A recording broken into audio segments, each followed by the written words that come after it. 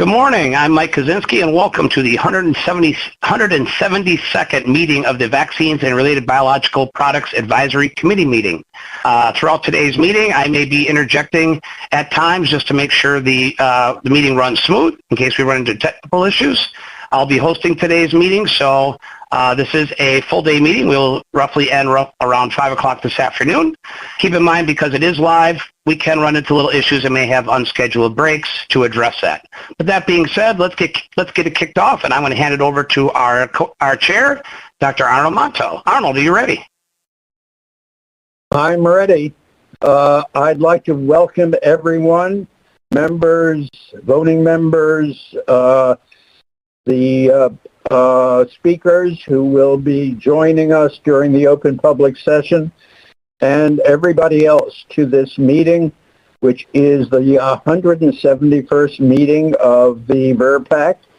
The topic today is an open public session to discuss recommendations for COVID vaccines and the booster process and the process for vaccine strain selection to address current and emerging variants. So this is a discussion meeting. We are not going to have a vote. This doesn't mean that what we are doing today is not important. We've had two other meetings which were of great importance, which didn't result in votes. The one when we affirmed that we needed efficacy studies to license vaccines way back a year and a half ago. Another meeting where we discussed the pediatric vaccine program. Again, something which set the tone for the rest of the work on pediatric vaccines. So today's meeting, looking long-term at what we're going to do to address the threat of COVID-19 as we go forward years from now, is of critical importance in setting the pathway to making choices that will have enormous impact long-term. Saying that, I'd like to turn the meeting over to our designated federal officer, Prabha Atreya, who will go through the housekeeping items. Prabha.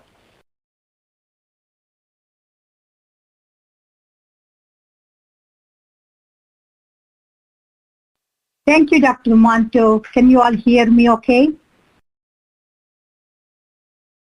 Okay. Good morning, everyone. Okay, thank you. Good morning, everyone. This is Dr. Prabha Atreya, and it is my great honor to serve as the designated federal officer, that is DFO, for today's 172nd Vaccines and Related Biological Products Advisory Committee. On behalf of the FDA, the Center for Biologics Evaluation and Research, and the VRBPAC Committee, I'm happy to welcome everyone for today's virtual meeting. Today, the committee will meet in open session to discuss considerations for COVID-19 vaccine booster doses and the process for COVID-19 vaccine strain selection to address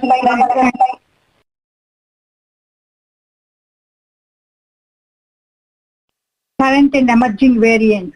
Today's meeting and the topic were announced in the Federal Register notice that was published on March 22nd, 2022.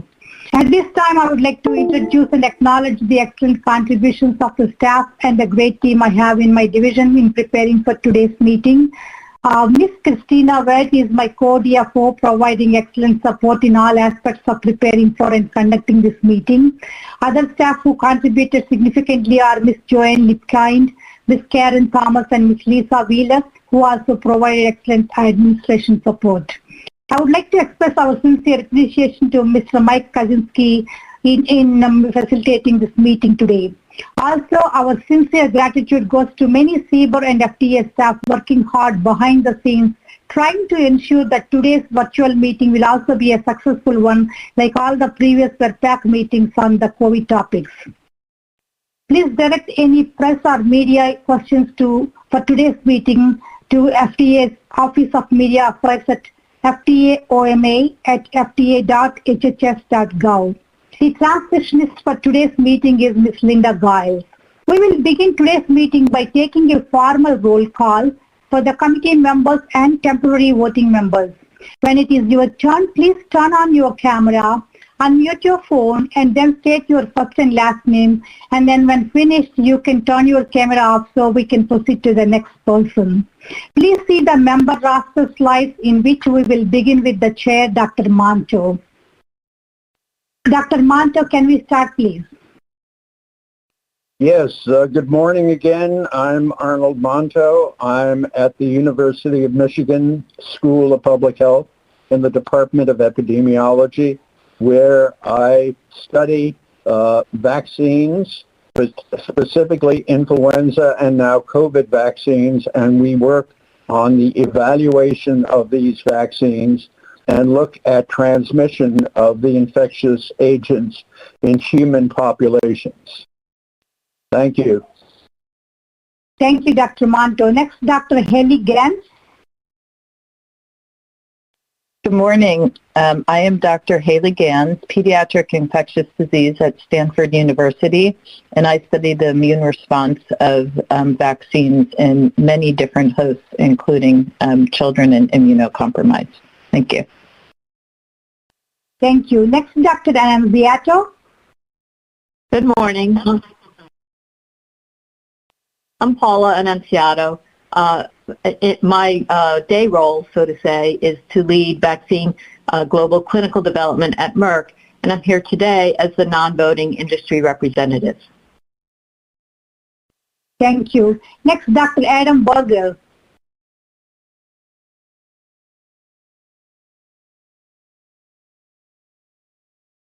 Hi, I'm Adam Berger. I'm the Director of the Division of Clinical and Healthcare Research Policy at NIH. I oversee all of our clinical research policies, everything from human subject protections all through our clinical trial policies.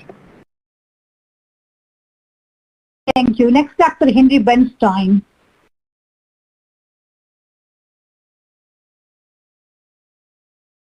Pediatrics.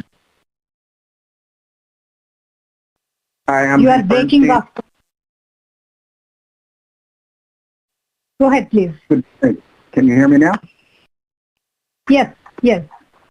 Good morning. My name's Hank Bernstein. I'm a professor of pediatrics at Tucker School of Medicine. I'm a general pediatrician with special interest in infectious diseases and vaccines. Thank you. Next, Dr. Captain Amanda Kwon. Good morning. I'm Dr. Amanda Cohn at the Centers for Disease Control and Prevention. I'm a pediatrician with expertise in public health and vaccine policy. Okay, thank you. Next, Dr. David Kim.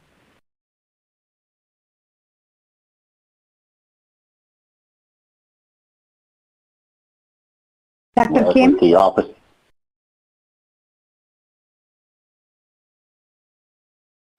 Good morning. This is David Kim with the Division of Vaccines in the Office of Infectious Disease and HIV/AIDS Policy under the Office of the Assistant Secretary for Health, and I'm the director of the division, and we work on the on administering the National Vaccine Program. Thank you. Thank you. Next, Dr. Paul Offit.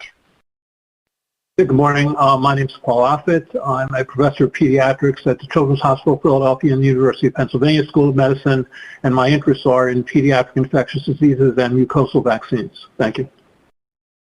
Thank you. Next, Dr. Rubin. Hi, I'm Eric Rubin. I'm at the Harvard T.H. Chan School of Public Health, the Brigham and Women's Hospital, and the New England Journal of Medicine.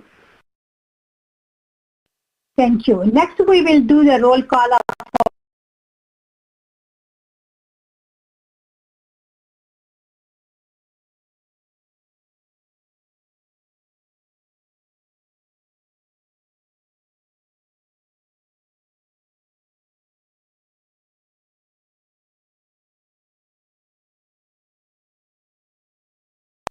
Community. Thank you. Next, Dr. Randy Hawkins. Hi, good morning. Dr. Randy Hawkins. I'm an internist and pulmonary physician, consumer representative, Charles University, and in private practice. Thank you. Next, Dr. Hildreth, James Hildreth. Good morning. Good morning. I'm James Hildreth. I'm President and CEO of Meharry Medical College, Professor of Internal Medicine, immunologist by training, and I study the pathogenesis of major human viruses such as HIV and SARS-CoV-2. Thank you. Thank you. Next, Dr. Janet Lee.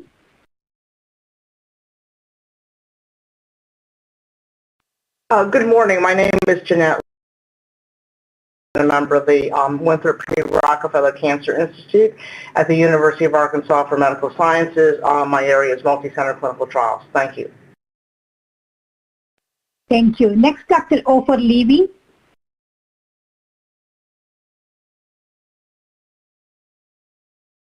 Hi, good morning. My name is Ofer.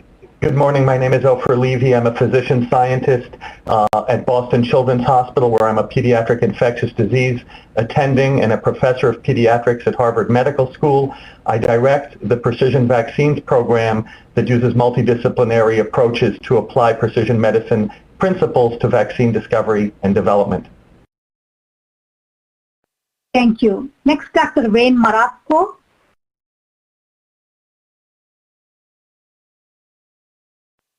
Good morning. This is Wayne Marasco. I'm a professor of cancer immunology and AIDS at Dana-Farber Cancer Institute and a professor of medicine at Harvard Medical School. I study emerging infectious diseases and in particular host microbe interactions and antibody responses. Thank you. Thank you. Next, Dr. Cody Meissner.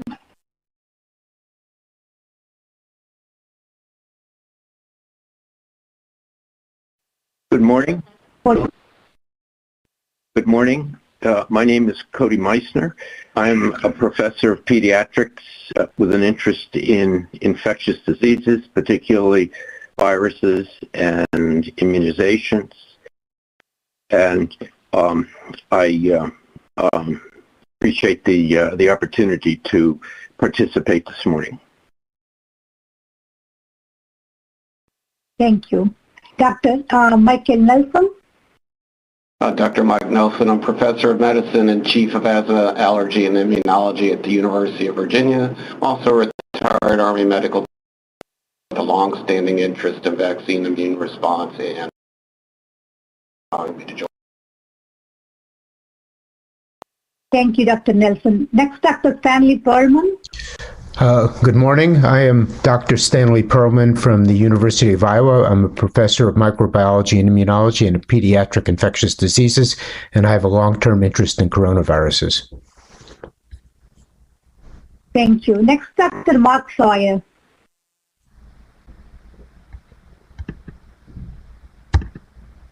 Good morning. This is Mark Sawyer. I am a professor of pediatric infectious disease at UC San Diego and Rady Children's Hospital in San Diego, and I work in the area of public health implementation of vaccine policy. Thank you. Last but not least, Dr. Melinda Watt.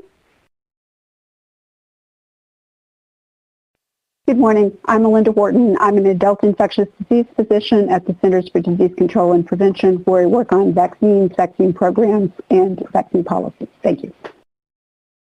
Thank you so much. Now I will proceed with reading of the concepts of interest statement for the public record. Thank you.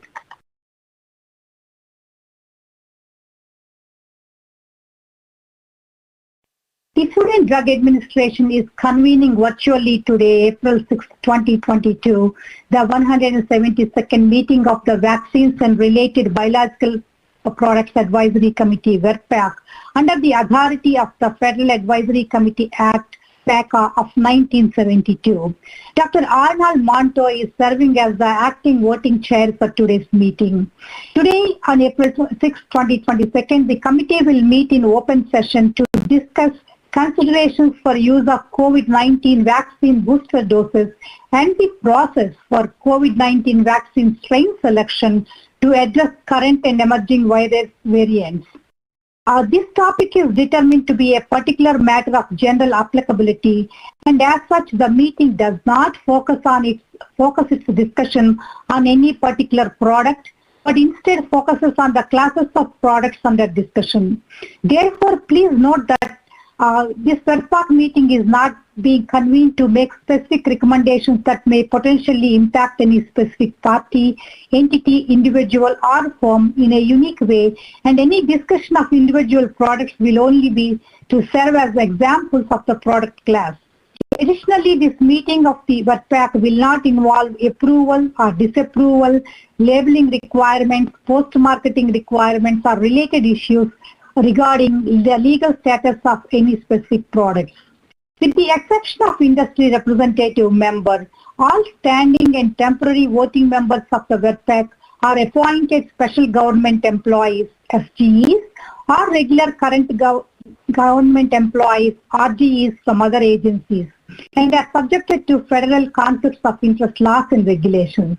The following information on the status of this committee's compliance with federal ethics and conflict of interest laws, including but not limited to 18 United States Code Section 208, is being provided to participants in today's meeting and to the public. Related to the discussions at this meeting, all members, regular government employees and special government employee consultants of this committee have been screened for potential financial conflicts of interest of their own, as well as those imputed to them, including those of their spouse or minor children, and for the purpose of 18 U.S. Code 208, their employers. These interests may include investments, consulting, expert witness testimony, contracts and grants, cooperative research and development agreements or CRADAs, teaching, speaking, writing, patents and royalties, and primary employment. These may include interests that are current or under negotiation. FDA has determined that all members of this advisory committee, both regular and temporary members, are in compliance with the federal ethics and conflicts of interest laws. Under 18 U.S. Code Section 208, Congress has authorized FDA to grant waivers to special government employees and regular government employees who have financial conflicts of interest when it is determined that the agency's need for a special government employee services outweighs the potential for a conflict of interest created by the financial interest involved, or when the interest of a regular government employee is not so substantial as to be deemed likely to affect the integrity of the services which the government may expect from that employee. Based on today's agenda and all financial interests reported by committee members and consultants, there have been one conflict of interest waiver issued under 18 U.S. Code 208 in connection with this meeting. We have the following consultants serving as temporary voting members: Dr. Ovita Fuller, Dr. Randy Hawkins, Dr. James Hildreth, Dr. Janet Lee, Dr. Ofer Levy, Dr. Wayne Marasco, Dr. Cody Meissner, Dr. Michael Nelson, Dr. Stanley Perlman, Dr. Mark Fire, and Dr. Melinda Wharton. Among these consultants, Dr. James Hildreth, a special government employee, has been issued a waiver for his participation in today's meeting. The waiver was posted on the FDA website for public disclosure. Dr. Paula Nunziata of Merck will serve as the industry representative for today's meeting. Industry representatives are not appointed as special government employees and serve only as non-voting members of the committee. Industry representatives act on behalf of all regulated industry and bring general industry perspective to the committee. Dr. Randy Hawkins is serving as the alternate or temporary consumer representative for this committee meeting. Consumer representatives are appointed special government employees and are screened and cleared prior to their participation in the meeting today. They are voting members of the committee. In addition to FDA staff presentations, we have a large number of other federal and non-federal speakers as well as some international guest speakers today, making various presentations on timely and relevant topics.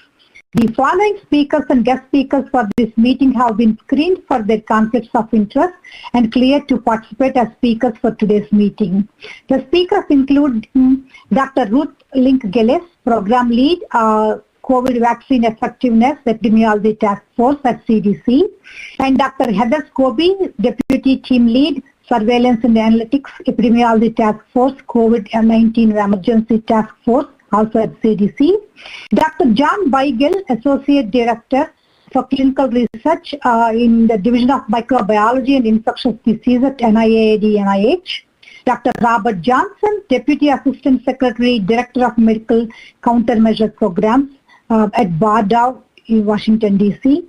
And Dr. Trevor Bedford is a professor at Fred Hutchinson Cancer Research Institute and also an investigator at the Howard Hughes Medical Institute in Seattle, Washington. Dr. Ali Magdad, a professor of Health Metrics Sciences at the University of Washington, Seattle. And Dr. Christopher Murray, a professor of Health Metrics Sciences, Population Health Institute for Health Metrics and Evaluation, University of Washington. Additionally, we also have the following international guest speakers: Dr. Kanta Sibarao, she is the Director of WHO Collaborating Center for Reference and Research on Influenza, Dahabti Institute for Infection Immunity in Melbourne, Australia. And we are also joined by Dr. Sharon Elroy Price. She is the Director of Public Health, Ministry of Health at Jerusalem, Israel. And last but not least, Dr. Ron Milo, a professor in the Department of Plant and Environmental Sciences. He is also Dean of Education, Weizmann Institute, Rehovot, Israel. We thank them all for their time in making today's presentation. Disclosure of conflicts of interest for speakers and guest speakers follows applicable federal laws, regulations, and FDA guidance. FDA encourages all meeting participants, including open public hearing speakers, to advise the committee of any financial relationships that they may have with any affected firms, its products, or if known, its direct competitors. We would like to remind the standing and temporary members that if the discussions involve any other products or firms not already on the agenda, for which an FDA participant has a personal or imputed financial interest, the participants need to inform me the day before and exclude themselves from the discussion, and their exclusion will be noted for the record. This concludes my reading of the conflicts of interest statement for the public record. At this time, I would like to hand over the meeting back to our chair, Dr. Manto. Thank you, and Dr. Manto, take it away.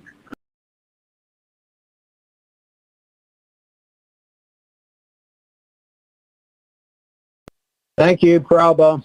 At this point, it is my pleasure to introduce the director of the center, Dr. Peter Marks, who will give us his introductory remarks, and I'm sure give us a warm welcome.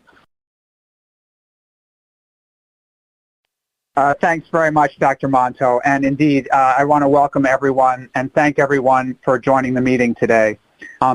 Although we've seen a major decline in the number of COVID-19 cases in the country, the virus continues to circulate, and all evidence points to the fact that it will continue to do so and will potentially cause waves of an increased number of cases at points in the future. This is particularly of concern as we head into the coming fall and winter season. At that point, there may be a confluence of at least three factors that come together to put us at risk of another major wave. First, the immunity of the population against SARS coronavirus to the virus that causes COVID-19 will be waning, particularly in those who were previously infected and not vaccinated, and those who received primary vaccination but were never boosted. Second, the virus, which has shown its ability to change over time to evade our immune systems, will have had at least 6 more months to further evolve. And third, we'll be entering the colder season of the year in which much of the country goes inside, and that's when respiratory viruses tend to peak. All that taken together makes us conclude that a general discussion of booster vaccination to prevent COVID-19 is warranted at this time so that we can potentially intervene if it's thought to be warranted to make a difference. So that'll be the topic for discussion today in a general sense. We're not going to get down to specifics of the exact vaccine composition nor the exact timing, but we'd like to hear the committee's thoughts on this. And so what we'll be doing is having a variety of presentations relevant to the broad discussion of boosters. And the goal will be for the committee to have a general discussion of the principles behind the potential need and timing of booster vaccination, and then how the variant composition of such a booster vaccine should be selected, or what principles we might follow.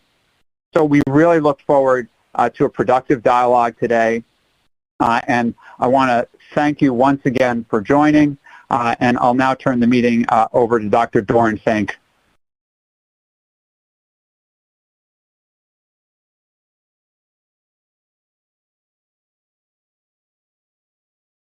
Hi, good morning. I don't think I'm in presenter mode, and so I'll either need to be put into presenter mode or I'll need to have someone advance my slides for me. Thank you. You should have the rights now, Doran. Gotcha. All right. So good morning, everybody. I'm going to be presenting a introduction to today's topic on COVID-19 vaccines, which will be the framework for future decisions on strain composition and use of additional booster doses. I think my presentation will echo much of what Dr. Marks said in his remarks, but perhaps in a little bit more detail. By way of background, everybody is aware of the numbers associated with the SARS-CoV-2 pandemic. But I will repeat them here just to remind everyone, since the beginning of the pandemic in early 2020, SARS-CoV-2 has caused nearly 500 million reported cases of COVID-19 and over 6 million deaths worldwide. And in the United States, we've had nearly 80 million reported cases and nearly 1 million reported deaths. As Dr. Marks alluded to, surges in SARS-CoV-2 transmission and surges in COVID-19 cases, hospitalizations, and deaths have been associated with a number of factors. Some of these factors are related to human behavior and include the typical seasonal variation associated with respiratory virus epidemiology, and also a variable implementation of public health control measures such as mask wearing, social distancing, and other measures. There are factors that are intrinsically related to the biological characteristics of the SARS-CoV-2 virus that have also contributed to these surges. And what we have seen is the emergence of variants, for example, Beta, Delta, and most recently Omicron, that compared to previously circulating strains have been some combination of more infectious, more virulent, and or more resistant to natural or vaccine-elicited immunity. At this time, we have 3 COVID-19 vaccines which have emergency use authorization. 2 of these have FDA licensure for use in the U.S. The various authorized or approved uses of these vaccines are detailed in the briefing document that we provided to committee members and published ahead of the meeting. I'm not going to take additional time to go over these details, but if the committee needs a reminder, I do have an extra slide at the end that I can go over if needed. The effectiveness of available COVID-19 vaccines has been demonstrated both in clinical trials and in post-authorization and post-licensure observational studies. Despite the very high level of effectiveness against a disease of any severity that has been observed in randomized clinical trials, we have seen evidence of waning vaccine effectiveness, which has been impacted by, again, a number of factors. First of all, we have evidence to suggest waning protection over time most notably against milder disease, but also to some extent, and especially in more highly susceptible populations, against more severe or more serious COVID-19 associated outcomes.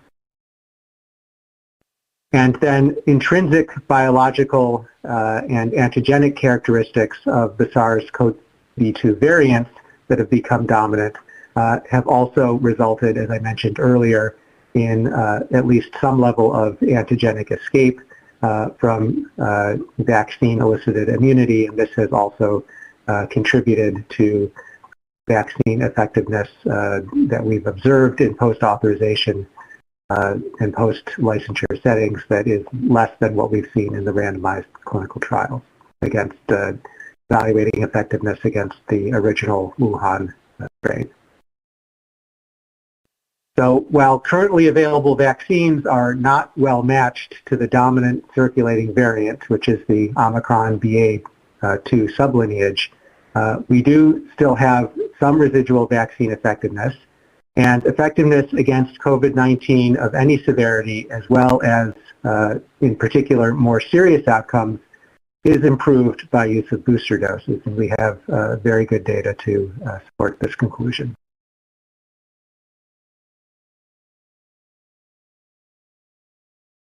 We all struggle with the unpredictability that has defined the SARS-CoV-2 pandemic to date. But despite this unpredictability, we need to plan for the future. And these planning efforts for future utilization of COVID-19 vaccines should consider several things. First, whether vaccine strain composition should be modified to improve protection against currently circulating virus, and or to improve breadth of coverage so that vaccines will be more likely to remain effective against potentially emerging variants in the future. And secondly, whether additional booster doses should be recommended in anticipation of the next potential COVID-19 surge. And if additional booster doses are to be recommended, then when and in which populations. The decisions on these planning questions should ideally be guided by a data-driven, formal, transparent, and coordinated process that includes all key stakeholders. Additionally, decisions should result in recommendations that are sensible, practical, and understandable. By sensible, I mean the recommendation makes sense based not only on the data evaluated, but also the situational context in which the data are considered. By practical, I mean that the recommendation should be actionable and achievable within the operational parameters of vaccination programs. And by understandable, I mean that the what and the why of the recommendation should be readily apparent to patients, healthcare providers, and state and local public health authorities, which is critical to achieving buy-in and to avoiding confusion. We all recognize how challenging it has been to consistently hit on all of these objectives while synthesizing rapidly emerging and evolving data time and time again to make the best decisions possible in the interest of public health.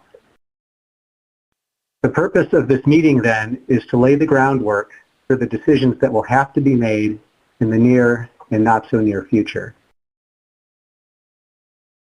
To help guide the discussion today, we have a packed agenda of 9 presentations that will address key questions related to these future decisions on COVID-19 vaccine strain composition and utilization of additional booster doses.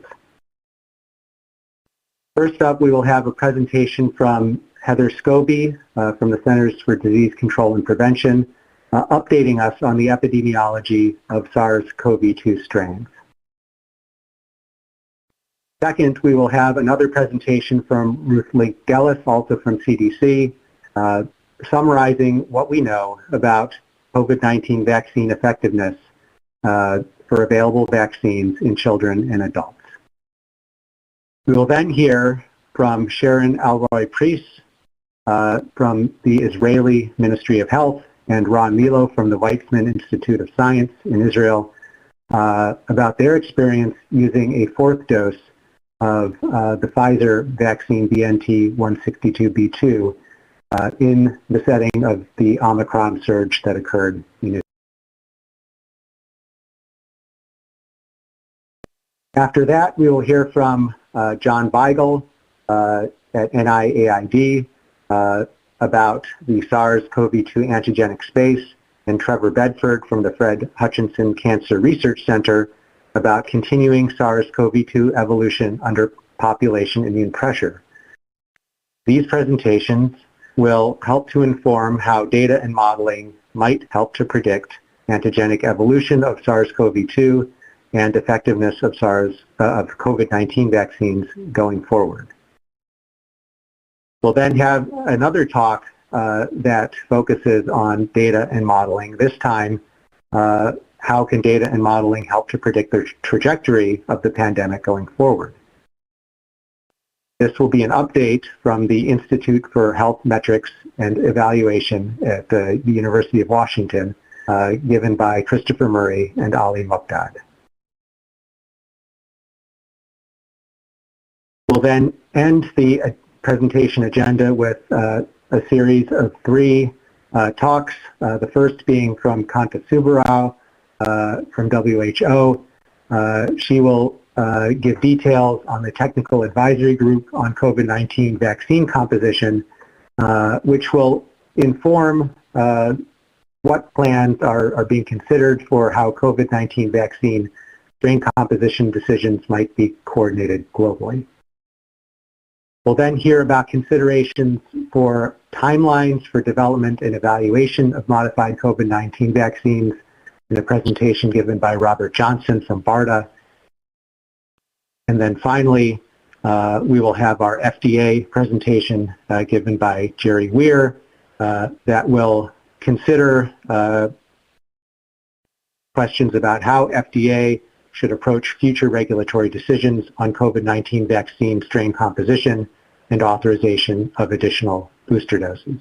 And more specifically, he will talk about our model, our established model for strain selection for seasonal influenza vaccines and how that might be applicable or not to the situation that we have now with COVID-19 vaccines. Following these scheduled presentations and an open public hearing, the VRPAC will be asked to discuss and provide input on a wide range of topics. We know that this is a hefty slate of questions for the VRPAC to discuss. We've allotted 2.5 hours for you to do so. And as a reminder, this has been mentioned several times, none of these questions are voting questions. They are all general discussion questions.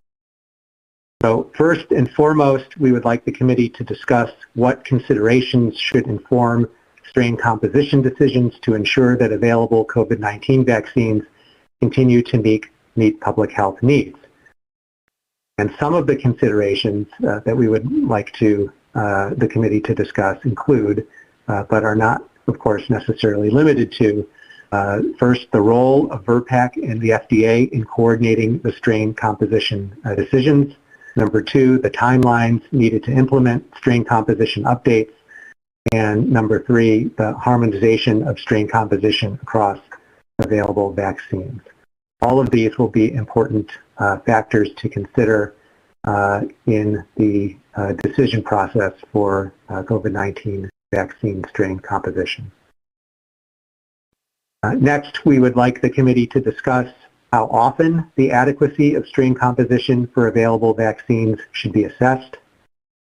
Thirdly, we would like the committee to discuss what conditions would indicate need for updated COVID-19 vaccine strain composition, and also what data would be needed to support a decision on a strain composition update. And then finally, again, in anticipation of a potential surge in the fall or winter, which may be with a virus that is antigenically similar to what's circulating now, or maybe with a virus that is very antigenically different, We would like the committee to discuss what considerations should guide the timing and populations for use of additional COVID-19 vaccine booster doses. You'll get to see these questions at least several times more as a reminder to help guide your thought process as you listen to the presentations and prepare for the discussion this afternoon. That's the end of my presentation.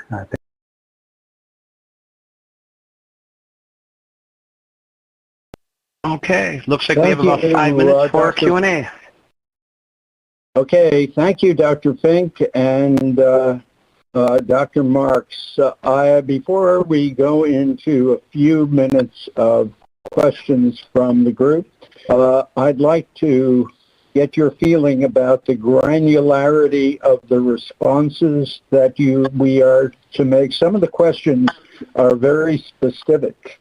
How often should the adequacy of the strain composition be assessed, which may be very difficult to answer under the current circumstances.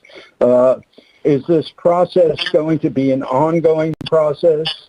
And how are we to respond to these questions in terms of detail and specificity? Dr. Marks?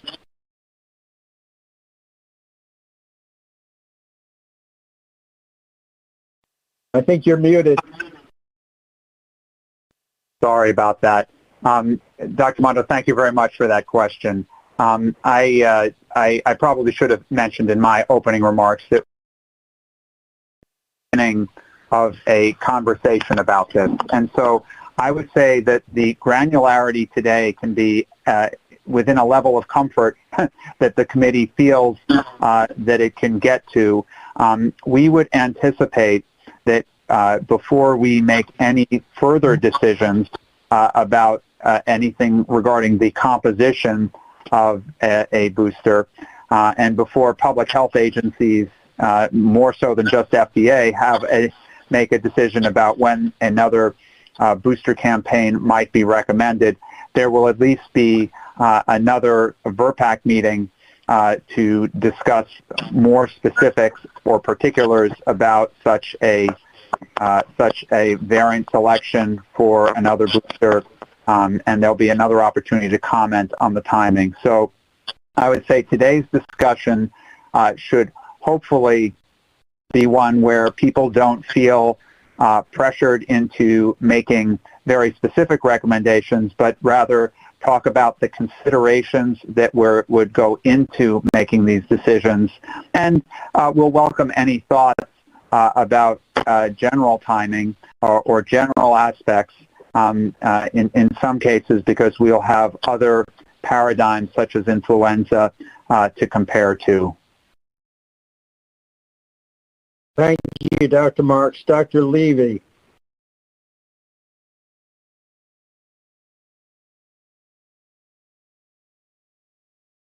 Good morning, and thank you, Dr. Marks and Dr. Fink, of very important topics we'll be considering today. In our deliberation, in our framing of this discussion, should we be really focused on the vaccines that are currently approved and authorized, or should we also be taking a bigger picture view? There's ongoing innovation on the vaccine end. It's possible that additional vaccines might come into play that have different characteristics in terms of durability of protection, breadth of immune response, or different kinds of booster scenarios with different platforms. So there's already a lot of complexity, but for our conversation, should we also consider that angle? That's a tricky one, isn't it, Peter? I agree that could be somewhat tricky, but I think to the extent that it is relevant, I think we would welcome that discussion. I think if we feel, I think if Dr. Fink and I think we're getting very far afield, we'll let you know that within what the committee thinks might be on the horizon that might be relevant for this coming fall-winter Okay, thank you. Maybe I'll just add that I think, to get the most out of this discussion that will help us in the near term and to keep things in the realm of what is practical, what's actionable and achievable. I would place the higher priority on considerations for currently available vaccines, because those are the decisions that we'll have to make soonest. In the near term. Thanks. Thank you. Dr. Hawkins. Thank you very much. Although not necessarily related to the current agenda, I just want to draw attention to Dr. Fink's slide about planning ahead and remind us all about the importance of targeted narrative for COVID-19 in human populations. There's a lot of distractions out there. There's a lot of misunderstanding about the vaccine and COVID-19, and really the importance of a targeted narrative on many levels of public health about to the public. Thank you. And the final, Dr. Hildreth.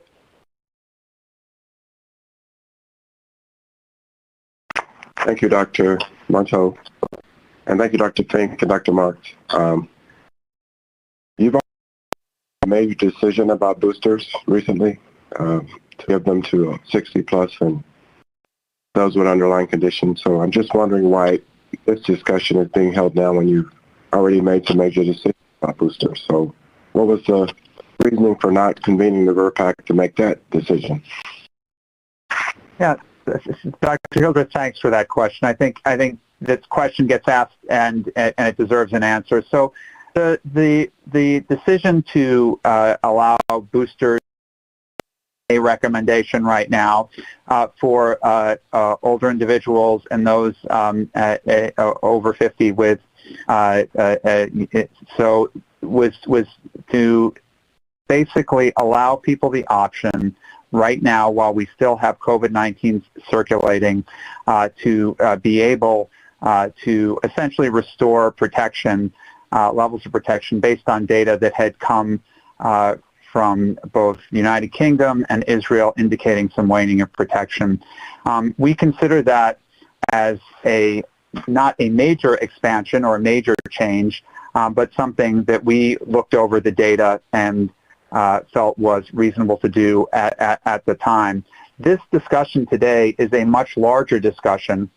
It's the discussion of what do we do for the entire population, and what do we do when we think the virus may have evolved further and that may help preclude a major wave in the next season, fall, winter season. So we feel like this discussion is more around the larger population issue. We're not saying which population necessarily needs to be boosted come next fall, winter. I think that's for the committee to discuss, whether it's the entire population or a segment of the population.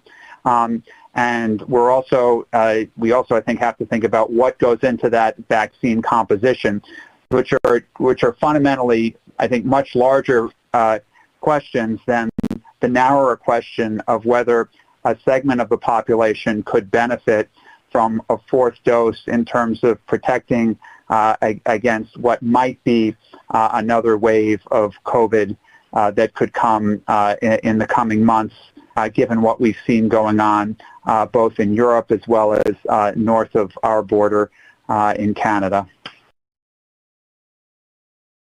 Thank you. Thank you both, Dr. Fink.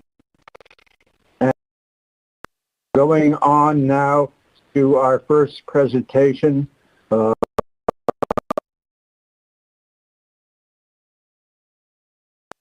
On update on the epidemiology of SARS-CoV-2 strains, and this will be global, I assume. Dr. Scobie. Good morning. Can you hear me? Yes, we can. Great.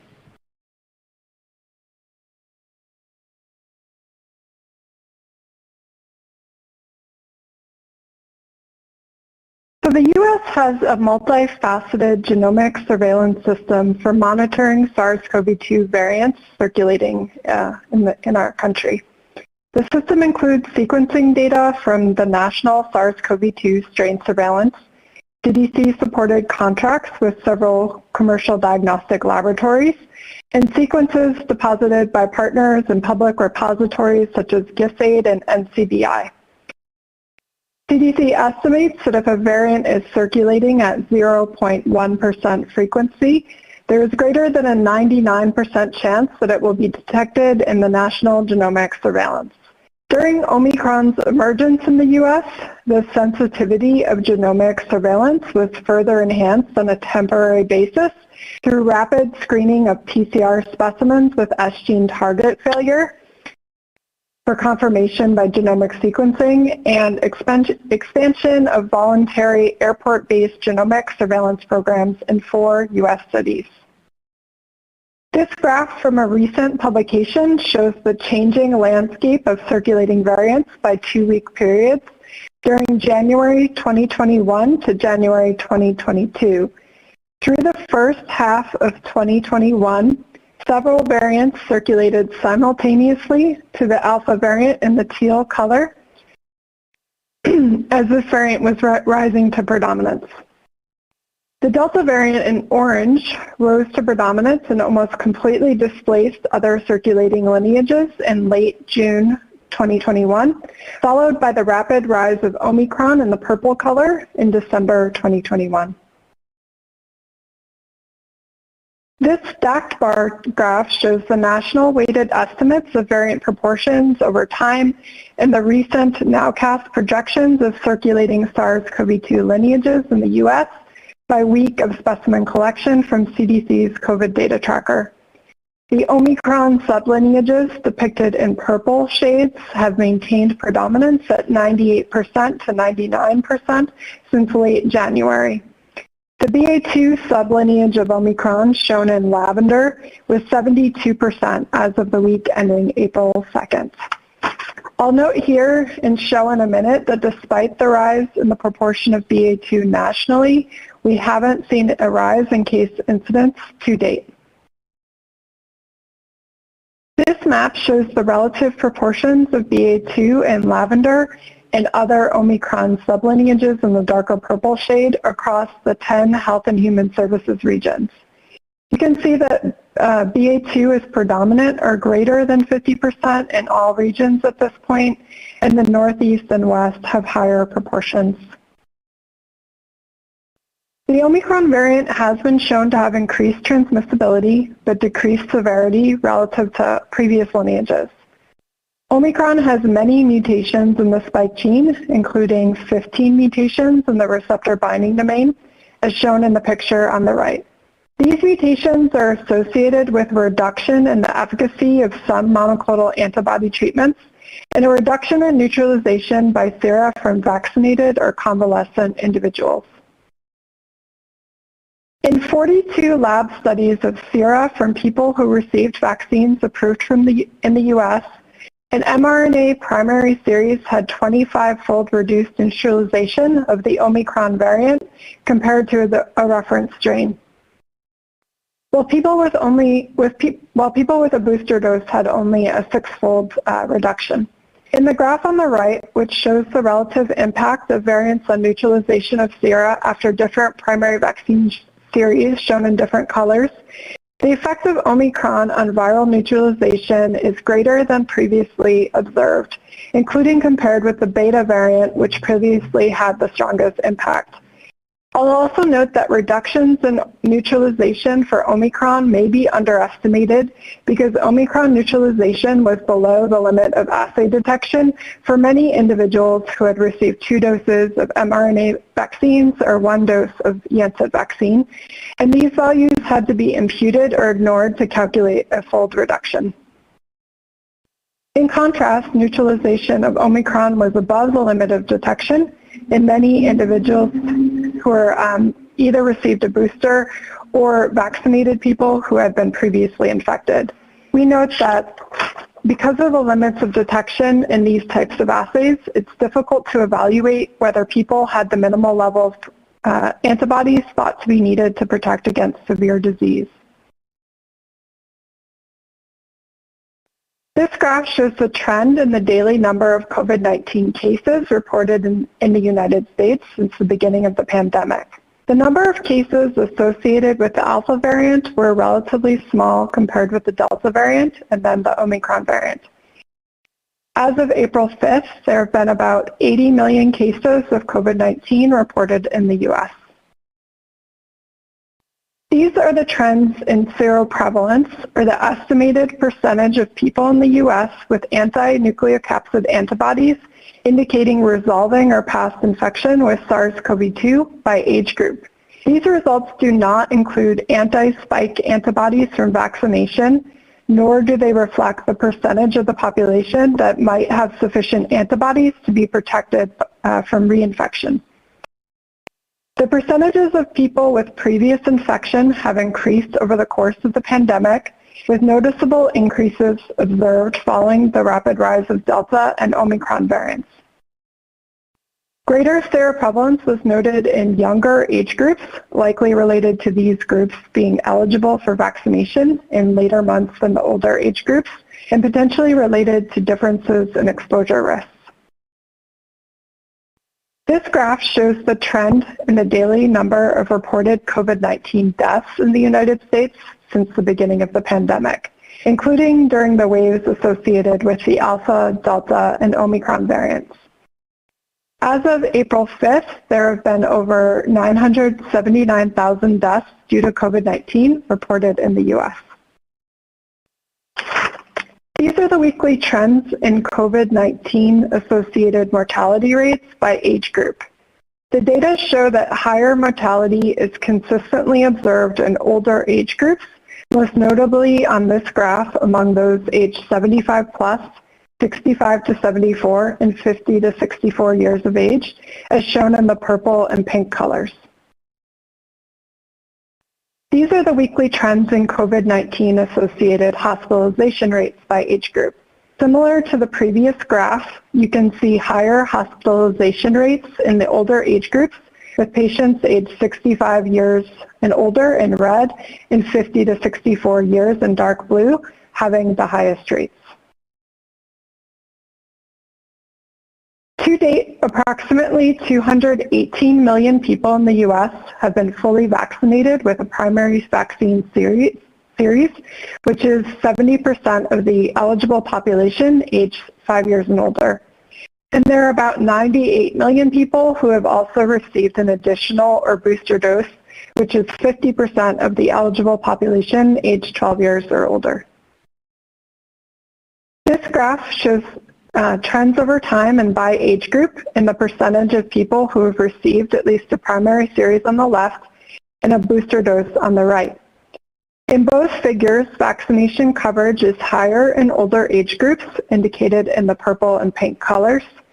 And we can also see that coverage with the primary series for ages 5 to 11 years, shown with the yellow dotted line on the left, is still relatively low at 28%.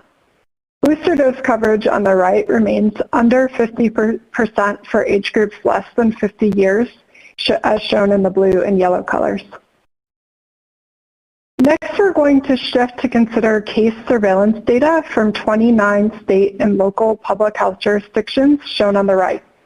These jurisdictions routinely link surveillance and immunization registry data and collectively represent 67% of the total U.S. population with good geographic representation. Reported COVID-19 cases and COVID-associated deaths are monitored by vaccination status and expressed as weekly rates and incidence rate ratios among the unvaccinated versus fully vaccinated, either overall or with or without a booster dose. This slide shows the age-adjusted rates of COVID-19 cases by vaccination status. Unvaccinated people in all age groups had higher case rates than fully vaccinated people in the same age groups. Notably, in February, unvaccinated people aged 5 years and older had 2.8 times higher risk of testing positive for COVID-19 compared to people vaccinated with at least a primary series. This slide shows the age-adjusted rates of COVID-19 associated deaths by vaccination status. Similar to the previous slide, unvaccinated people in all age groups had higher mortality rates than fully vaccinated people in the same age groups, including during periods of Omicron predominance.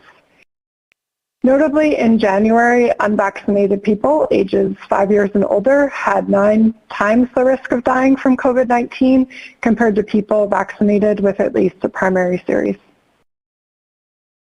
Furthermore, people who were fully vaccinated with an additional or booster dose had a noticeably lower risk of testing positive and dying from COVID-19 compared to people who were unvaccinated.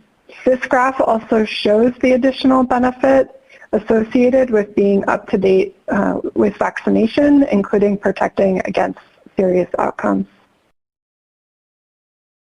The COVID-19 Associated Hospitalization Surveillance Network, or COVIDNet, conducts population-based surveillance for laboratory-confirmed COVID-19 associated hospitalizations within a catchment area of over 250 acute care hospitals in 99 counties and 14 states, representing 10% of the U.S. population.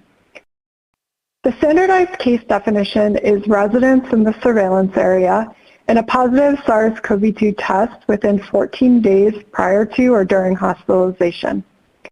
Hospitalization rates by vaccination status can be monitored because COVIDNet also relies upon routine linkage to immunization information systems, and these data are a representative sample of hospitalized cases.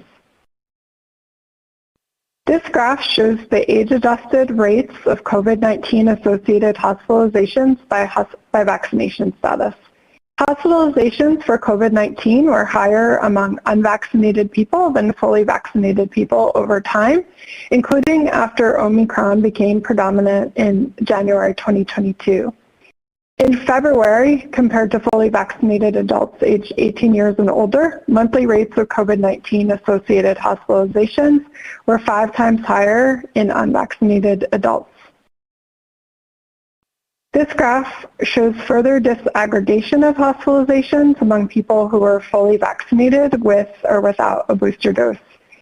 In February, compared to fully vaccinated adults ages 18 years and older with additional or booster doses, monthly rates of COVID-19 associated hospitalizations were 7 times higher in unvaccinated adults.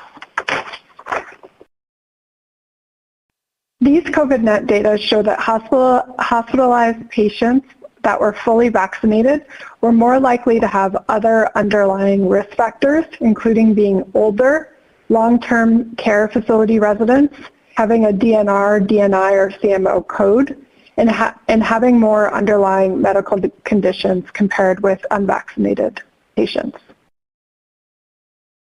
In summary, in 2021, the U.S. experienced a dynamic landscape of SARS-CoV-2 variants, including Delta and Omicron-driven resurgences of SARS-CoV-2 transmission. CDC continues to monitor emerging variants like Omicron and BA.2, including their prevalence and impact on disease incidence and severity over time. Monitoring trends in the rates of cases, hospitalizations, and deaths by vaccination status has been helpful for monitoring the impact of different variants.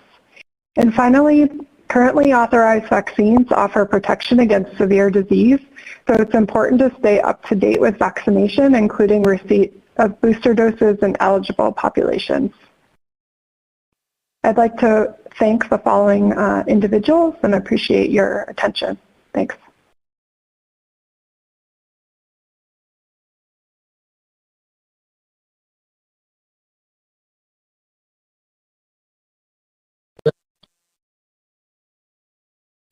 Thank you, Dr. Scobie. We have a few minutes for questions now. We're a little bit ahead of schedule, and we'll move on after a few questions to the next CDC presentation and then have a more general discussion. So, Dr. Gans.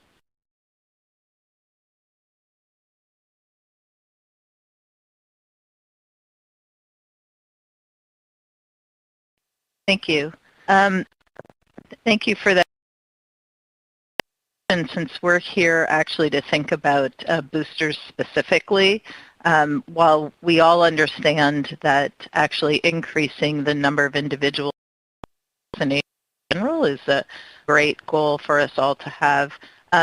In the data, you really didn't talk about the added addition of that booster dose. They sort of seemed lumped together with people who have had 2 doses as thinking about that as a primary or called fully vaccinated, and then those individuals. So my first question is breaking down that data so that we can really understand the additional relevance of that dose, which there is data out there. The other piece of it, because we know that immunity in general, so those that is provided by natural disease as well, really considering the epidemiology of reinfections in those individuals, breaking that down further. So I guess those are really relevant to the discussion today, and what data you have.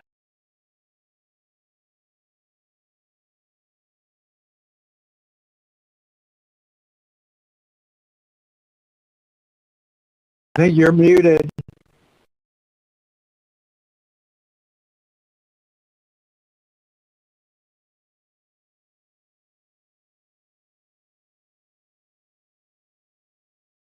Go ahead, Heather. Heather, I think you have your own phone muted.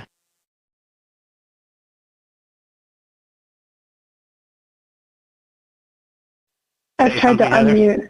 There you go. Now we got it. Okay. Great. Are we able to go back to my slides? I have a few at the end, but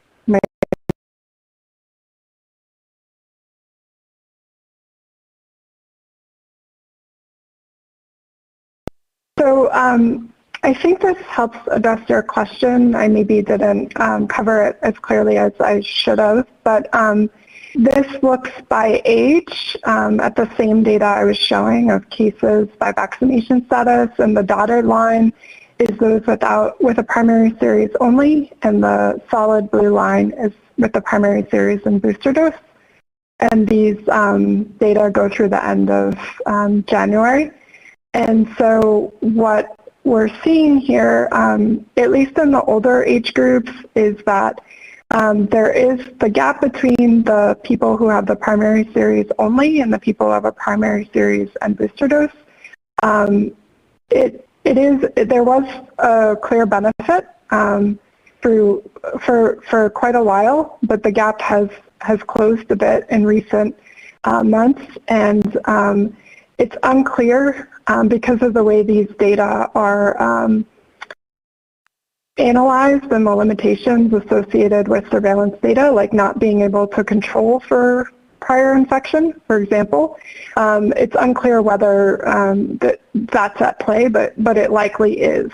So for example, you might expect that a person with a primary series only might have been, might have had higher rates of contracting Omicron during the recent waves. And so that an explanation like that could explain why these people are starting to look more similar to those who had a primary series and booster dose.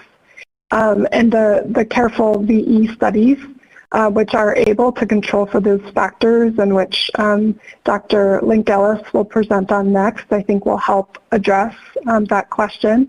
But I did also want to note that in this graph, we recently added the 12 to 17-year-olds, and you can see that those folks who were vaccinated, kind of in a wave more recently, are showing a larger kind of benefit of that booster dose, at least right now. And then when you look at deaths by age and receipt of a booster dose, of course, in the younger ages, we just have so few deaths, and that's what that is showing. But you can see a clear impact, including now, amongst older people of that booster dose. So the booster dose is helping prevent deaths in older ages, and I think that is shown quite clearly in the data. Does that help address your question? I think there was a second one about previous infection, and unfortunately, there that's not something we're able to address with these data at this point. There are specific states who've tried to address that question because they're able to link to laboratory, they're able to link the surveillance data with laboratory data and determine who's been previously infected. Notably, California and New York have published a nice publication. But the data we currently have at CDC for this that I've shown here, we're not able to look at previous infection in those data currently. Thank you, Dr. Meisner, and then Dr.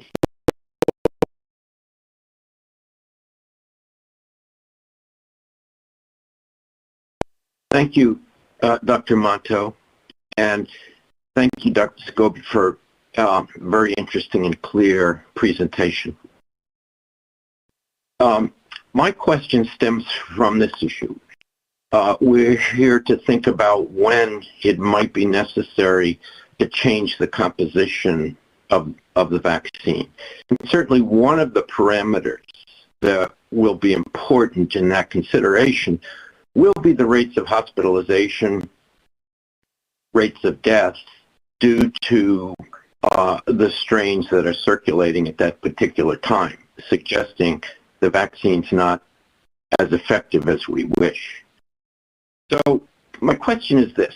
In the state of Massachusetts, they keep track of hospitalizations, COVID-19 associated hospitalizations, and break out hospitalizations that are attributable to the infection and hospitalizations that are simply found in a positive in a patient who's hospitalized for other reasons.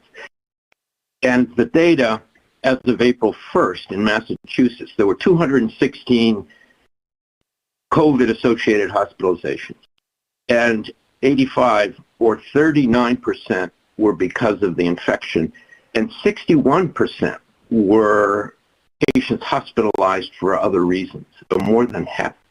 So I guess the question I have is, do you think that number changes with different variants that might have increased infectivity?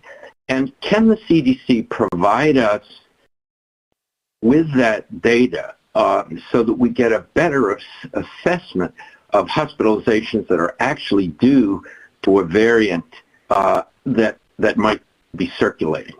Thank you. Mm-hmm. Thanks. Yeah, I mean, as you're raising this issue came up, the question of with COVID or for COVID came up in a big way during Omicron because, as you rightly pointed out, there's just been, there was at that point just so much higher community transmission. So there were many people winding up incidentally in the hospital for other causes that had COVID-19 that was detected, upon admission through screening testing. A lot of the studies attempt to look at whether, like I've seen the state data that you're talking about, including from other states, and I do think that there are studies that have attempted to look at, COVID-associated hospitalization, not just incidental COVID amongst hospitalized patients. And so I do think we're able to uncouple that in some cases, and I do think that those studies are ongoing and in some cases have been published. In terms of your question about making the data available, I think we are working hard to make all of the data available as soon as it's ready. So I'm not sure if I've addressed your question, but I'm willing to, if you have any follow-ups, I'm willing to address them. No, the only point, thank you for that answer. My only point is that will be important data for us to be able to consider when we're thinking about whether or not there's a need for a change in the vaccine. But so I appreciate your answer. Thank you. Dr.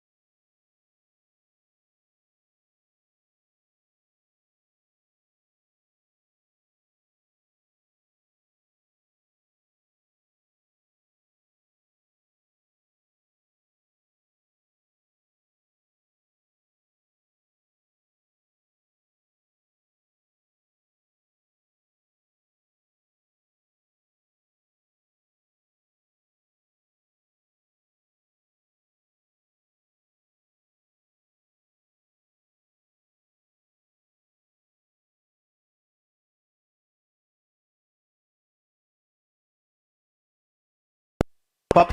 So here we go. I'm going to reset it.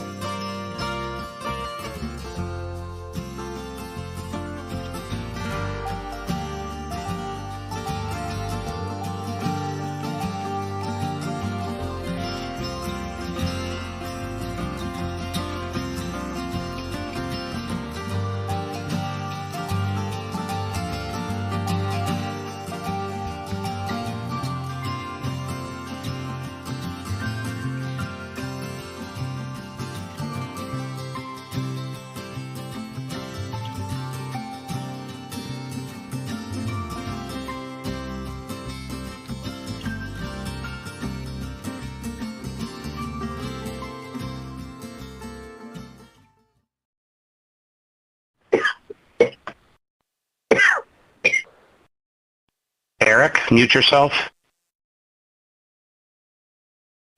All right, welcome back again. That was just a little bit of an unscheduled break, but we're going to pick up right where we sort of left off with our next presenter, and I'm going to hand it back to Dr. Arnold Monto. Dr. Monto, are you ready?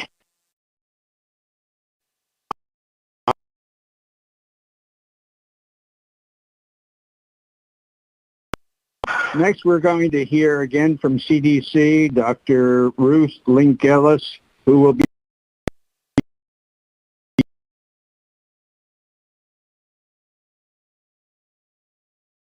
5 minutes.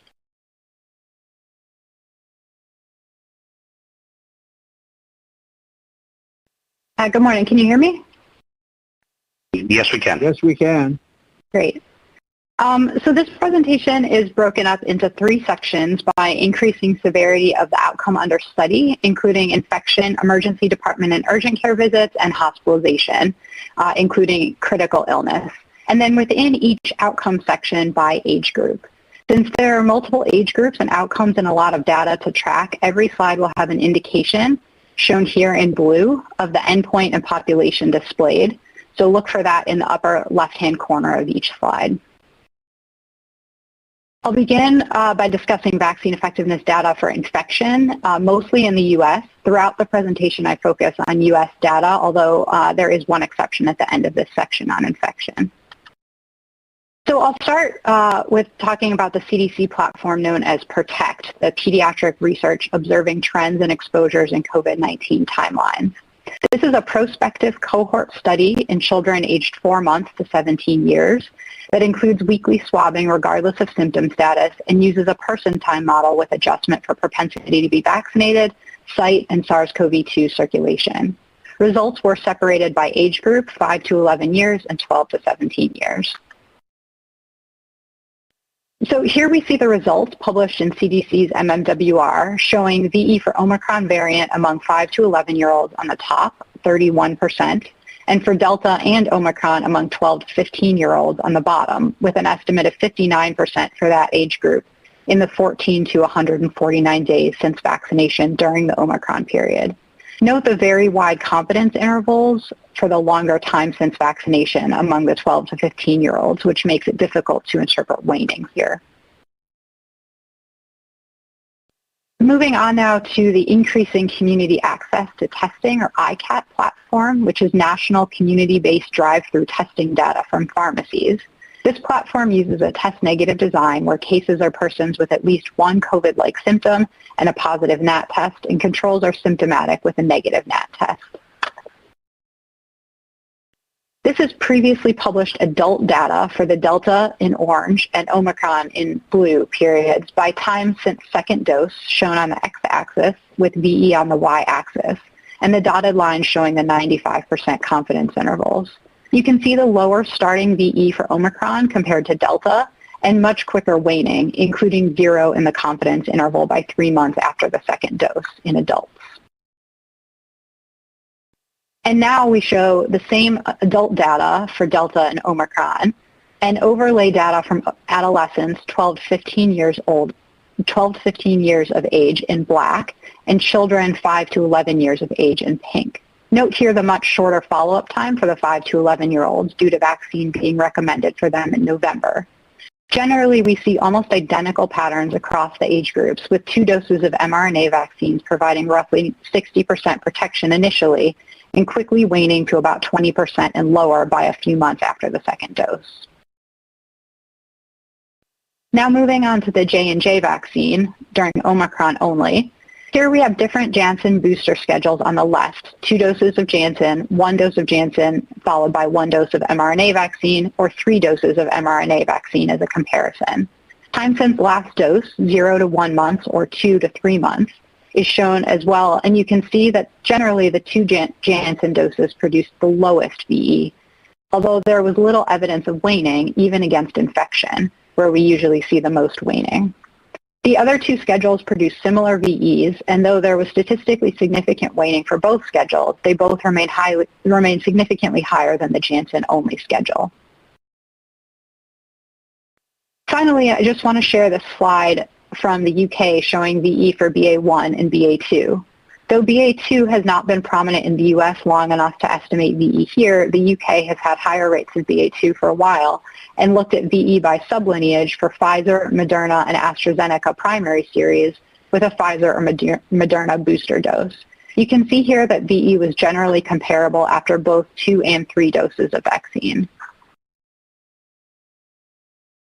So to summarize the VE for infection during Omicron, mRNA vaccines tended to start at a lower VE for Omicron than Delta and wane faster.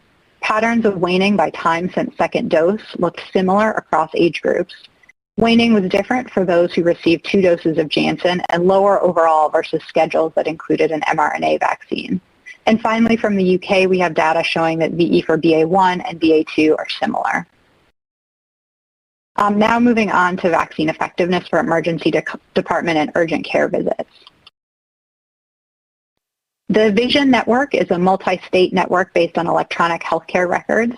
Like ICAT, it uses a test-negative design with cases having CLI and a positive PCR and controls having CLI with a negative PCR.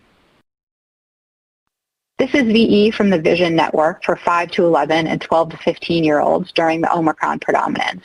Like ICAT, we have similar VEs for 2 doses of mRNA vaccines for the 2 age groups. For adolescents 12 to 15 years of age who had longer time since vaccination, we see waning for the period greater than 67 days since the second dose. This is the adult 2-dose data during Delta in blue and Omicron in magenta, with time since second dose shown on the left-hand side. You can see the clear waning by time since second dose for both variants, with lower overall VE for Omicron compared to Delta. Moving now to 3-dose VE for adults. Here again, Delta is in blue and Omicron in magenta. On the top half of the slide, we have time since third dose for all adults, and on the bottom for immunocompetent adults only during Omicron. We can see that while VE is lower for Omicron with some waning, and some waning is evident, it's perhaps less extensive in the immunocompetent group compared to all adults, which includes immunocompromised individuals, a pattern we'll see again in the hospitalization VE estimates. And now moving on to hospitalization. Starting with children, the Overcoming COVID network is a test-negative VE platform specifically aimed at children and adults hospitalized at 31 pediatric medical centers in 23 states. As with other platforms, cases have CLI and a positive test, while controls have CLI and a negative test. Here we have VE of 2 doses against hospitalization for children 5 to 11 years of age during Omicron and adolescents 12 to 18 years of age during Delta and Omicron. We can see the same pattern as for less severe outcomes with lower VE during Omicron compared to Delta. However, unlike for less severe outcomes, we do not see evidence here of waning against hospitalization, shown here out to 44 weeks in the adolescent group, even during the Omicron period.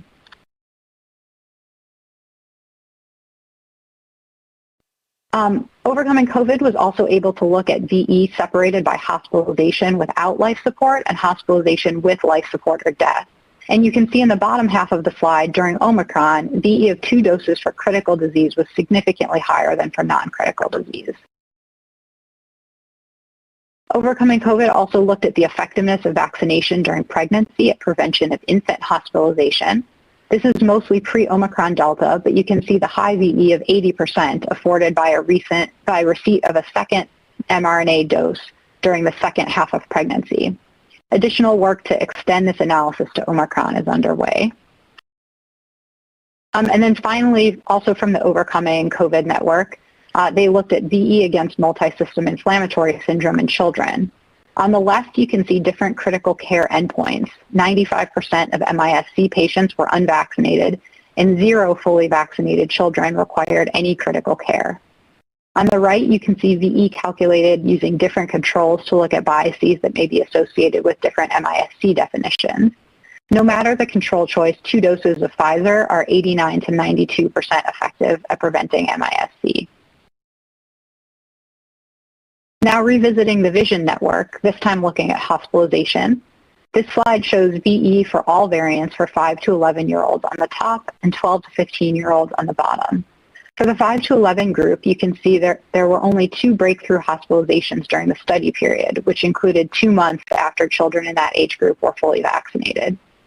While the point estimate for 5 to 11-year-olds, 74%, is lower than the point estimate for 12 to 15-year-olds, 92%, that's likely due to the younger age group, which included 67% Omicron cases, for which VE is lower compared to earlier variants, while the older age group included only 15% Omicron cases. Now looking at vision hospitalization data for adults with Delta in blue and Omicron in magenta. Like for the emergency department and urgent care visits, 2 dose VE for Omicron is significantly lower than for Delta. But we see that the 3rd dose provides substantial improvement over 2 doses.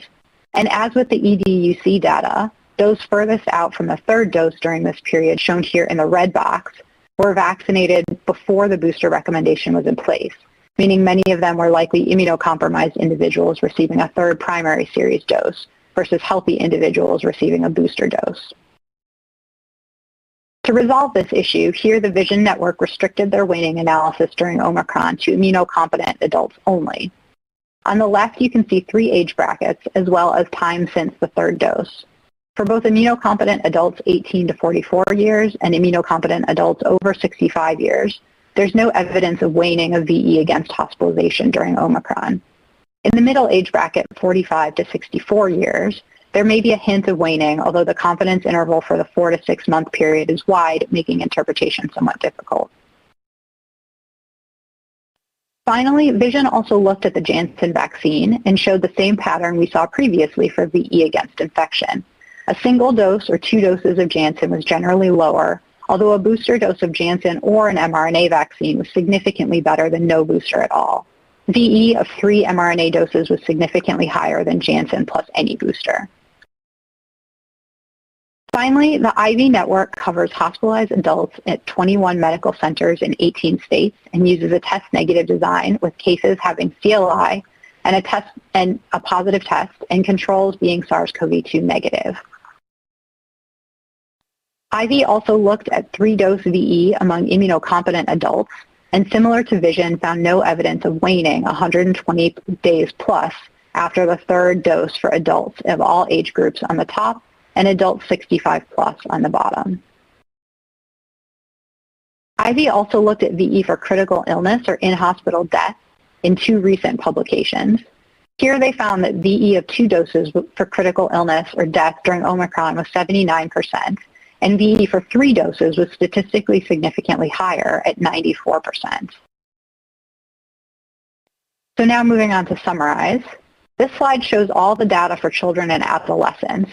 Outcome is listed on the far left with increasing severity as you go down the slide. In general, we see a pattern of increasing 2-dose VE with increasing severity, although obviously wide confidence intervals for worse outcomes. And now for adults, we have 2-dose VE in green and 3-dose VE in magenta, again with increasing severity as you go down the slides and increasing VE with increasing severity just like in children. The pattern here shows the clear benefit of a 3rd dose over a 2nd dose during Omicron, and the highest VE, 94% for 3 doses for critical illness and death out to a median of 60 days follow-up. So in summary, we saw similar patterns for VE across age groups during Omicron with limited protection, especially for 2 doses against infection, but strong protection of 2 doses and even stronger protection of 3 doses against the most severe outcomes, including hospitalization, MIS-C, and critical illness and death. While it was too early to assess 3-dose protection for adolescents and children 5 to 11 years of age are not yet recommended for a booster, we are likely to see similar patterns for younger age groups for the 3rd dose. I want to acknowledge the individuals shown here on this slide, and I'm happy to take any questions. Thank you.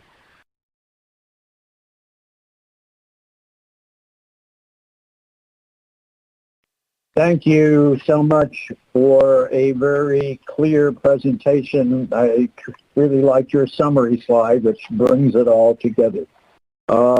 Questions from our group? Let's see.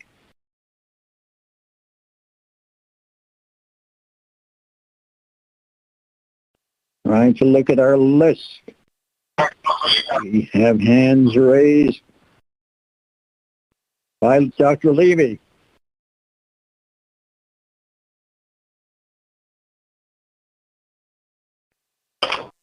Thank you for that presentation, very helpful. A query is when we compare outcomes such as infection, what extent are we able to correct behavioral differences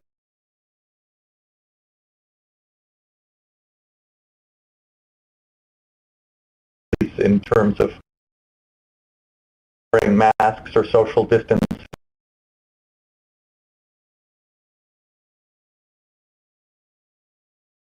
Have they been applied to these analyses? Sure. So individual platform, one that is difficult to do in any.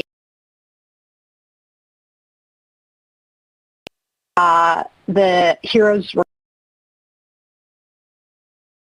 that I showed for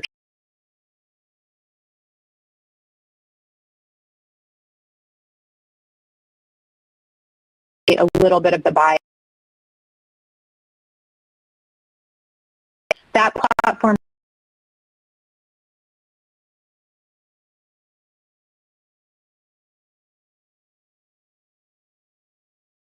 those things might affect vaccination.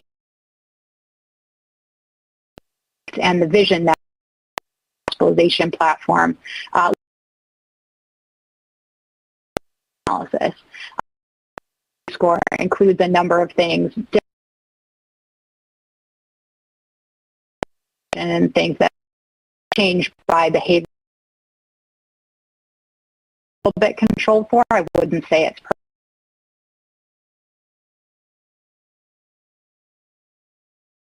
Bias could remain there.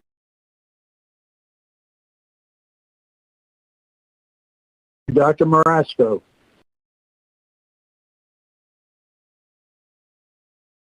Can you hear me? Yes. Yeah, hi. So when we measure vaccine effectiveness, you're really not the denominator there of knowing what the difference in levels of immunity are between those that become infected and those that do not really needs to be, I think, flushed out a little bit more, because you've got vaccine responsiveness, but you don't have the correlate that we really want to be able to know to look at vaccine effectiveness at the decision to when to reboost, for example. So I guess my question is, we know that we're going to get waning immunity. It sort of becomes more steep at 4 to 6 months. That's the time frame that we're looking at. And is it all people in the population that require it, or we learn from this waning response what it takes to remain protected?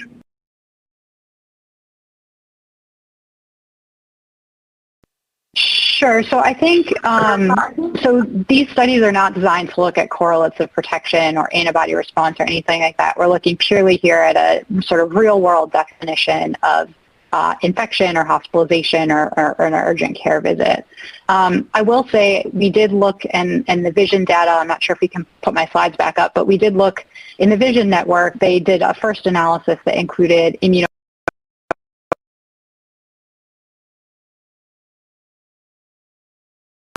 I'm not sure if doesn't look like I have actual control over the flow. Oh, there we go.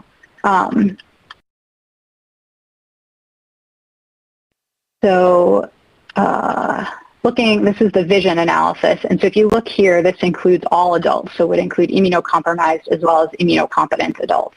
And you can see the apparent waning in that 4+ month period, I think, that you were referring to. But the thing here that I would caveat is that based on the timing of when this analysis was done and when boosters were recommended for the general population, this is going to pick up mostly vaccinated individuals who were vaccinated before we had a booster recommendation for the general population in place. So these would have been a lot of immunocompromised individuals that were receiving a third dose as part of the primary series, as opposed to healthy individuals getting a booster dose. And so when they went back and looked at that, And they looked here just at immunocompetent individuals, so individuals that we don't expect to have particular conditions that would result in higher rates of vaccine breakthrough. They really didn't see any signal for waning in two of the age groups and maybe a hint in one of the age groups. And so I think by doing these analyses of the real world data, we're able to parse out a little bit some of the different risk factors for vaccine failure. But you're absolutely correct here, we're not looking at correlates of protection. Thank you. Thank you. And Dr. Link-Ellis, isn't it true that some of the studies are trying to collect blood spots and things like that to help elucidate the question about correlates? Yes, absolutely. We do have a number of cohort studies that are much smaller that do collect blood for antibody testing and looking at correlates of protection. I didn't show any of that data here. Most of our vaccine effectiveness platforms are quite a bit bigger because of the power required to look at real-world vaccine effectiveness. So, for example, the Vision Network has an extremely large catchment area in the millions.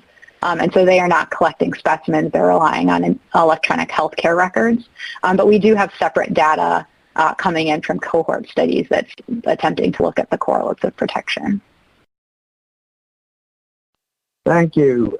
We're going to move on now to a sequential presentation from first Dr. Sharon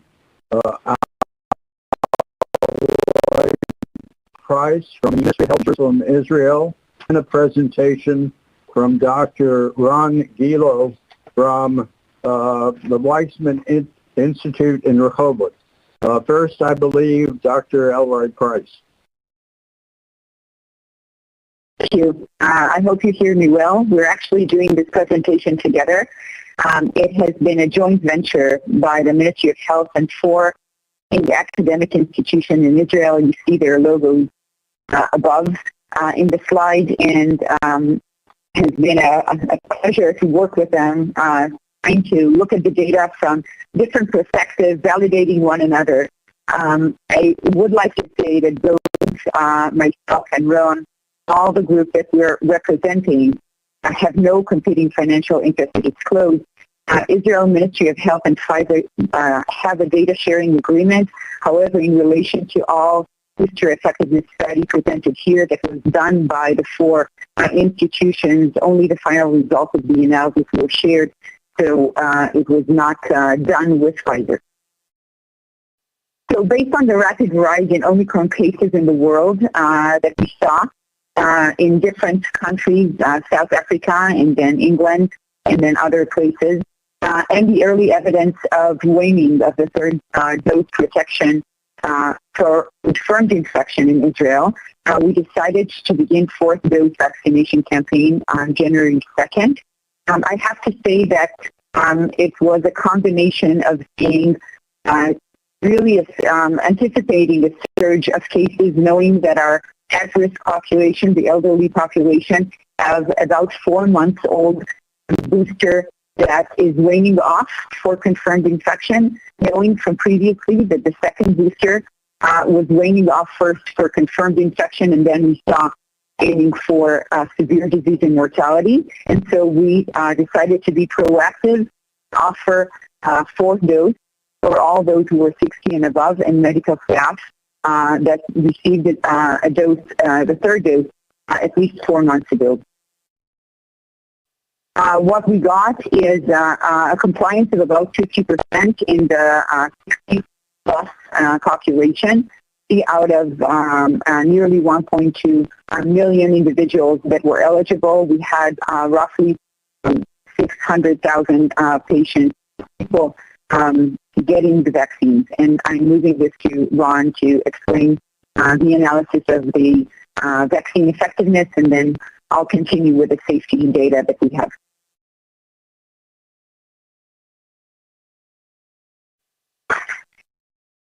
Hello, everyone. So I hope you can hear me okay. So our study analyzes data of about 1.2 million people eligible for 4th dose.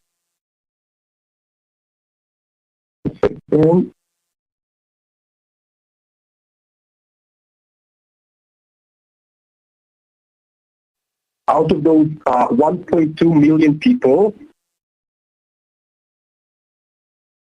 half, about 0.6 million received the fourth dose. Another 0.6 million received the third dose but not and were eligible but chose not to receive the fourth dose. During the analysis period, which was between January 10th and the beginning of March, there were unfortunately a strong wave of infections in Israel, leading to about 160,000 confirmed infections and 1,700 severe hospitalizations by the NIH definition. And therefore, we have quite a lot of statistics you can see here in order to decide the results. So let me show you the main results that we have. Let me know if there's any problems in hearing me or seeing the results. See in this slide, starting from the x-axis, you can see the time since the fourth dose in weeks.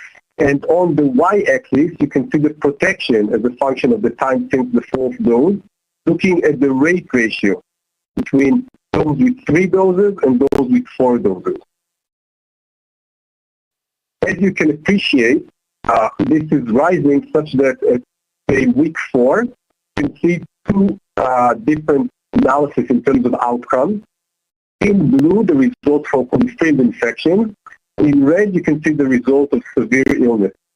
In both cases, we adjust for as many confounders as possible using the quasi-Poisson regression, which is the same methodology we also analyzed in previous studies published in the New England Journal of Medicine, and this specific study has been published yesterday by the New England. And we're adjusting there for age, for gender, for sector, for calendar day, etc.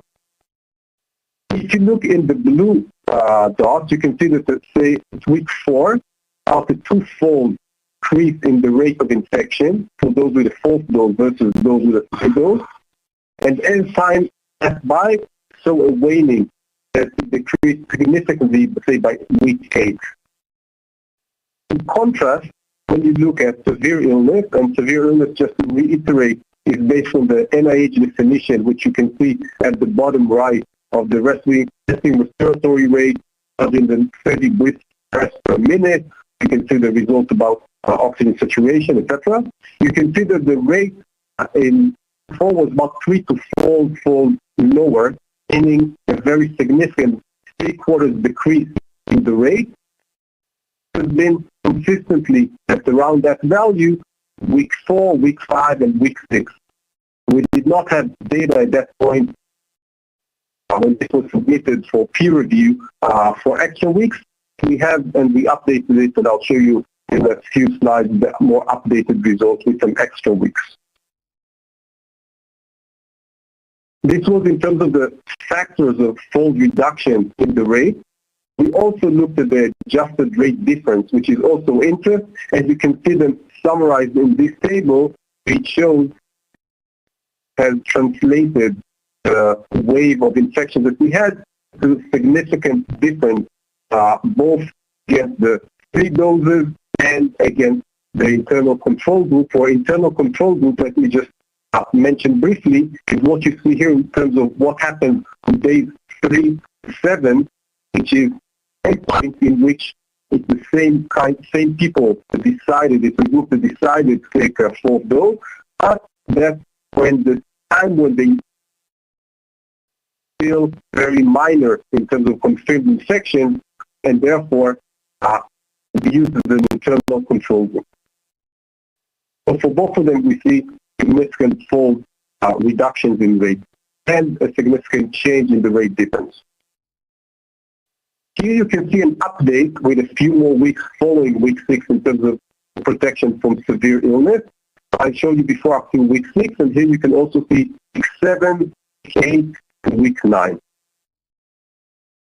can see that overall we're in the range of somewhere between 2-fold and 4-fold, meaning somewhere between a marginal vaccine effectiveness of 50% to 75% beyond the protection supplied by the third dose.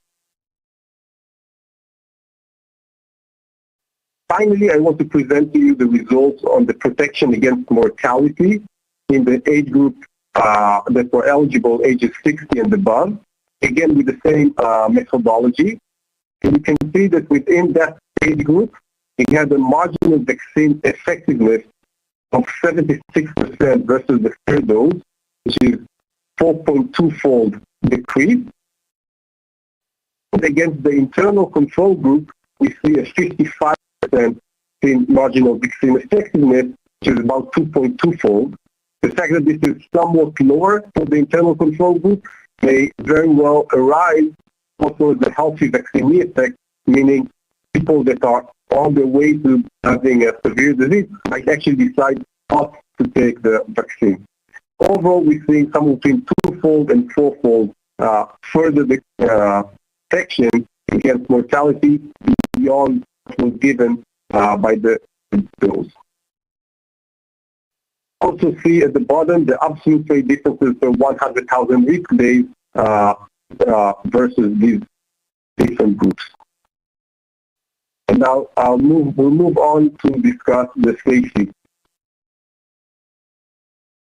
Thanks, Sean. So this is the data, the safety data that is on all those who received the fourth dose, or not just the 60 and above. As you can see, we had more than 750,000 people receiving the fourth dose in Israel. It's the purple bar. The indication was, as we said, 60 years and older, individuals 18 years and older with comorbidities and risk factors for developing severe COVID-19, and also their caretakers, facility residents and their caretakers 18 and above, caretakers of the elderly, obviously healthcare workers and other workers with significant occupational exposure who wanted to get a fourth dose. I should mention that the rate of adverse events here are per million doses, and we are capturing adverse events that happened within 30 days of the vaccine. It's updated until the end of March. The limitation is most of the data that you'll see here is based on passive surveillance. The only exception is myocarditis, which we are still doing active surveillance on, which means we are calling all the hospitals, asking them to report all cases of myocarditis related to the vaccine or not, to make sure that we have a rate that can be contributed to the vaccine. So all the things that are obviously under passive surveillance could be subject to underreporting. So here is the adverse events reported for the fourth dose. We had 442 mild reports, 12 serious reports, and you can see the definition of serious report, the international definition of serious report by the FDA. I should mention that all hospitalization and death reports following vaccinations are examined by an independent clinical work group that gets all the clinical data to establish a connection to the vaccine. So this is the data in more detail. You see the most of the reports we had on were systemic reactions, fever, feeling sick. That was the most part. We had 12 serious adverse events that I will go into detail in a minute, and 3 other adverse events that you see detailed at the bottom. One was atrial fibrillation 3 days following the vaccination for a person with cardiac disease. Another case of suspected myocarditis that did not require hospitalization and was referred to MRI. A case of elevated LFTs that was found on routine screening, did not require hospitalization. As you can see on the table on the right, of our fourth dose vaccinees who were vaccinated with Pfizer vaccine. So here's the detail on the serious adverse event that we got. We had 4 cases of pericarditis. You see them detailed. Some of those cases have risk factors for pericarditis. We had a case of renal failure exacerbation for a patient with chronic renal failure 8 days after the vaccine. We had a case of mortality in a very complex individual with dementia and multiple comorbidities, COPD, diabetes, 1 day after the vaccine. We had a case of pneumonia, TBA, case of myocarditis that, as you can see, had at the admission evidence of active COVID-19 infection. So we are not sure exactly whether to contribute the myocarditis to the vaccine or to the infection that can cause myocarditis as well. We had a case of a myocardial infarction in a male, 60 to 64 years of age, with no relevant medical history, a case of acute kidney failure 21 days after the vaccination, and a case of a seizure in a patient with a medical history of epilepsy. And here's the summary of the myocarditis cases of all the vaccines that we were given. If you want to focus in on the purple bars, this is the fourth dose. We had 2 cases. One of them was a case that did not require hospitalization, and the other one, as I mentioned, is a case that, in addition to receiving the vaccine, also had evidence of active COVID-19 infection upon admission to the hospital. So this is, in general, the data on the safety. And we would be happy to answer any questions that you have, either on vaccine effectiveness or our safety data.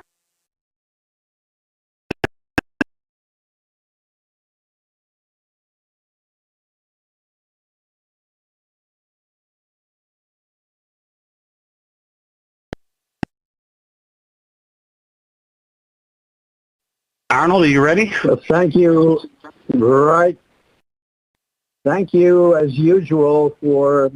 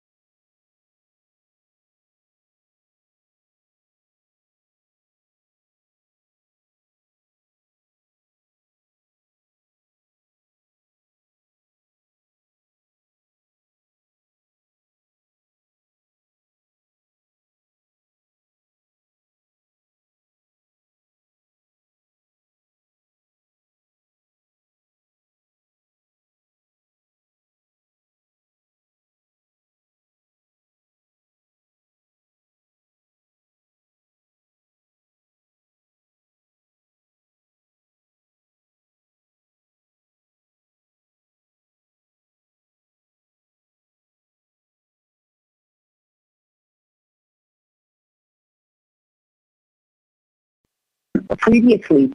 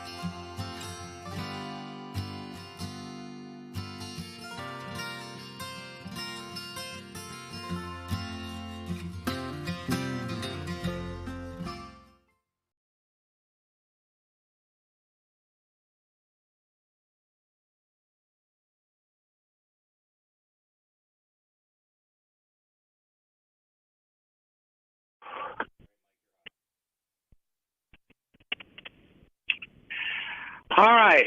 Welcome back to the 172nd Vaccines and Related Biological Products Advisory Committee meeting.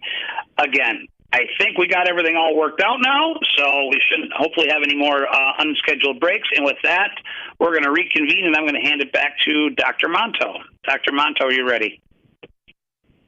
Right. Welcome back. We're now going to go into a session which is going to be looking at the future of SARS-CoV-2 variants from various standpoints, modeling, and other devices and mechanisms. First, we're going to hear a two-person presentation.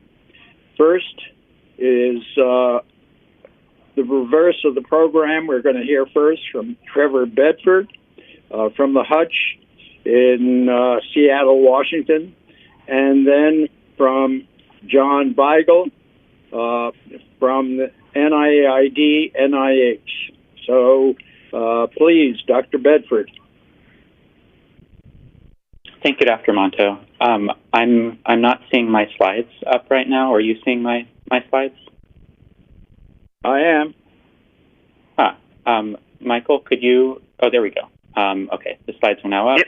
And give me 1 second. Yep. Give me 1 second. I will give you your rights real quick here. We just want to make sure we have everything all set up there. So, one moment.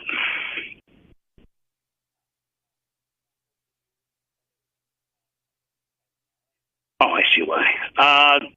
You should have it now. Take it away. Yes, I do now. Thank you. Okay, thank you all for the introduction to speak. So I'm going to be talking about continuing SARS-CoV-2 evolution. Briefly, I want to disclose grant support from the National Institutes of Health and the Howard Hughes Medical Institute to work in methods for evolutionary forecasting. So as I think we're all aware, the pandemic in 2021 has been characterized by the repeated emergence of variant of concern viruses. Here's just as an example, alpha and gamma, where basically what we've seen is a new kind of raft of mutations all appearing on the same kind of genetic background. That virus then rapidly spreads either just locally or globally, displacing existing diversity. And so we've seen this again and again. These viruses tend to have been, most of this evolution has been in S1 domain. So if we characterize the amount of adaptive evolution across the genome, we really see a focus in S1 in particular. This is expected both due to host adaptation as well as immune escape. And so if we look today at the different genetic diversity that we've seen over the course of the last 2 years, there's been a lot of genetic diversity that's emerged. We have the previous variants, alpha, beta, gamma, et cetera, delta over here. Omicron is actually these two fairly distinct sublineages of BA1 and BA2. At a genomic level, they're quite distinct, as distinct as, say, beta and gamma. But if you look at the RBD and spike, that is quite similar. So you'd suspect similar immune responses to BA1 and BA2. What we've seen then is that over the course of the pandemic, as these variants have emerged, the more successful ones have rapidly swept through the population and displaced existing diversity. So we had a diversity of variants existing in spring 2021 that then Delta emerges and then sweeps to basically fixation. So by October, November 2021, Delta is over 99% of all SARS-CoV-2 viruses. And it had emerged in late fall 2020. And so this time period of just 1 year to basically reach fixation is remarkably fast. The faster influenza, H3N2, takes generally 3 to 5 years for a new strain to emerge and sweep to fixation. And then in this case, Omicron was even quicker, where an emergence in early October 2021 then gets to very high frequency in the population in just the course of about 4 months, 3 or 4 months. And now we're seeing BA2 emerge and start to increase in the BA1 background. It appears to have some intrinsic transmission advantage relative to BA1, even if immunity is actually quite similar. And so again, this is very rapid population dynamics relative to, say, influenza H3N2. We can see that if we look back at spike protein, we can kind of maybe understand what's going on here, where there's these three phases of the pandemic so far, where these kind of earlier, quote, non-variant viruses don't have very many mutations in spike S1. We get this first tranche of variants, alpha, beta, gamma, delta, with 8 to 10 mutations, and then this recent phase with Omicron with 25, 30 mutations in S1, and a kind of a large genetic divergence here. And then if we then just look at S1 through time, and again try to kind of quantify what's going on, we can see over the course of 2021, there's been about 12 substitutions per year in spike S1. This is ignoring Omicron at the moment and just looking over the course of 2021. And we can compare that to influenza again. So here I'm converting this into per amino acid residue because spike S1 is about twice the length of the equivalent domain in influenza of HA1. But then we see that SARS-CoV-2 so far has been evolving about twice as fast as influenza H3 and 2, about 4 times as fast as influenza H1N1, and about 10 times as fast as B Victoria. And this means that if we look here at Omicron-like viruses, in just 2 years' time since the start of the pandemic, we've accomplished about 5 years of equivalent evolution in H3 and 2. So from both a accumulation of mutations in S1 and from a population dynamic standpoint, the evolution has been remarkably fast so far. We can maybe expect it to slow down as things stabilize a bit, but this to me suggests a fairly adaptable and evolvable protein that is likely to keep on evolving in response to selective pressure. So with Omicron, as we've seen, this is just an example where the amount of vaccine effectiveness drops substantially, especially with 2 doses. We have a lot of immune escape to vaccine-derived immunity as well as infection-derived immunity. And this caused these very large epidemics throughout the world, where we can see this is cases in blue of Delta, red of Omicron on a log scale here. And so we can see that the Omicron epidemic comes in as exponential growth, where we can see that as a straight line on a log scale across all of these different geographies. And then this 2 to 3 day doubling, this very rapid exponential growth, results in very large epidemics in terms of caseloads that then start to decline once there's been enough population infected and Omicron-specific immunity in the population because of these large epidemics. So to get a sense of scale for this, if we look in the U.S., we see that we estimate that 9.8% of the population has confirmed cases of Omicron through March 1st, with the large majority accumulating after December 15th. We don't know this number exactly for the U.S. We have it for the U.K., but the best guess for the U.S. is that we have a current case detection rate of about 1 in 5 infections. So this is almost 50% of the U.S. infected with Omicron in the span of just 10 weeks, which is, again, a remarkable number. Comparing this to flu, seasonal influenza infects perhaps 10 to 20% of the population in the span of 20-ish weeks. And so again, a large attack rate due to this very rapid evolution. Going forward, what we can expect is, I think that we can be pretty confident that there will be additional kind of flu-like, in quotations, drift within BA1 and BA2. So we can expect an amino acid change or 3 appearing that slightly escape from existing immunity. Those viruses will do better and will spread locally and perhaps regionally and perhaps globally. And that will get population turnover like we do in influenza and further evolution within BA1 and BA2. However, we can also, perhaps given that we've seen Omicron-like emergence events once, we can expect that it could occur again. So that Delta, we could have, for example, an emergence of an Omicron-like variant from a Delta background that would then be wildly divergent. And exactly assessing the probabilities here is quite difficult. So basically all I think we have to go on is that we've had one observation of a large kind of wildly divergent Omicron-like emergence event in 2.35 years of virus evolution. And so this is compatible with a wide range that we could have the true underlying rate of Omicron-like emergence events every year and about 1.5 years, or it's compatible with, say, once every decade.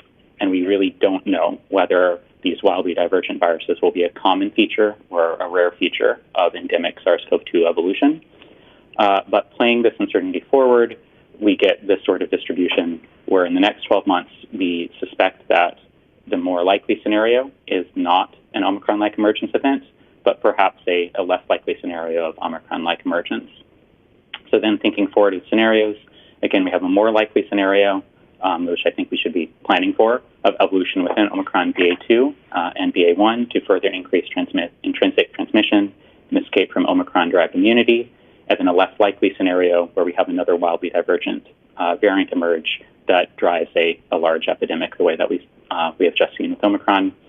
But in general, from everything we've seen, again, it appears that S1 domain in SARS-CoV-2 is a very adaptable bit of protein, and we should expect a lot of evolution going forward. And we should have methods to keep up with this evolution in terms of our vaccination platforms. And with that, I will stop and hand it over to John.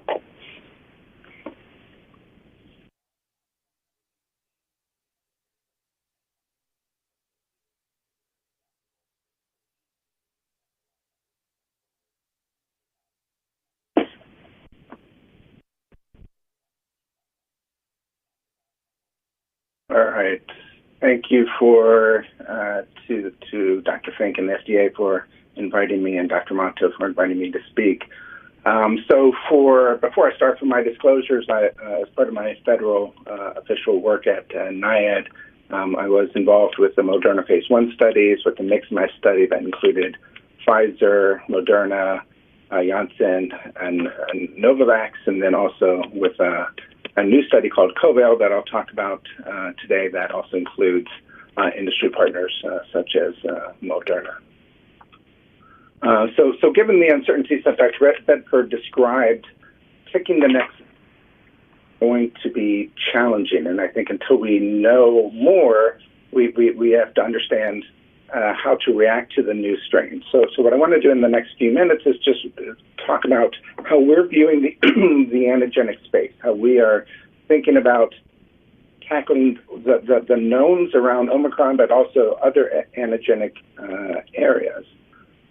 Work by NIAID collaborators and a group called SAVE and others use neutralization assays coupled with what's called antigenic cartography to describe the antibody response. And it's important that these maps are just visualization tools. All it does is take neutralization data, but it helps visualize antigenic space, helps visualize risk, and really helped us understand how to address this problem. The antigenic cartography and antigenic landscapes are common tools for influenza. Just many of the VRPAC members know this, but just to make sure we're all on the same page, I just want to spend a minute describing what this visualization tool is. For antigenic cartography, you basically take a cohort, you do neutralization titers to multiple strains. So in this scenario, they did the mRNA 1273. They looked at neutralization titers.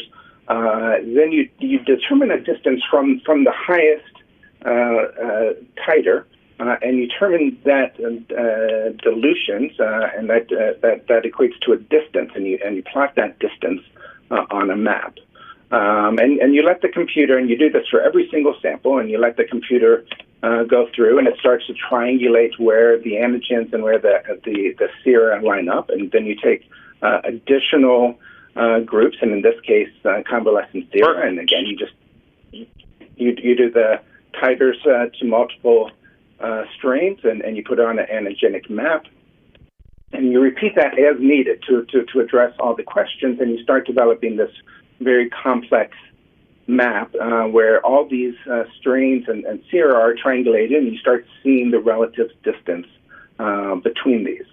The map only reflects relative distance and relative dilutions, but you can also add to that landscape, and that landscape shows titers across the variants to inform titers, but also starts informing areas of vulnerability.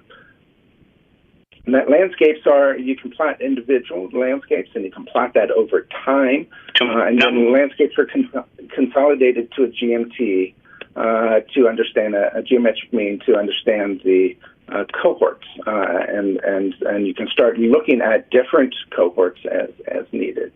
So the work by Derek Smith, and that's most of the data I've shown so far. I mean, they've been able to look at these landscapes to these different cohorts, and you start seeing in the upper left, the mRNA 1273 sera looks very different, and it kind of tapers as you get towards Omicron. But then if you look at the 351 sera, it's a very different profile.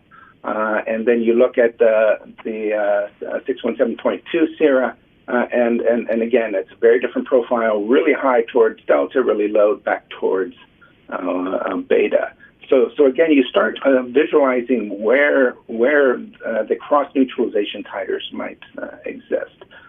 So if we target Omicron, it assumes Omicron recurrent or a drift from Omicron, and that might be the most likely. But there's also other antigenic spaces that we worry about, and the scenarios here in the upper right is there might be a new antigen, a new virus, and a new antigen that maps towards Beta. So that's significantly far from Omicron, almost as far as it is back to prototype. But it's really close to things we've seen before, Beta. And the same scenario at the bottom where it's Delta. So significantly far from Omicron, significantly far from prototype. And there's a possibility that the emerging viruses are going to be in this area. So the question is, how do we use available variant vaccines to target these different antigenic spaces? So to try to address this, we've developed a study called the COVAL study, and for the COVID variant antibody immunologic landscape trial, and it is it's a population, and it's a population of people that received a primary and a booster. It can be homologous, heterologous. It's age greater than 18. They're stratified by age. It's any infection status, those that are infected or not. But stratified by infection, and they are randomized to one of 6 arms, and those 6 arms are in the top right and reflect 5 different strategies of different vaccine candidates, either prototype or variant or mixture of the variants. And then there's also arm 3, which is a slightly different question, which is a 2-dose. Does it take 1 dose or 2 dose to try to antigenically convert somebody and form that landscape in the direction that we want? This study just began enrolling last week. We're planning 24 sites, and early responses for given variant vaccine might increase across the landscape, and we've seen that in other studies where you see a general increase, and again, it might drift in one direction, but a general increase across the landscape. But then the later time points we anticipate would show a differential response. And again, I just sort of came up with these hypothetical landscapes, but you can see that they might be quite different. So in the event that there's a new variant, or maybe when there's a new variant, we can test that sera, and you can really say, that vaccine that was used in the bottom left, that hypothetical vaccine 3, is really targeting more towards Delta, not towards this new variant, and is not the strategy we want. But then you can start seeing how we can use this data with the different vaccines and start understanding how to modify that landscape and target certain antigenic areas. So just to wrap it up, we think there is likely to be continued evolution for the SARS-CoV-2 virus. As Dr. Bedford pointed out, it could be evolution within Omicron. It could be another Omicron-like emergent event any place in that map. Ideally, we learn to pick vaccine strains based on anticipated evolution, but we're not there yet. And until then, we need to understand how to use available vaccines, the prototype to variant, and alone or in combinations to modify antibody responses and target different antigenic spaces. Thanks. Thank you both. Thank you, John. Thank you, Trevor. We're going to have just a few minutes to try to catch up for these 2 speakers, and we may be able to have a more general discussion after the next 2 presentations, because they're all related to the same issues. So hands raised, if I can recognize them.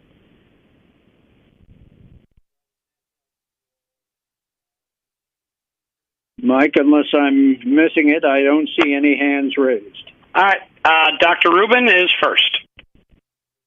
Yes. Okay. It's not showing. Yeah, it is in the middle. Dr. Rubin, Dr. Offit, and Haley Gans, in that order. Thanks, Mike and Prabha. Those were very interesting presentations. Thank you both. I guess the question is, we don't really have a great, very specific level of antibody that correlates highly with protection. And Dr. Beigel, when you have those very complex figures, it's hard to know where on that surface that you're drawing protection is occurring. That does make it very difficult to interpret these results. We know what kind of antibody response can be generated. We just don't know if it works. I think it's a reasonable criticism, if you will. I didn't highlight it, but there was a gray plane across the middle that represented an ID50, and you could really set that anywhere. And you're right, we don't have, we do know there's some correlates for as a neutralization titer. It's not perfect. But we do know the risk starts going up as those titers get lower. So we can set that plane to 50, we can set that to 100 and start understanding as those landscapes are drifting in that area. And if the emergent virus is in that area, that's probably not the strategy that we would want.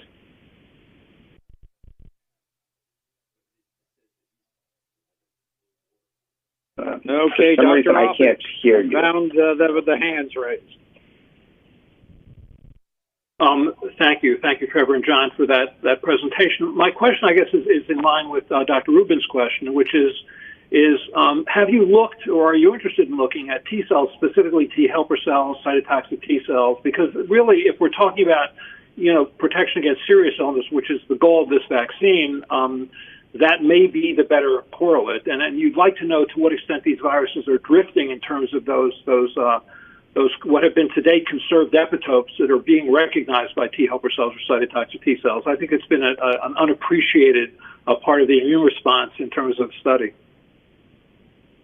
It's a critical point, and I didn't go through all the details for the sake of time, but we are collecting PBMCs, anticipate to do a lot of T cell work and B cell work, just to the points you've raised. Thank you. Dr. Marasco, did you have your hand raised, or is it from before?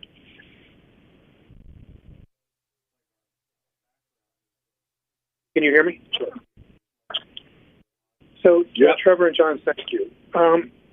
My question really is to John's experimental design. So, John, do you expect to be, with that approach, to broadening the sort of memory cell response from the earlier strain to be able to capture the latter strain, or is this more one of being able to elicit new memory cells into the immune, memory response? Yeah.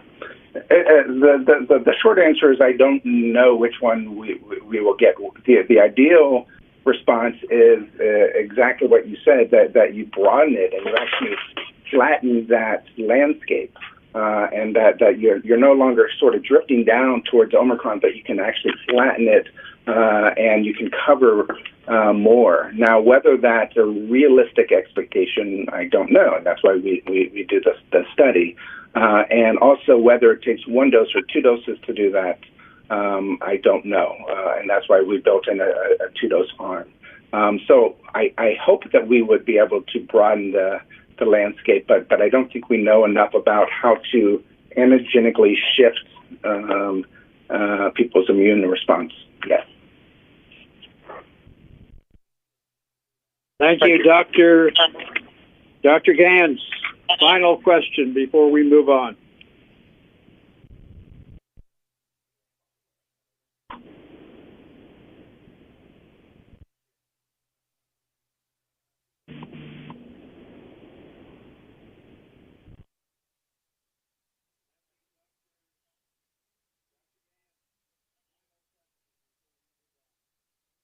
Haley, Dr. Gans, do you have your phone muted?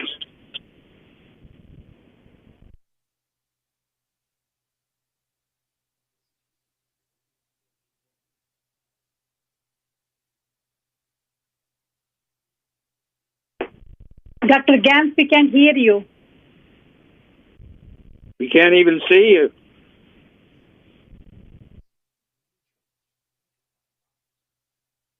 Okay, we're going to have to move on because of the press of time. Next, we are going to have, again, a two-person presentation, modeling of future U.S. COVID outbreaks. Dr. Murray and Dr. Mokdad will be talking one after the other, and then we'll have the questions afterwards. Dr. Murray.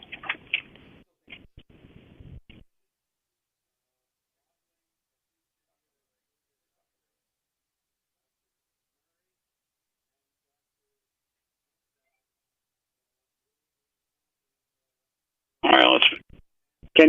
Dr. Murray? Yes. I'm not sure I understand your format here. Am I supposed to share the slides, or is somebody at your Nope, end? they're already up there. If you want to go ahead, and you should see two little arrows below the slide deck. It says nothing being shared at my end. Oh, here maybe they're coming out. Oh, hold on. And go ahead and turn your camera on as well, sir. All right. Yeah. Unfortunately, don't see anything on your platform. That's okay. You should see two little arrows at the bottom of the PowerPoint, sir. Yeah, I don't even see the PowerPoint at all. Maybe it's coming. There's just a circle going around and around.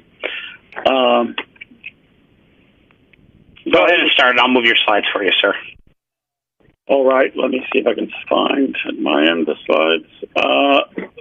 So this presentation is about how we model at IHME the pandemic in the U.S. and elsewhere.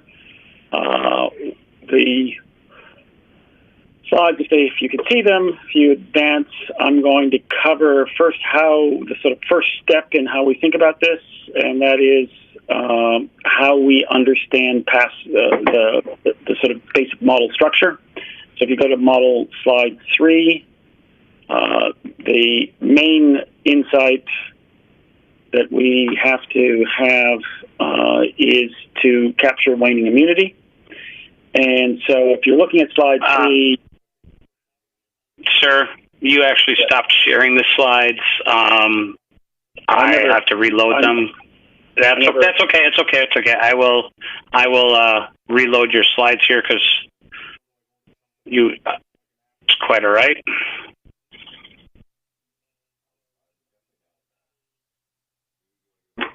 And again, what's the name of your slide deck, sir? I think it is IHME COVID forecasts April 6th.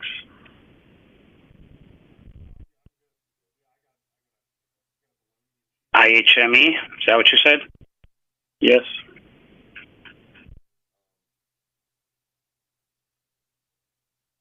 Bear with me.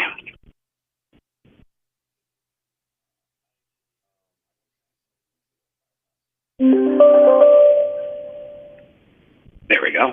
Here it comes.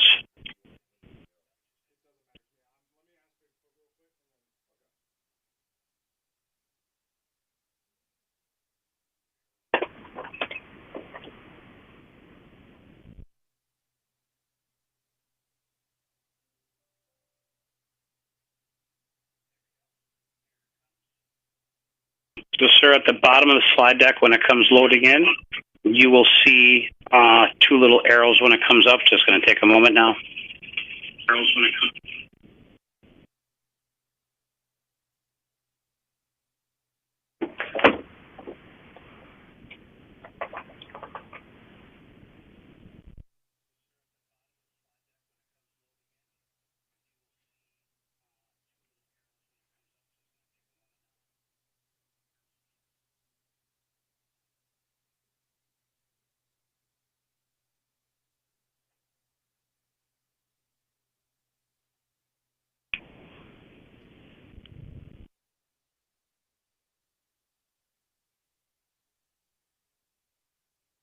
Is it showing at your end? Yes, it's right here, sir. I'll put it back in for you. Okay. You see it now? There we go. There you go. Great. Thank you. All right, so this shows the model structure that we use to capture the waning of immunity and to model both vaccination boosters as well as the competition between variants within the transmission dynamics model. Moving on, next slide. We have been using sort of meta-analysis of all the available studies on the waning of immunity, both for severe disease, hospitalization, and death, as well as for preventing infection. Those are, as everyone on this call knows, those are quite different. This is the waning from the available data on preventing infection, and likewise for severe disease. So those go into our modeling framework. Critical to understanding Omicron and where we see future directions is this understanding of the immune escape. And so, we have a matrix in the modeling between the different variants, and then we have a distribution of from a similar meta-analysis of the waning of natural immunity after or infection-acquired immunity. So that's the sort of very high order background. Now, the most important part of making sense of where we are is the analysis of past infection, because our analysis or anybody's analysis is going to make sense of transmission looking back. And the way we do that is we triangulate on using cases, hospitalizations, and deaths, using seroprevalence data to directly measure the infection detection rate. Trevor Bedford, for example, mentioned the 20% figure. We try to estimate this empirically from state-specific and country-specific comparisons of seroprevalence data. The seroprevalence data also have to be corrected for the waning of sensitivity of antibody, depending on the specific antibody test. And so that's also part of this analysis. And then we have to differentiate antibody positivity that's related to vaccination from not. So this all comes together in this example here for Colorado.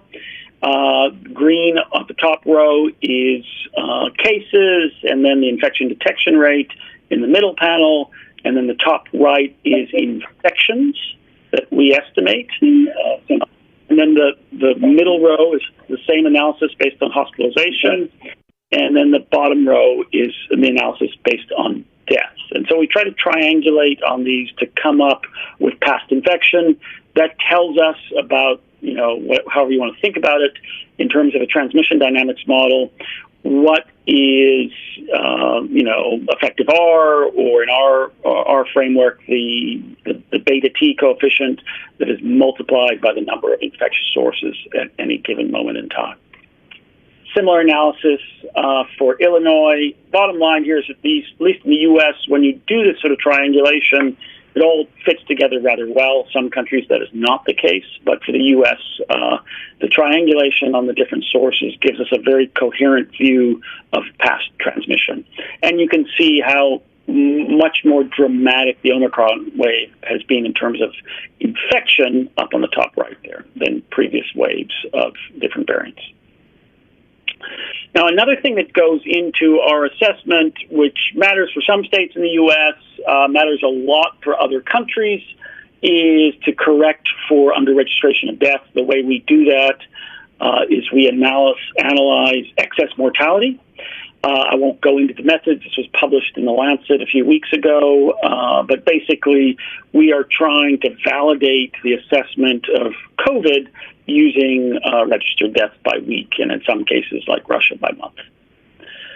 When you do that, you get these excess death rates, and I only put up this map that's from the paper to point out that within the U.S., excess death rates have varied tremendously, sort of north-south gradient. Within intriguingly, the lowest excess death rates in the U.S. being North Dakota, and the highest in the sort of states on the southern border. Now, this is the crude excess death rate, and because the infection fatality rate is so strongly related to age, more than any other cause of death that we know about, it's interesting to look at the next slide, which is the standardized mortality ratio. So this is observed excess mortality divided by expected based on your age structure. And when you look at that, then suddenly COVID starts to look more like most other diseases. Once you correct for age, the excess death rate starts to look highest in low and middle income countries. But compared to other high-income countries, some of the southern parts of the U.S. have fared poorly. And then amongst the middle and to high-income countries, Eastern Europe and Russia have done extremely poorly. So this all goes into our analysis of the past and into how we model out the future trajectory. So for modeling Omicron, as Trevor mentioned, very rapid invasion, and this is documented now in multiple locations. And so we know in terms of modeling Omicron that the transmission as well as the immune escape are quite high. We also have to build in the reductions in vaccine effectiveness for both infection and severe disease as a function of each of the vaccines.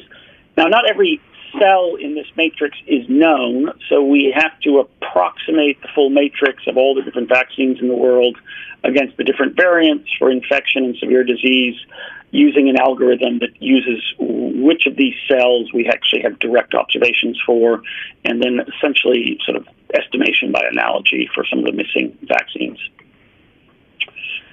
I won't belabor the Omicron attributes. Trevor covered them, but fortunately for us all, given how transmissible Omicron is, the fact that it is quite a bit less severe than Delta has been a blessing, and of course is critical to the future forecast if we think the next variants are from the Omicron lineage, or we're going to see a reversion back to higher severity in the future.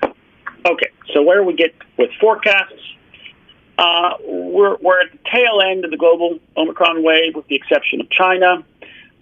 We suspect that we'd be modeling that there would be takeoff of the Omicron wave in China sort of every week next week. That has not happened because of the successful pursuit of the Chinese lockdown and triple testing strategy that got rid of Omicron in Beijing in February, and we'll see if they're successful in Shanghai or not. But we do think that China will pursue this aggressive zero COVID strategy at least until October.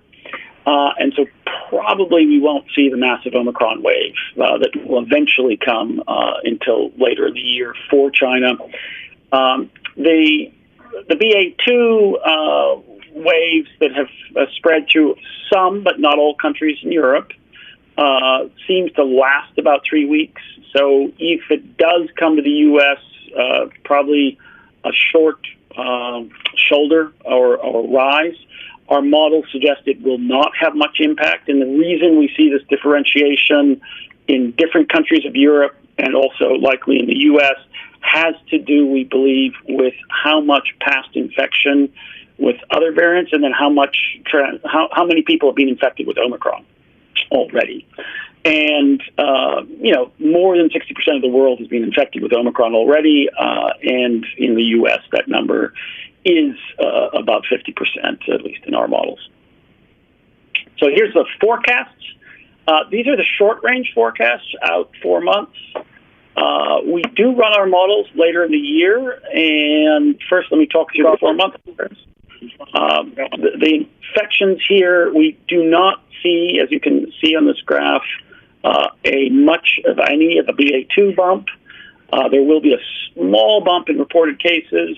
You can barely make it out on the right-hand side for reported cases, and then we expect numbers without a new variant or just evolution of Omicron, we see in our long-range models a winter return. And so we get the what Trevor was describing, that seasonal pattern, due to waning immunity and seasonality, and that shows up in the longer-range models.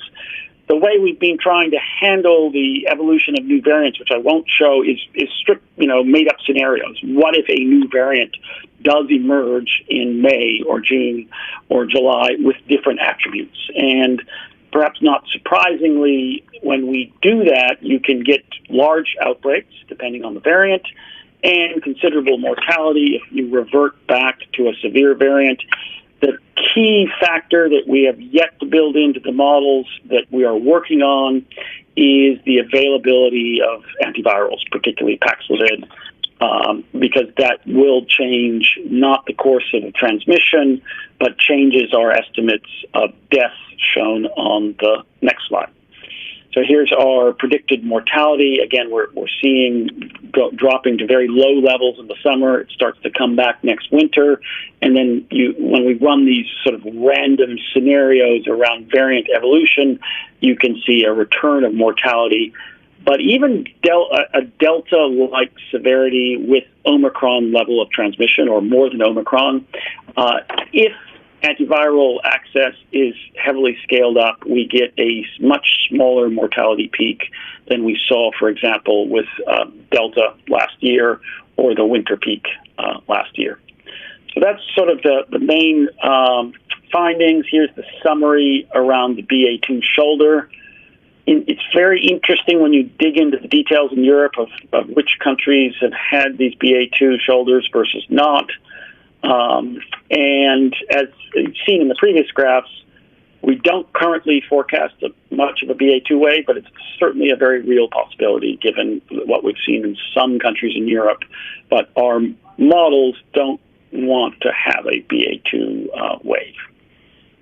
Now, one way to look at this is our estimated from within the model susceptibility to Delta and Omicron, where we are peaking at about 80% right now protection against Omicron, and likely slightly lower numbers for BA2, but not much. And then you go into this period of slow but steady decline because of waning immunity.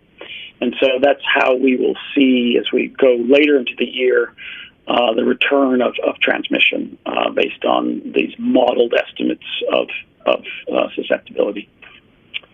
Last on the slides here is, nothing that Trevor has not already covered, but we do in our various hypothetical scenarios see the critical factor is that alters the trajectory of death is access and availability of antivirals.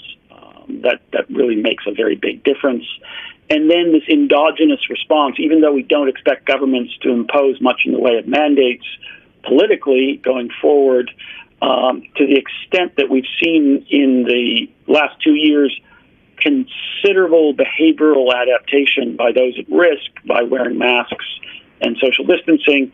When you add that in, you will get some dampening of transmission if there is a major new variant, even without the implementation of mandates. If you do have mandates returned, then of course you get more dampening. So those are other sort of factors that will influence the trajectory quite considerably.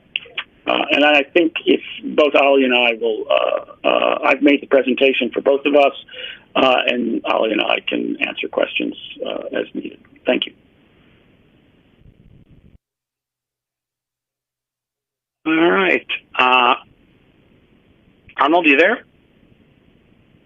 I am. Yeah, I can. Right here, I am. Thank there you go. For compressing the two presentations into one. We're open for questions. If I can find where the hands are raised in this. Okay, I found it. Dr. Bernstein.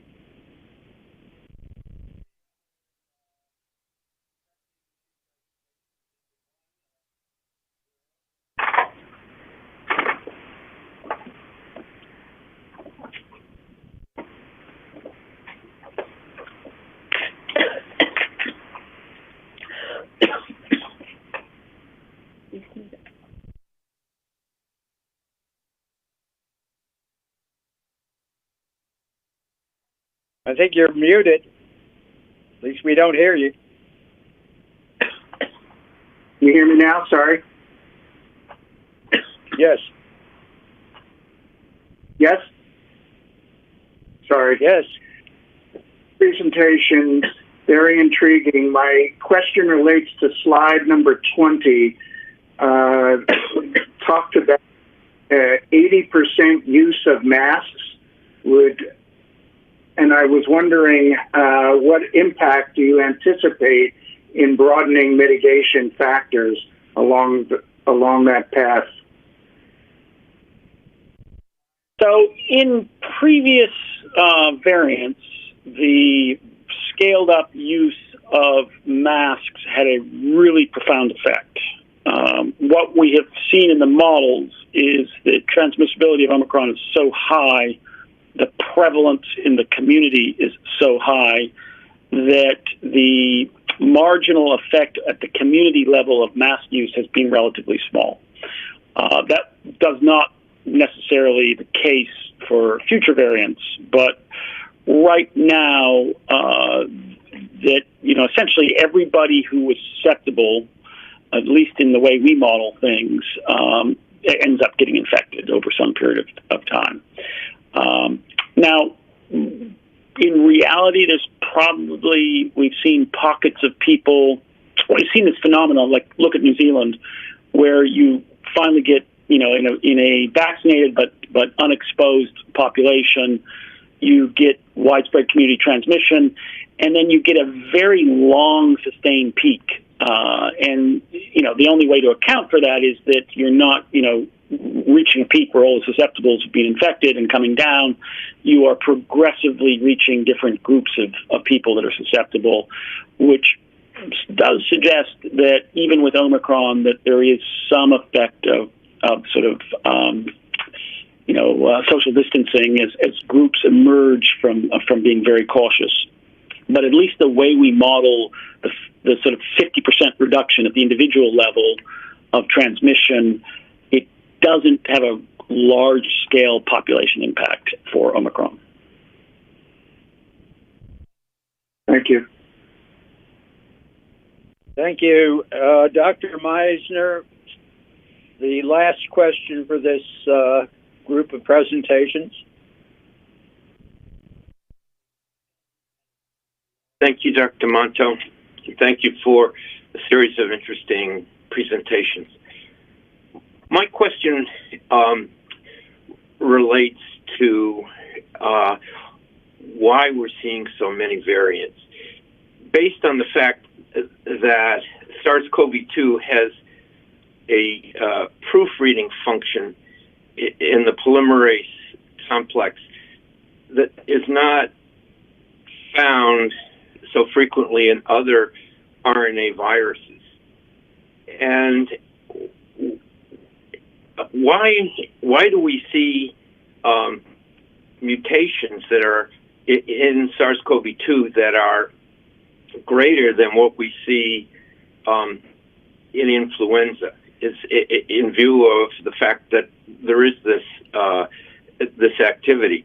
And then secondly, one of my biggest concerns has been that there would be a mutation in the receptor binding domain that would enable a virus to attach to non-ACE2 receptors, because the other coronavirus, not all coronavirus, the seasonal coronaviruses don't all, and even I think MERS doesn't bind to ACE2. So if that happens, that's really a problem, because our current vaccines won't work, and this thing will surge once again. So do you have any comments about that, please? That sounds like a question more for Trevor Bedford on the evolutionary front than for us. But Ollie or Trevor? Trevor, are you still on? I'm sorry, I missed the question. Can you repeat it? Yes.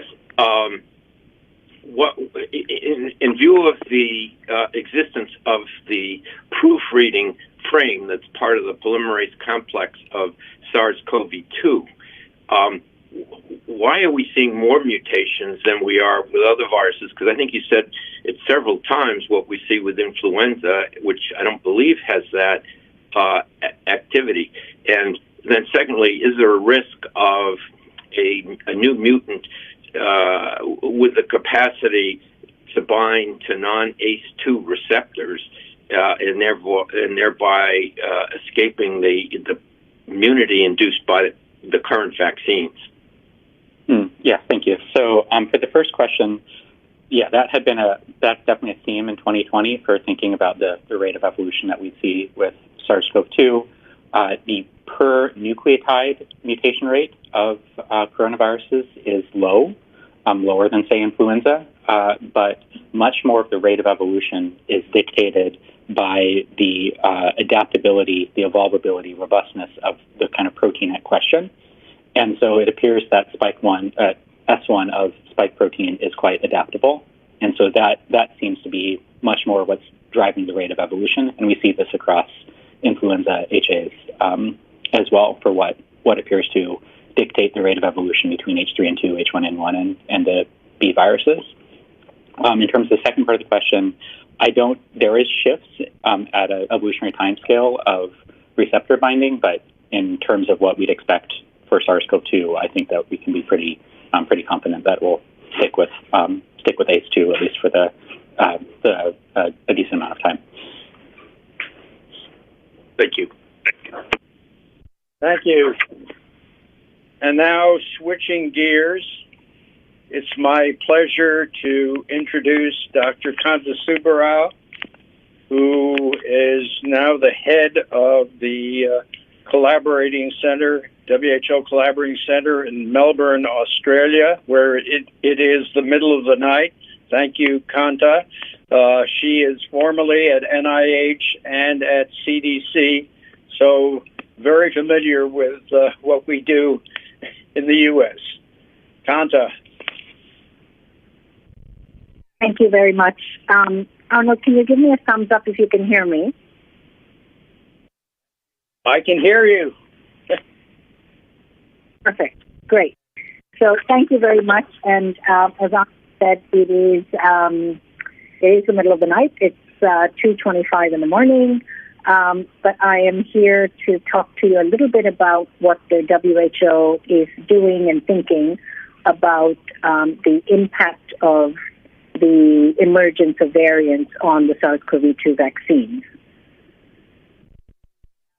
So the WHO put together a new advisory group, and so TAG stands for Technical Advisory Group, that was called together to make recommendations to the WHO on the methods to assess the impact of variants of concern on vaccines, to provide an interpretation of available evidence on the effect of variants of concern on vaccines, including but not limited to vaccine effectiveness, and to recommend to the WHO for each COVID vaccine platform adaptations, if any, needed so that the vaccines continue to provide that protection against variants of concern. So the background is very familiar to all of you. I've heard parts of today's presentations, but not all of them. But certainly we all know that the evolution of SARS-CoV-2 could substantially impact the COVID-19 pandemic as it has done and may require adaptations of the currently available countermeasures. Adjustments of the vaccine composition may be needed to optimize the performance of the COVID-19 vaccines because of the emergence of variants of concern. And the regular production and review of the available evidence is critical to assess the impact of the variants of concern on countermeasures, to issue timely recommendations on potential modifications, and to identify needs for further research and investigation. So the WHO periodically organizes consultations with independent groups of experts, and so this TAG COVAC, which is the Technical Advisory Group on COVID-19 vaccine composition, has been put together to review the evidence and analyze the implications of emerging variants of concern on the performance of COVID-19 vaccines. So the TAG COVAX may recommend to the WHO adaptations of vaccine composition from a global public health perspective and guided by principles of equitable access. So there's a lot of information sharing and cross-reporting among WHO expert committees. A few of them are listed here. The Expert Committee on Biological Standardization, ECBS, provides recommendations and guidelines for the manufacture, licensing, and control of blood products and related in vitro diagnostic tests, biotechnology products, and vaccines, along with the establishment of WHO biological reference materials. The Strategic Advisory Group of Experts on Immunization, SAGE, is charged with advising the WHO on overall global policies and strategies, ranging from vaccines and technology, research and development, to delivery of immunization and its linkages with other health interventions. The Strategic and Technical Advisory Group for Infectious Hazards, called SAG-IH, provides independent advice and analysis to WHO Health Emergencies Program on infectious hazards that may pose a potential threat to global health security. And there's a TAG-BE that had been meeting regularly for since 2020, but got the new name of TAG-BE, that periodically monitors and evaluates the evolution of SARS-CoV-2 and assesses if specific mutations and combinations of mutations alter the behavior of the virus. So if you look at the COVID-19 advisory group landscape at the WHO, it's a multidisciplinary mechanism of external experts, and the aim is to monitor and assess SARS-CoV-2 variants and to evaluate their impact on countermeasures, including vaccines, but also therapeutics, diagnostics, and effectiveness of public health and social measures. So from the virus standpoint, the monitoring and surveillance falls to the TAG-BE, which I just mentioned. On the vaccine side, there's a collection of research, evidence, and assessment that's been done for the entire duration of the pandemic by the R&D Blueprint for Epidemics. Many of you would have been on their calls and webinars, and the TAG COVAX, which is this new committee that I mentioned. And then on the policy side, the vaccine implementation and policy side is SAGE. So the TAG COVAX is comprised of 18 members. I'm sure you can't read all the fine print, but there is a link up there. And I'm chairing this committee for the first year, and David Wentworth from the CDC is the vice chair of the committee. We have members from all over the world with a very broad range of expertise. They're virologists, they're epidemiologists, they're people with vaccine expertise and vaccine implementation expertise. And we're supported by Secretariat at the WHO. So we have formed two subgroups to make some of the presentations to the full committee. There's a subgroup that's looking at developing the framework that will describe the decision-making process of and the data that we will require. And we have a strain selection subcommittee that is specifically looking at the immunogenicity and cross-protection data to inform any proposed updates to vaccine composition. So this is how we plan to approach this. There will be proposals made by these subgroups to the full membership of TAG COVAX for review and endorsement. And the WHO facilitates direct exchanges between TAG COVAX and other WHO advisory groups, the regulatory authorities, and COVID-19 vaccine manufacturers. We're very cognizant of the fact that that we're in this effort together, and that the vaccine manufacturers, the regulatory authorities, both play very important roles. And the role of this committee is primarily to address strain composition. So we've made two interim statements over the last since the beginning of the year. The first was posted on the 11th of January, and the key messages are that that the current vaccines protect well against severe disease and death, and that protection against severe disease and death is more likely to be preserved than protection against infection or symptomatic infection with the current vaccines for the Omicron variant. And we really need to urge and accelerate broader access to primary vaccination, particularly for groups at greater risk of severe disease, because the current vaccines do provide good protection against severe illness and death. But we do need to encourage the development of COVID-19 vaccines that will have an impact on prevention of infection and transmission, in addition to protecting against severe illness and death. And that until such vaccines are available, and as the virus continues to evolve, the composition of the current COVID-19 vaccines may need to be updated to ensure that that we achieve protection. So the options that we listed to consider would be a monovalent vaccine that elicits an immune response against the predominant circulating variant. But this option faces the challenge of the rapid emergence of SARS-CoV-2 variants and the time needed to develop a modified immune vaccine. And I've heard the previous talks about the predictions of when and where the next variant might emerge from. The next option would be a multivalent vaccine containing antigens from different SARS-CoV-2 variants of concern. And, of course, ultimately a pan-SARS-CoV-2 vaccine, a pan-sarbecovirus vaccine, would be a more sustainable long-term option that we would hope effectively be variant-proof.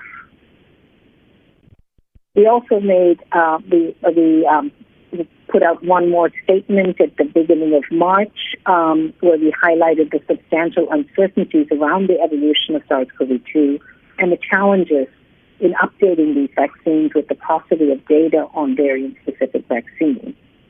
So we continue to review available data to optimize vaccine-mediated protection against prevalent circulating variants of concern, that we really still strongly support the urgent and broad access to current vaccines for primary series and booster doses, especially for groups at risk of developing severe disease.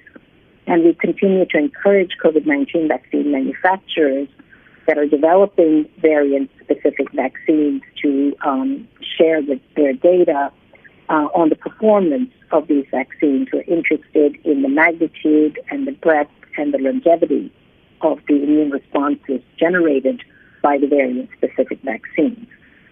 So I think that is my last slide, so I will turn it back to Arnold and see if you have any questions.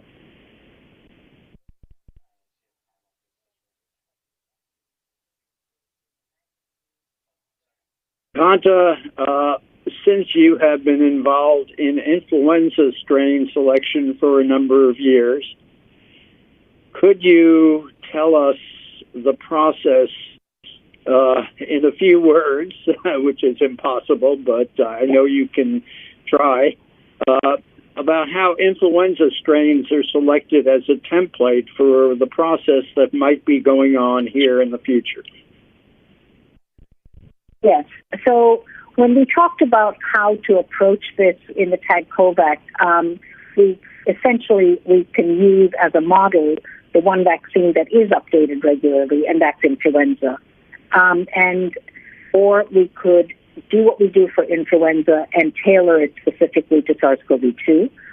So there's some nuances that will be different from what we can do with influenza, and we can talk about those. But what we do for influenza is that we have a wealth of information on genetic sequence data.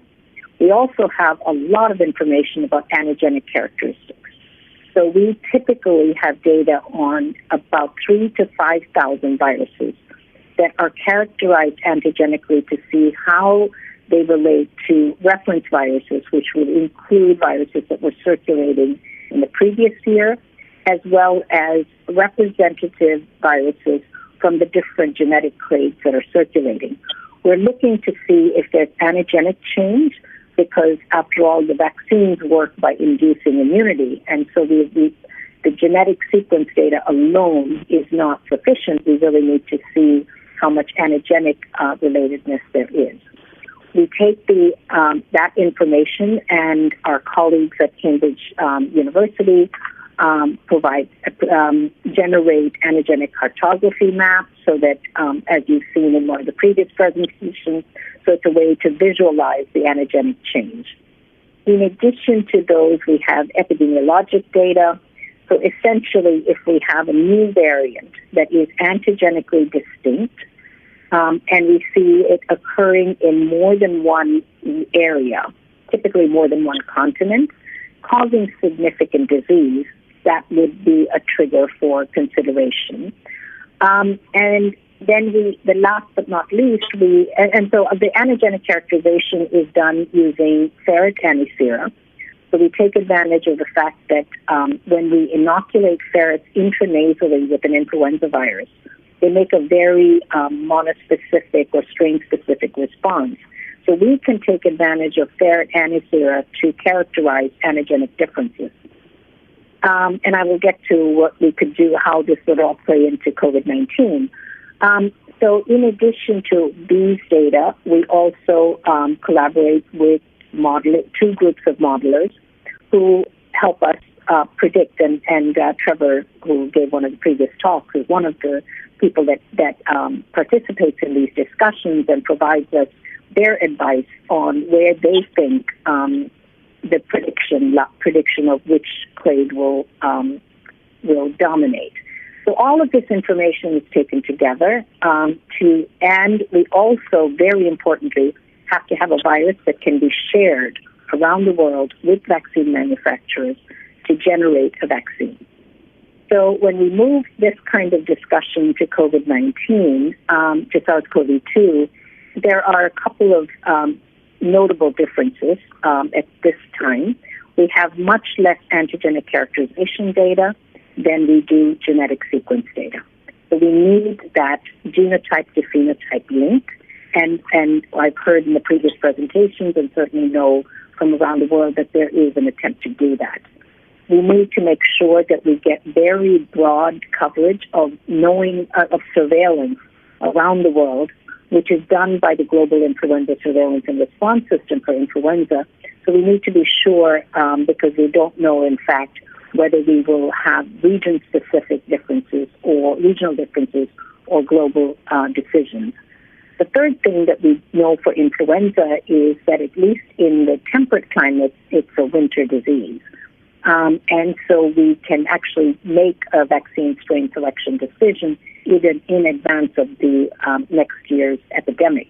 We don't know what the seasonality of SARS-CoV-2 will be yet. So it's difficult to sit here and say that there's a certain timeline in which we can make these decisions. So there are a lot of moving parts, but I think we will use what we know about influenza as the basis to try to make put together some of the information that we need.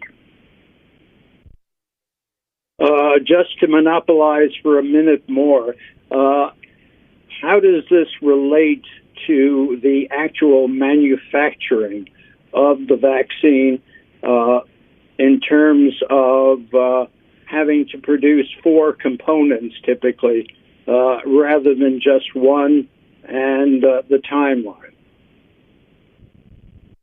Right. So that's an interesting question. I mean, I should have said also that with influenza, we currently have 3 vaccine platforms, 3 or 4 vaccine platforms. We've got inactivated vaccines that are made in embryonated eggs. We have inactivated vaccines made in cells, recombinant vaccines, and live attenuated vaccines. With COVID-19 vaccines, we've got quite a few more platforms. And in some cases, it's just a single gene, and in other cases, it's the whole virus. So with influenza, each of the 4 components in a quadrivalent vaccine or 3 components in a trivalent vaccine are manufactured independently and then mixed together. We don't know what, and this will be a matter for manufacturers and regulators to figure out what the implications are for a COVID-19 vaccine if it needs to be have more than one component. Because, of course, anytime a multivalent product is made, we have to be sure that each of the components are as immunogenic as they would have been alone. And the manufacturing, in theory, waits until the recommendations are made. True. With influenza, the manufacturers work with the gift system. We keep in close touch. We have regular discussions with them and bring them up to date on all of our deliberations. And there is a date after the strain selection meeting where all of the manufacturers are informed at the same time about what the recommendation is. Now, having said that, the recommendation is, in fact, just a recommendation, and each country's national authority makes a decision as to what the vaccine for their country should be. But the manufacturers are notified at the same time. So our hope with TAG-COVAC is to work with manufacturers and keep them updated on our discussions as we do for influenza. But the manufacturers making COVID-19 vaccines are not all familiar with the influenza vaccine process. So there's a lot of sort of discussions going on to make sure that it's transparent and clear and a partnership. Hey, thank you for my protracted questioning. But Dr. Wharton.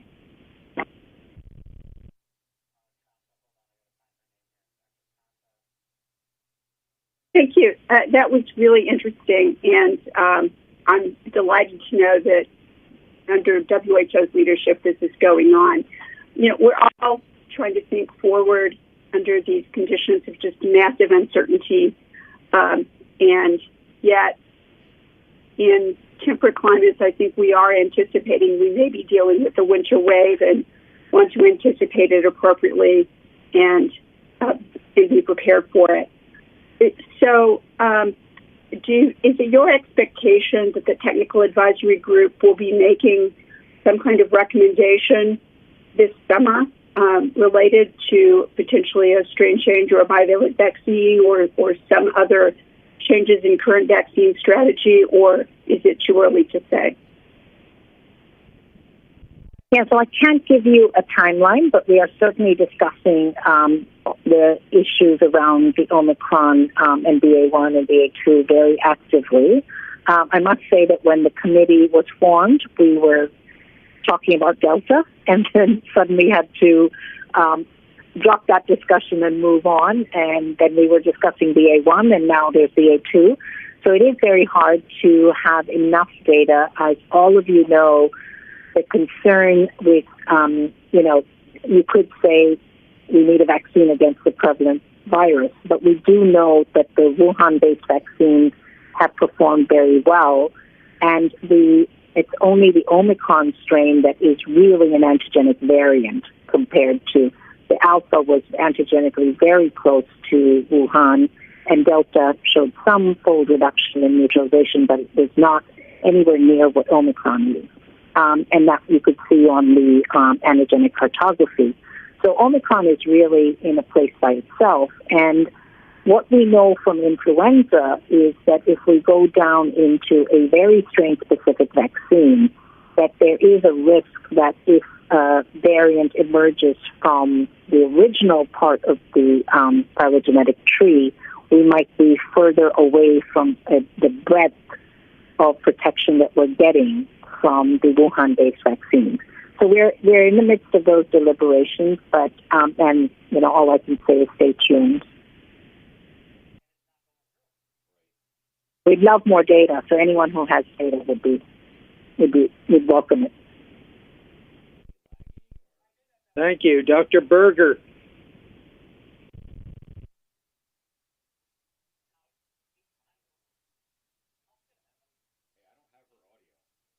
Hi. Hopefully you can hear me at this point. Thank you so much for the presentation. It was really helpful to hear what the WHO is thinking.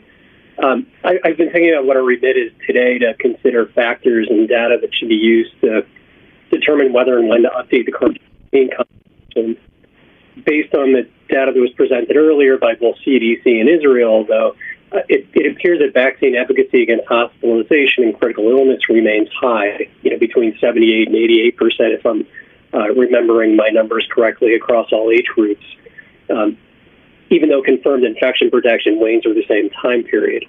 Since these factors are somewhat going in divergent directions, I wonder if you might talk about WHO's thinking about the use of infection itself in making a positive change determination.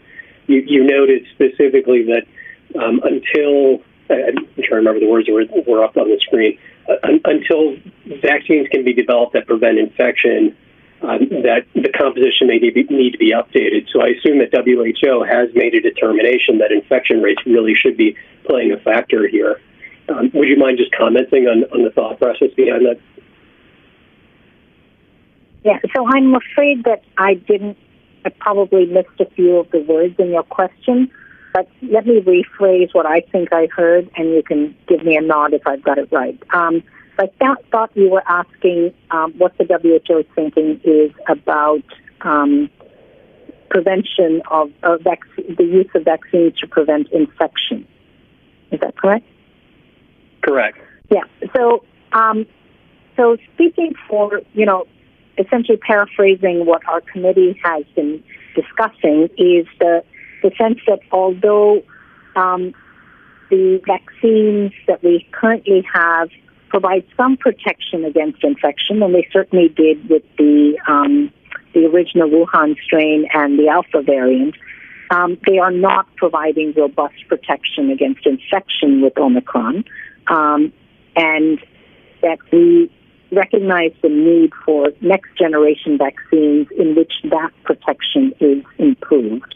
But the current vaccines that we have today are quite effective in preventing severe illness and death. And so we are saying that we should recognize the role that our currently available vaccines can play in primary immunization around the world and booster immunization as well. Right. So I guess the question I have on that is so in that case where you're having divergence, where you've got the infection rates aren't necessarily being controlled because the immunogenicity is waning, the severe effects of COVID are being managed well by the current vaccines. So should infection be a factor that dictates whether or not to change the current vaccine composition is really what I'm trying to get at.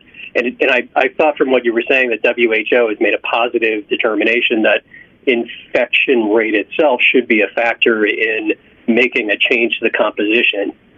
So is that correct, or did I get that a little bit off? No, I think that is what we said in the interim statement. How much that single factor will weigh compared to antigenic change and other possibilities of what happens in a primed and unprimed population, and what sort of breadth we would get with the new vaccine component compared to what we have with the current. All of those are factors that go into the discussion. So the infection alone is not the sole factor, but it is a factor that we would consider. We would all like to see less infection and less transmission. I think we are in definite agreement with that. Thank you. Thank you. We're going to have to move on. I'm going to make a proposal, Dr. Marks and Dr. Fink, that we next hear from Dr. Johnson, and then we will have the open public hearing, which is fixed in time, and then listen to Dr. Ware's comments at 2:30. Does that sound reasonable?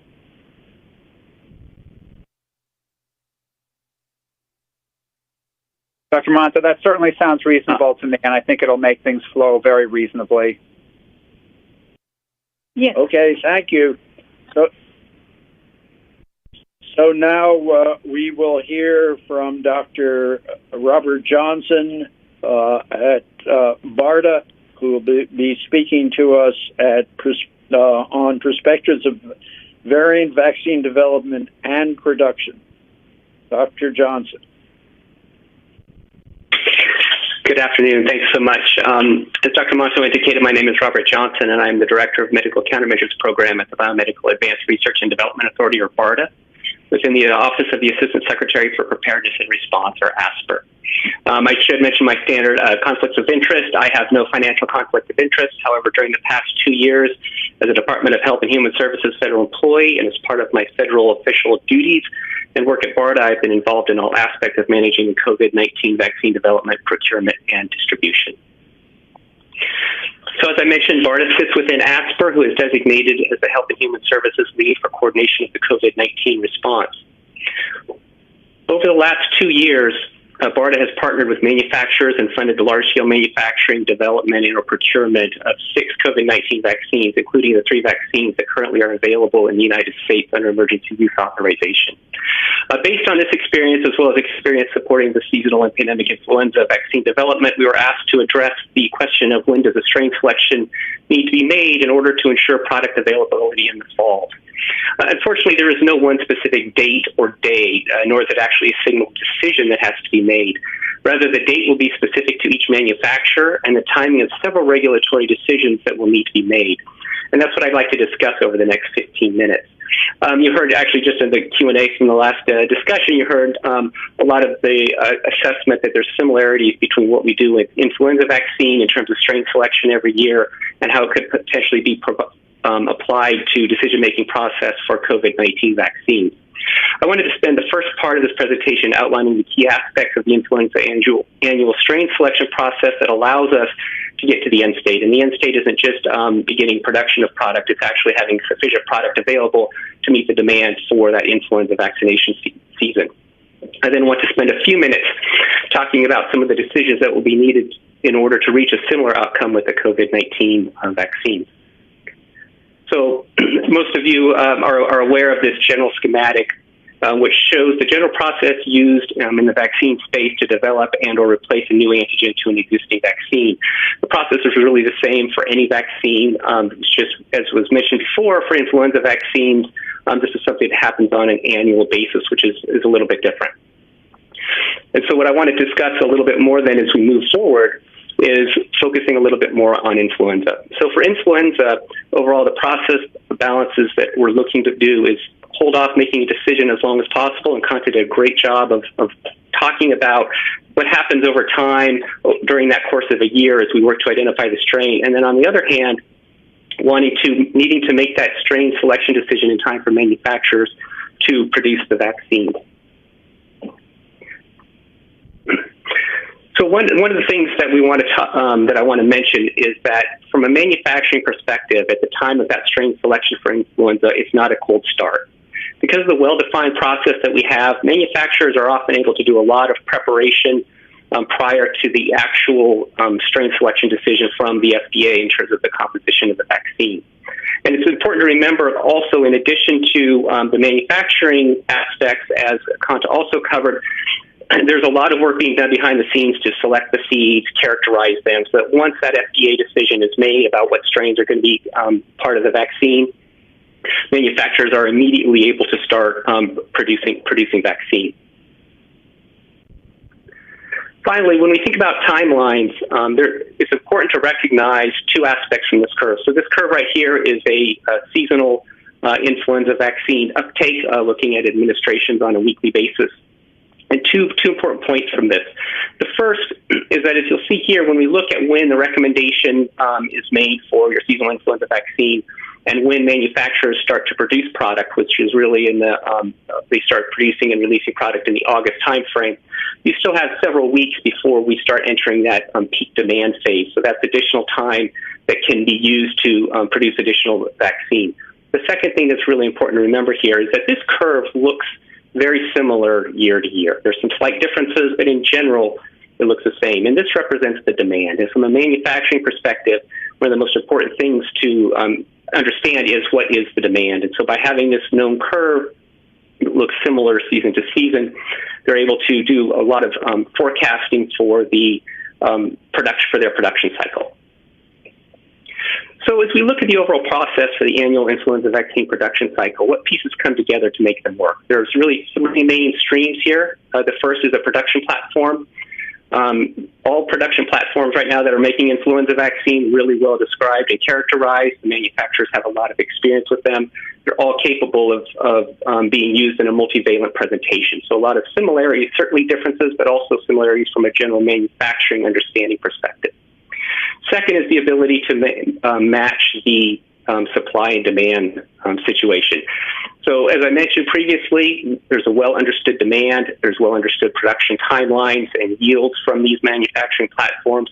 And then when we couple that with the excellent surveillance system that was discussed earlier, manufacturers are able to time their production well so that they have that vaccine ready for that fall manufacturing campaign.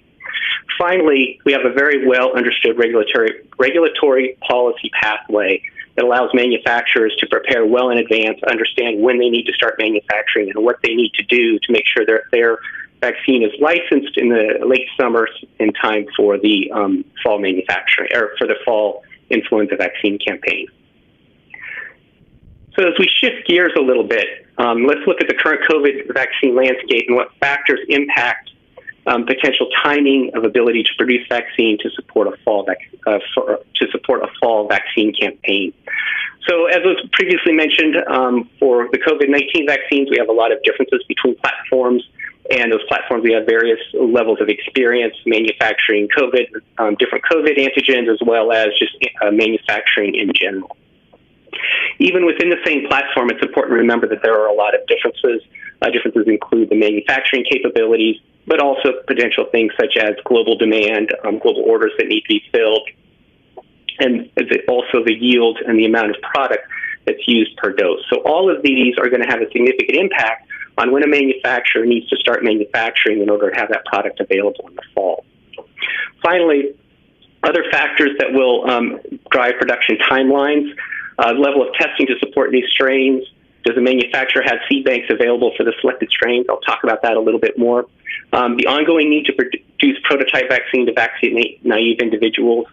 And finally, how much risk, if you will, is a manufacturer willing to take on prior to having a firm decision on what the strain composition is going to be for the vaccine? So I'm going to talk a little bit more about a couple of these key objects here in this next slide. So what I want to do briefly is a little bit of scenario planning, or look at this from an example perspective. So we get back to the original question. When do you need to make a decision on a strain selection in order to have enough product available in the fall for a vaccine campaign? And let's take, as an example, two different manufacturers. Right, each manufacturer right now, manufacturers are doing a lot of work, looking and characterizing different strains, making different banks, doing different clinical trials. Let's say one manufacturer selects strain A and they're doing some work now, and then another manufacturer selects strain B and they're doing some work. Let's say the decision is made next week that the decision is the vaccine composition will be strain A, and that in order to get a BLA or an EUA for that vaccine, you need to do a clinical trial. Okay. The company that selected strain A and did the work on strain A, they're going to be in pretty good shape. They're going to be able to take that data that's coming down, use that for their filing, and be comfortable moving forward with large-scale production. The developer that focused on strain B now all of a sudden is left really far behind. So when you think about the timeline needed to make a seed, to generate phase 1 clinical trial data, in a best-case scenario, you're looking at 16 weeks. And so you look at the calendar and you can see that means that data readout is going to happen late summer, which if the decision is not to go ahead with large-scale manufacturing until that data comes down, will be too late to have product available for an early fall vaccination campaign.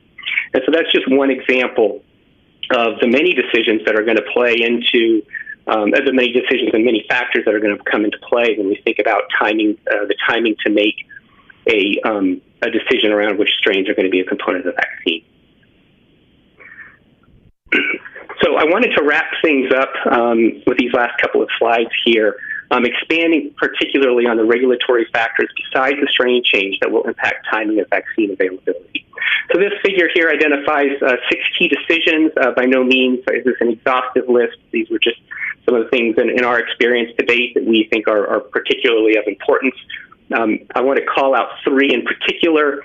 The first will be in terms of who decides the strains and how many strains for the vaccine. So getting back to the earlier discussion around influenza, currently there are trivalent and quadrivalent influenza vaccines licensed, with the regulatory authorities determining which strains are in each vaccine, but individual manufacturers determining if they have a trivalent or a quadrivalent vaccine. When you think about COVID-19, obviously, if there's a decision to go with a bivalent product, that has a significant impact on product availability and timing of that availability. So it's very important for manufacturers to know early on where will they have flexibility to decide how to their presentation, and where will it be determined by the regulatory authorities. Second thing to look at is as we think about an indication for a fall boost, what's going to be the indication or the recommendation for individuals that have not yet received either the primary series or the first boost? Are they going to be eligible to, are they going to be recommended to receive the vaccine in the fall that's recommended for people that are receiving their fourth or fifth dose, or will they still need to, or will they be recommended to receive the current prototype vaccine strain? From a manufacturing capacity perspective as well as planning, it's going to be a really important decision. And then finally, the third thing is how will the label read in terms of timing for that recommendation of the fall boost? And what I want to do is just circle back to a slide I showed earlier with another figure overlaid. So as I mentioned, in red you have seasonal influenza vaccine demand over time, and then what you have in blue is what we saw in terms of vaccine demand for the COVID boost last fall. And as you'll notice with that, you'll recall with that COVID booster recommendation, there was a recommendation that essentially at the time of recommendation, tens of millions of people were eligible for that boost. So that caused a very rapid increase and uptick in people receiving their vaccine, meaning that you had to have a significant amount of product available at the time of that EUA and ACIP recommendation. Whereas the influenza seasonal recommendation and label, which is a little bit broader in terms of not setting a specific date relative to your previous vaccination, you tend to see that more gradual draw, more gradual lead up to that peak vaccination. And again, from a manufacturing perspective, really important, you look at these curves and there's about a difference of roughly 4 to 6 weeks in terms of when you need to be having your maximum amount of product available. And that's looking at peak manufacturing time there in the August timeframe. So understanding what that indication will look like and how that's going to drive uptake is going to be very important. So in conclusion, while unfortunately I can't tell you a specific date by which a strain change decision needs to occur in order to have sufficient product for a fall booster campaign, I hope I've provided some insight into the underlying complexity and the importance of providing insights, guidance, and decisions on these various issues as soon as possible. I'm happy to take any questions. Thank you.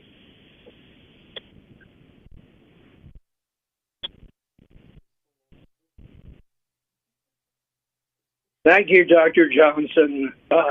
Let me lead off by asking you to update us on work that might have been going on already on bivalent vaccines, because we keep hearing the suggestion that given the spread between Omicron and some of the other variants, we might be considering a bivalent vaccine. Yeah, so the manufacturers are working on a bivalent. I think the challenge is a bit that they're not necessarily all working on the same category and the same types of bivalent. And so will they have bivalent data? Are they getting experience with how to make a bivalent product? I think yes.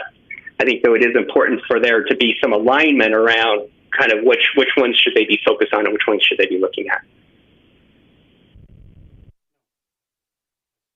Thank you. Okay, Dr. Gantz.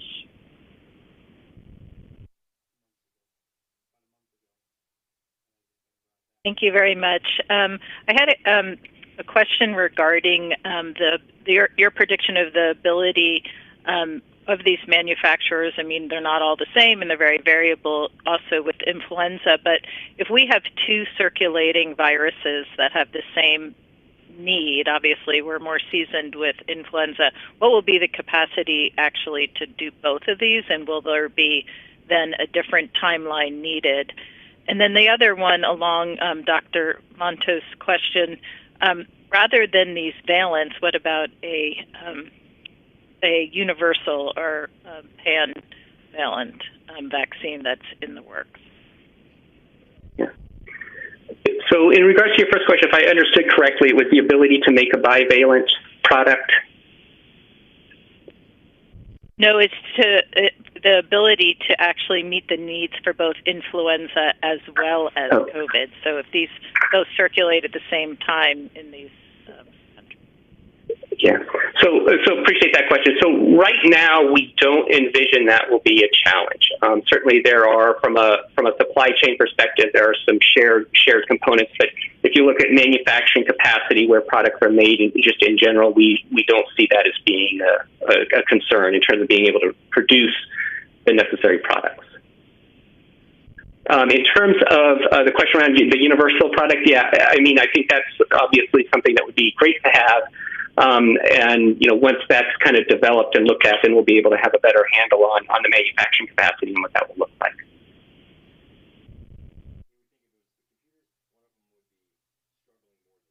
Thank you. Dr. Rubin.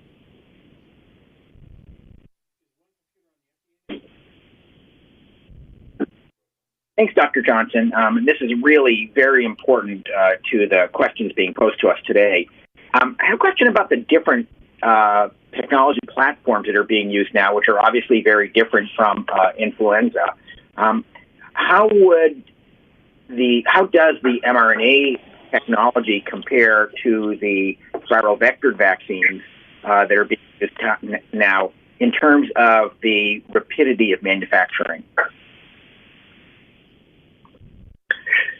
So sorry, when you say rapidity, could you clarify what you mean by that? The time to actually having products in a vial. Yeah.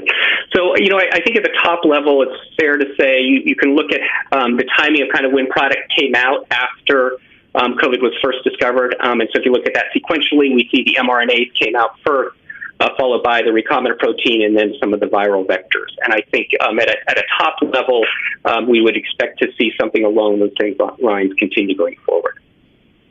But presumably we've learned something since that time in terms of how most efficiently to manufacture, how to make. Correct. One of the the challenge is that these different platforms simply have different regulatory requirements. So some things you can only compress things so much for some of the testing that has to be done, as well as for some of the time needed to identify the best, do the best strain selection and those types of things. And there's just inherent differences in the platform about how quickly that can be done. So certainly across the board, we have seen and we will expect to see increases in things such as yield and efficiency. But I think from an overall timeline perspective, again, something could always change, something unexpected. I would expect kind of that order to be about the same.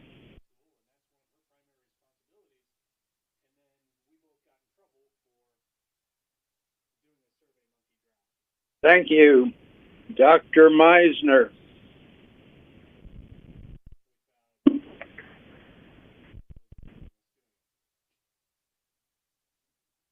Thank you, Dr.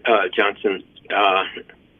A very interesting problem that you have coming up. I just want to get your thoughts, I guess, about a couple of points. Number one, it will depend on what platform everyone decides to go forward with. That is, if it's a messenger RNA platform, in a certain way, that makes it a lot easier than with the influenza vaccines, at least that we currently use, most of which require growth in embryonated hen's eggs. And the point is that it takes about 6 months after the seed is selected to make the finished product. But with the messenger RNA, that's going to be a much shorter turnaround time, isn't it? I mean, I think we hear that the pharmaceutical folks can make a new mRNA vaccine in a matter of days or a week, and we'll probably be able to fill the vials and distribute that a whole lot quicker than they can with influenza. And the other point is that would be much safer. Obviously, we wouldn't want any pharmaceutical company to, or we would hope they wouldn't have to grow up enormous amounts of SARS-CoV-2 because it would present a hazard for some people. So the advantage of a messenger RNA platform is appealing from a safety standpoint too, I guess, as well as in terms of speed. And then the other question that you mentioned and that you alluded to, how will you test these new vaccines? With influenza, we have a reasonable understanding of a serologic correlate of immunity, and probably, even though it's not very good, we can estimate it, and we can't with, at least right now, with SARS-CoV-2 vaccines. And so how can, I mean, it's going to be so hard to make a new SARS-CoV-2 vaccine and say, oh yeah, this one works, and we can replace the existing one.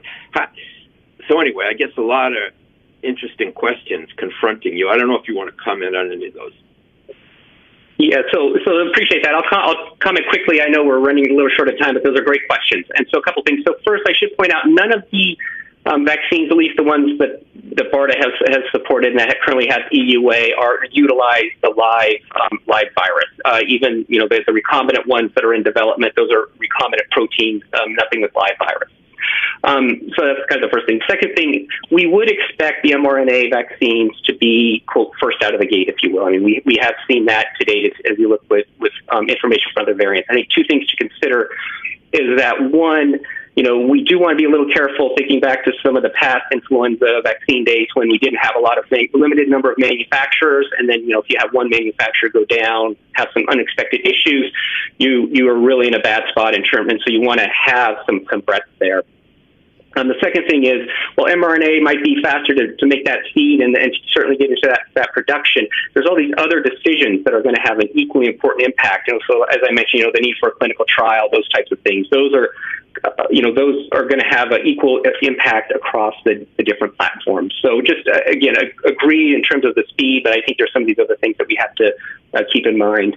And finally, in terms of the correlate, agree. There's a lot of work going on in this space, and it will continue to be a lot of work. I think it is one of the most challenging things you will have to discuss and make some recommendations on. I think what exactly does that look like, because it is still a work in progress. Thank you. Thank you. Final question is from Dr. Cohen.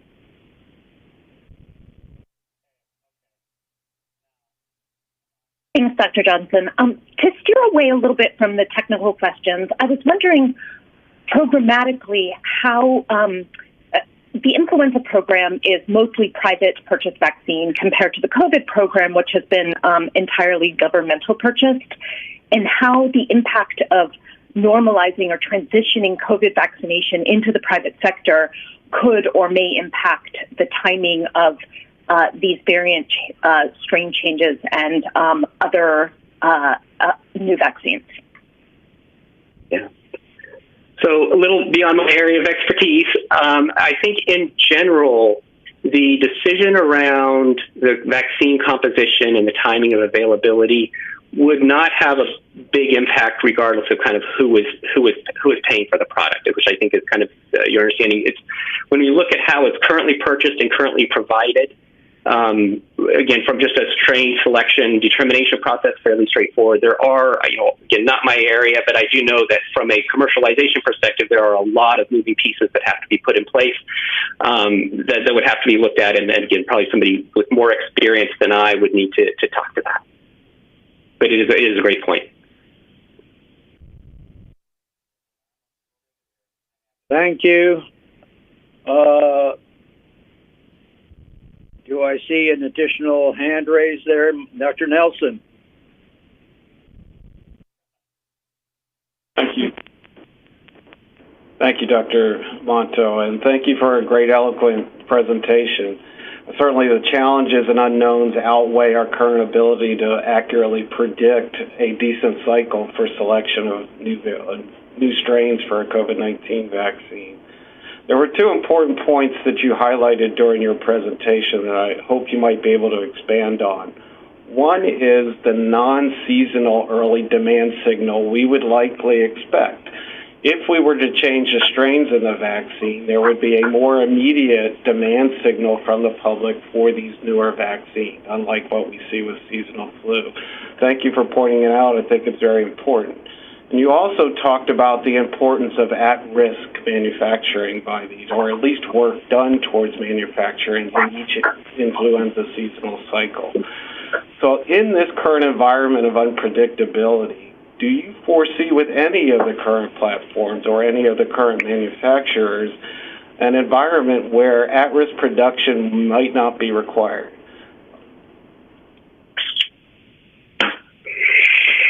I think it will depend upon the other regulatory decisions. And what do I mean by that?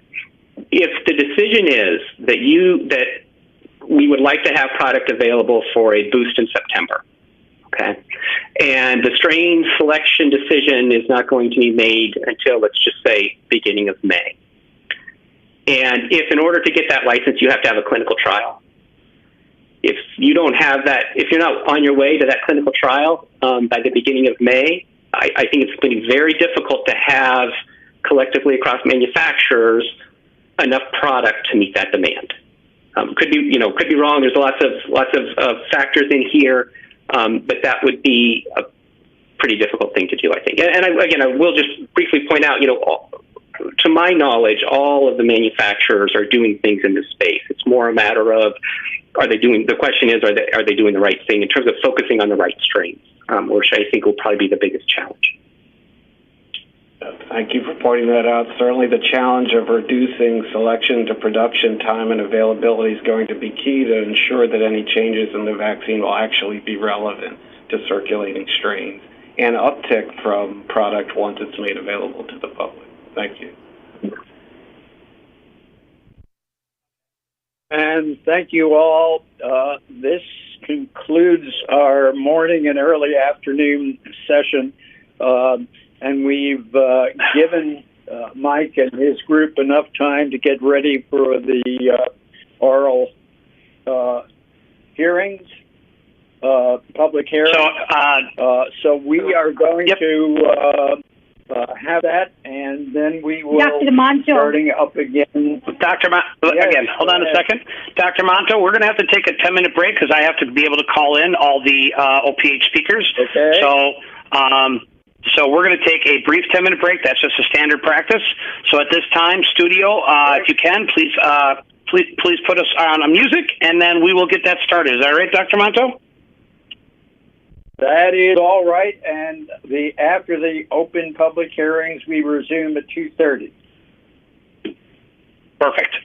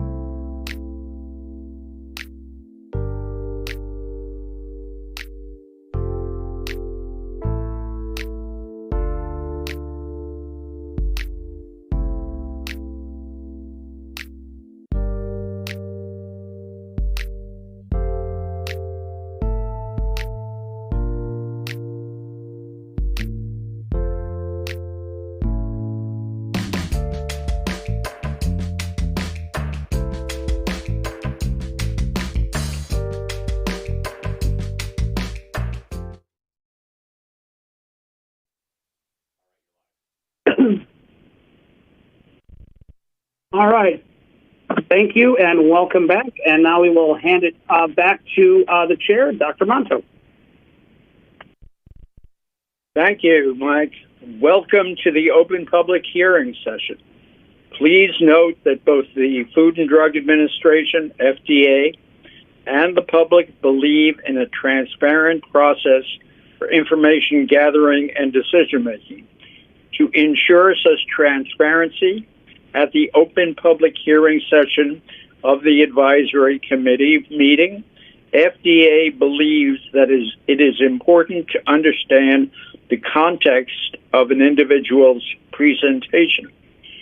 For that reason, FDA encourages you, the open public hearing speaker, at the beginning of your written or oral statement to advise the committee of any financial relationship that you may have with the sponsor, its product, and if known, its direct competitors. For example, this financial information may include the sponsor's payment of expenses in connection with your participation in this meeting. Likewise, FDA encourages you at the beginning of your statement to advise the committee if you do not have any such financial relationships. If you choose not to address this issue of financial relationships at the beginning of your statement, it will not preclude you from speaking. Over to you, Prabha. Thank you, Dr. Monto. Before I begin calling the registered speakers, I would also just like to add the following guidance. FDA encourages participation from all public stakeholders in its decision-making processes. Every advisory committee meeting includes an open public hearing session, OPH session, during which interested persons may present relevant information or their opinions or views. Participants during the OPH session are not FDA employees or the members of this advisory committee. FDA recognizes that the speakers may present a range of viewpoints. These statements made during the OPH session reflect the viewpoints of the individual speakers or their organizations, but are not meant to indicate agency's agreement with the statements made. With that guidance, I would like to first call upon the speaker, Dr. Jessica Rose, who has PowerPoint presentation. Thank you. Hello. This is my third time presenting data in the context of VRBPAC meetings. Thank you very much for having me. The last time I presented on October 26, 2021, the advisory committee voting members voted 16-0 with one abstention on injecting 5 to 11-year-old children across the United States with COVID-19 products. It felt statistically implausible for the voting to be skewed 100% in one direction, and with all due respect, I was left feeling as though I had just spent my time going through an inconsequential exercise rather than a meaningful democratic process. I decided to speak again today, however, because even though I have very little faith in the system, I still do have faith in people. I have no conflicts of interest to declare. Slide 3. In preparation for my 3-minute presentation today, I read the event materials at the bottom of the FDA online site where the announcement for this meeting is posted. Listed in the event materials, there are 2 PDF files posted and available for download that came to my attention. One is entitled Waiver to Allow Participation in an FDA Advisory Committee, and the other, U.S. FDA Advisory Committee Member Acknowledgement of Financial Interest. At least one of the Advisory Committee temporary voting members sitting before us today is in fact conflicted financially.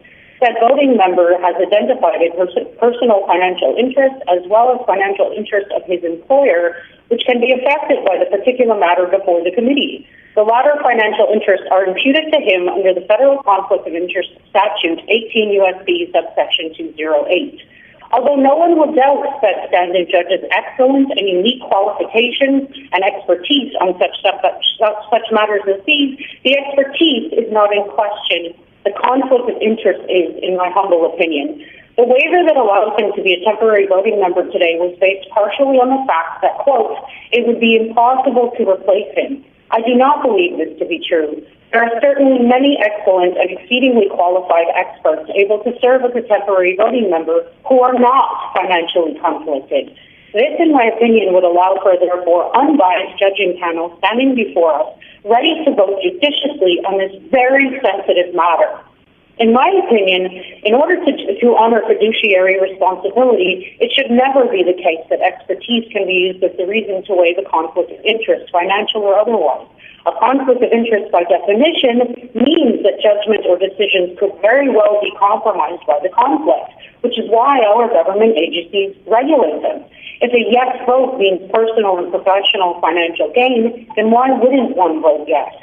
I believe that precisely because of the sensitivity of this subject matter, that it is not serving the public to have conflicted parties as voting members.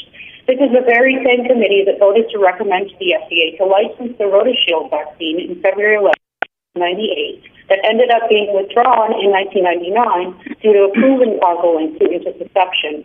Slide 2. My original intention today was to present an update on adverse event data from the VAERS government database to show that the rates of reporting are not decreasing. In fact, they are continuing to increase in the context of the COVID-19 injectable product. I will simply leave you with the summary slide. Thank you very much for your time again. Okay, thank you. The next speaker is Josh Getsko. You have 3 minutes. My name is Josh Getsko. Yep, thank you. My name is Josh Getsko. I have no conflicts. You need to ask yourself, why did only half of all eligible Israelis go back for the second booster? Could it be due to adverse events experienced by them or people they know from previous doses? Next slide.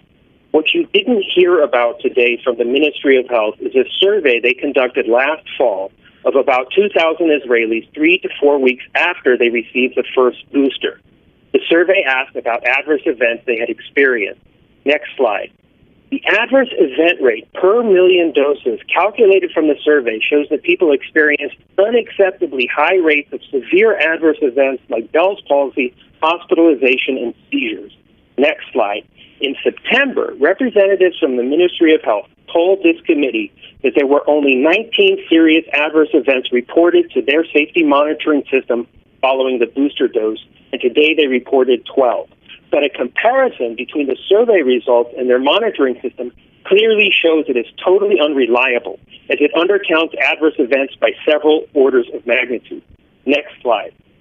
Sizable percentages of people with pre-existing conditions reported that their conditions got worse after the first booster. Next slide. A large majority said their adverse event was either new or worse than the previous doses. A significant minority said their condition was still ongoing 3 to 4 weeks later at the time of the survey and that they had sought medical care. The fact that the vast majority of events started within 1 week of the vaccination and was not spread evenly over the time period strongly suggests they were caused by the booster. Next slide.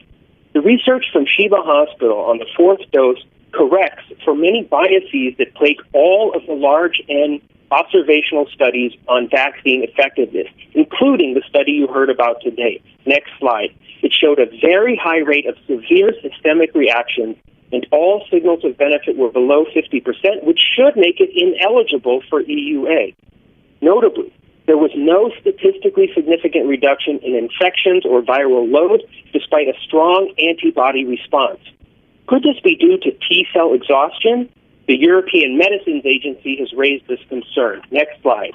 We now know that the first doses of these mRNA injections have varied and unexpected effects on the immune system in ways we are only beginning to understand. The effect of repeated doses is uncharted territory. Next slide. One troubling indicator is that the per-dose reporting rate of immunodeficiency syndromes after the third dose is 16 to 21 times higher than for previous doses. These are not like flu vaccines. Next slide.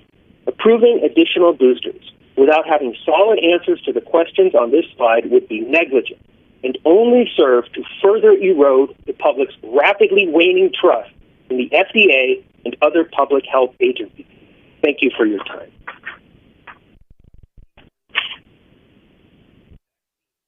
Thank you. The next speaker is Dr. Sahin.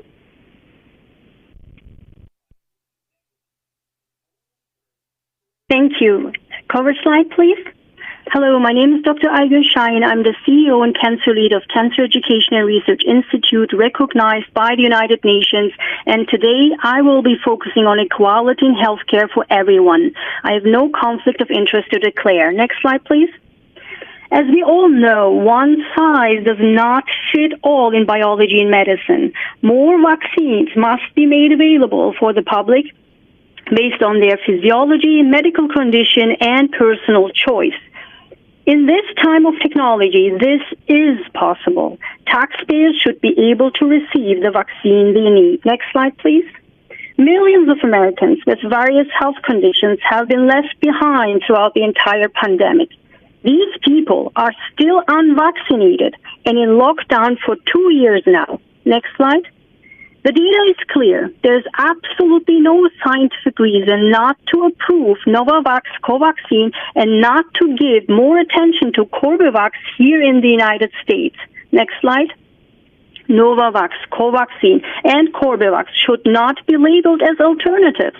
These are proven and robust technologies already used in other diseases. This is exactly what the American people are desperately looking for. Next slide. Long COVID symptoms are real and horrific, and I predict a severe burden on our healthcare system and economy. Next slide. Therefore, protein-based vaccines and virion vaccines must be approved immediately. This would be a game changer in overcoming vaccine hesitancy and to end this pandemic. Next slide. Biologically, the most effective way to eliminate current and future variants would be via virion vaccines. There is no time, health, and economy to wait for a pan-vaccine to be developed. Next slide. Scientifically, again, there is no reason not to approve Novavax, Covaxin, and not to give more attention to Corbevax for children and youth here in the United States. Next slide. A good portion of the world is still unvaccinated. The United States must take leadership in this by immediately approving protein-based vaccines and virion vaccines. This is critical to end this pandemic. Next slide. The pandemic is not over for the unhealthy. Taxpayers want their return of investment, and equality in healthcare must be achieved in this pandemic. Thank you for giving me the opportunity to speak today and for your attention to these important matters. Thank you. Thank you. The next speaker is Dr. David Wiseman. Thanks, Mike, for dealing with today's challenges. Can you hear me? Hello? Can you hear me? Yes, we can. Go ahead. Oh, I'm sorry. Please say our written comments. Next slide 2 and next slide 3. Waning and negative efficacy falls below FDA's 50% target or 30% lower confidence interval before 4 months. Next slide 4. Boosters wane similarly both for BA1 and BA2. Next slide 5. Fourth dose confidence intervals in Israel go negative, and today's Israeli updated time series suggests a waning trend similar to doses 2 and 3. Next slide 6. The data are partly consistent with our look at European data, but all-cause mortality should be more reliable. We see limited periods of benefit in the over 60s among periods of all-cause mortality associated with boosting and greater detriment in those younger. Next slide 7. We found a similar detrimental association in CDC data. Next slide 8. Frequent boosting has been questioned in EMA and in ACIP as the last whack-a-mole. Next slide 9. Safety signals with event ratios over flu rates in the hundreds are ignored. Next slide 10. With today's discussion of booster and variant dosing, how are long-term tox concerns allayed by ignoring the gene therapy definition? These are not classical vaccines. Next slide 11. The toxicity of non-natural nucleosides, especially with cumulative dosing, is raised by BioNTech's founder. Next slide 12. What are the kinetics of the mod RNA or spike protein? Does their persistence over 8 weeks not alarm anyone? Next slide 13. Evidence of reverse transcription to DNA invokes Dr. Sahin's fear of insertional mutagenesis. Next slide 14. Where are the cancer or genotox studies? With repeated dosing, what is the risk of insertional mutagenesis from DNA impurities mentioned by EMA? Next slide 15. Moderna and BioNTech expected to see gene therapy type regulation. Next slide, 16. FDA's gene transfer branch has 6 gene therapy labs researching COVID and universal flu vaccine. Sounds a little like polyvalent COVID vaccines. Next slide, 17. FDA's Gene Therapy Committee were asked recently about liver neurothrombosis and oncogenic toxicity of viral vectors. Next slide, 18. This sounds familiar given that CDC recognized a post-vax multi-system inflammatory system that includes blood, liver, and neurotoxic events. Next slide, 19. Is FDA hiding gene therapy concerns in plain sight? How does OTAT and the Cell Therapy Committee opine? Why are the FDA excluding its own experts? Next slide, 20. Let Dr. Hildreth ask the sorts of questions he asks about molnupiravir in AMBAC. Next slide, 21. Given the uncertainties discussed today about strain production, don't throw out ivermectin after this flawed study, whose PI suggests an effect lost by underpowering, and where 25% of subjects missing from a key analysis showed a 50% efficacy. And last slide, 22. FDA's failure to inspire confidence in novel gene technology does not portend better pandemic management. Thank you.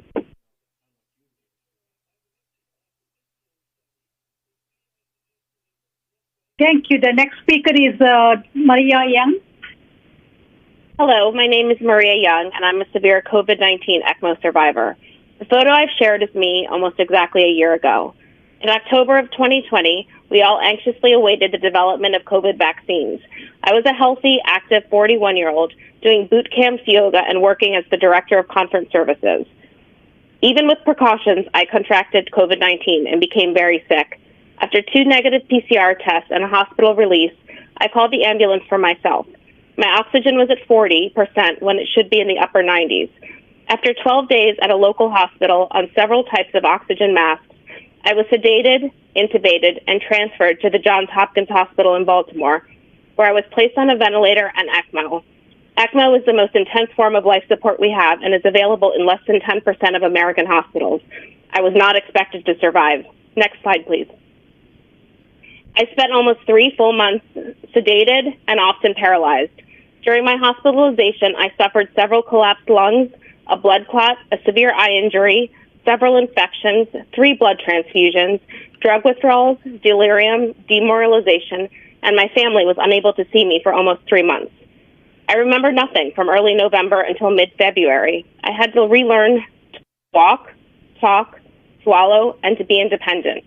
On the day of my hospital release, my parents and sister received their first dose of the Pfizer vaccine.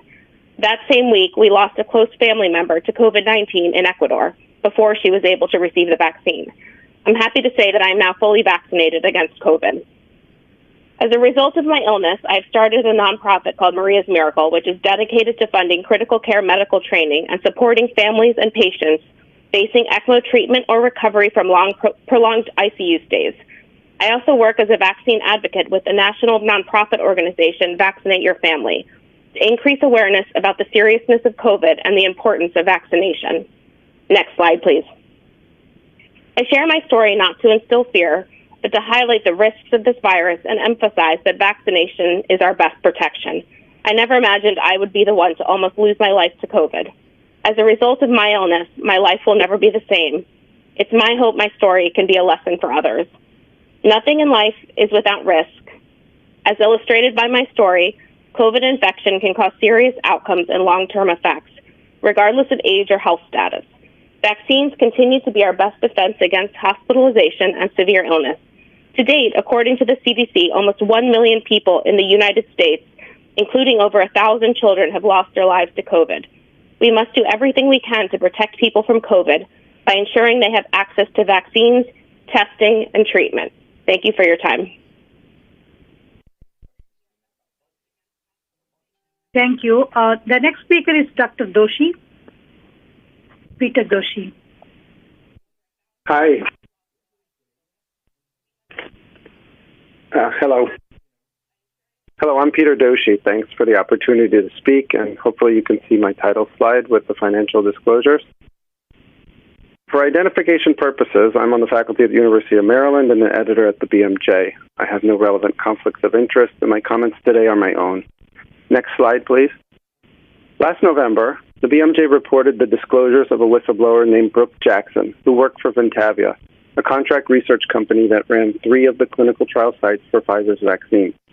Jackson alleged that the company had falsified data, unblinded patients, employed inadequately trained vaccinators, and was slow to follow up on adverse events. She provided the BMJ with company emails, internal documents, text messages, photos, and recordings of her conversation with company employees. Next slide. This photo, for example, shows vaccine packaging materials that are only supposed to be seen by unblinded staff, just left out in the open. Next slide. And unblinding may have occurred on a far wider scale. Here you can see the document containing the instructions Ventavia staff were given to file each trial participant's randomization and drug assignment confirmation sheet into each participant's chart. This contained unblinded information. Next slide. Unblinding, as I think everybody knows, creates serious concerns about data integrity. Once this massive error was discovered, Ventavia asked staff to go through each and every chart to take out the randomization and drug assignment confirmation. You can see here an email from Ventavia's COO reacting after discovery of the problem. They had not even realized that the drug assignment confirmation contained unblinding information. Next slide. In the heat of a pandemic, it's not hard to imagine that corners were cut and mistakes were made. Some mistakes are benign, but others carry serious consequences to data integrity. One hopes Ventavia is an extreme outlier, but we need more than just hope. We need evidence that the data were dealt with properly. We need regulatory oversight. But despite whistleblower Brooke Jackson's direct complaint to the FDA never inspected Ventavia. In fact, FDA only inspected 9 of the trial's 150-plus sites before approving the vaccine. Just 9 sites. And Pfizer continues to use Ventavia for trials. Next slide. What about Moderna? FDA had over a year and inspected just one of the trial's 99 sites. How can FDA feel confident in the Moderna data based on a 1% sample? Next slide. Data integrity requires adequate regulatory oversight. Trustworthy science requires data transparency.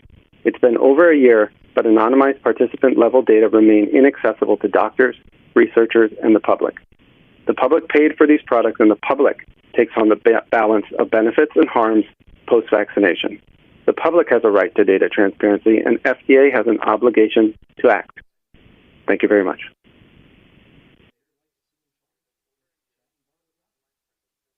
Okay, thank you. The next speaker is Dr. Brianna Dressen. Hi, my name is Brianne Dressen. I have no relevant conflicts of interest.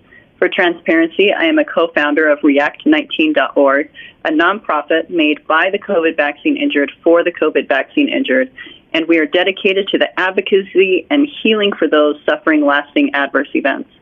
I experienced a life-altering reaction after my one and only dose of AstraZeneca in the clinical trial here in the United States. Because of my adverse event, I was not able to get the second dose. I was unblinded and dropped from the trial. My access to the clinical trial app was deleted.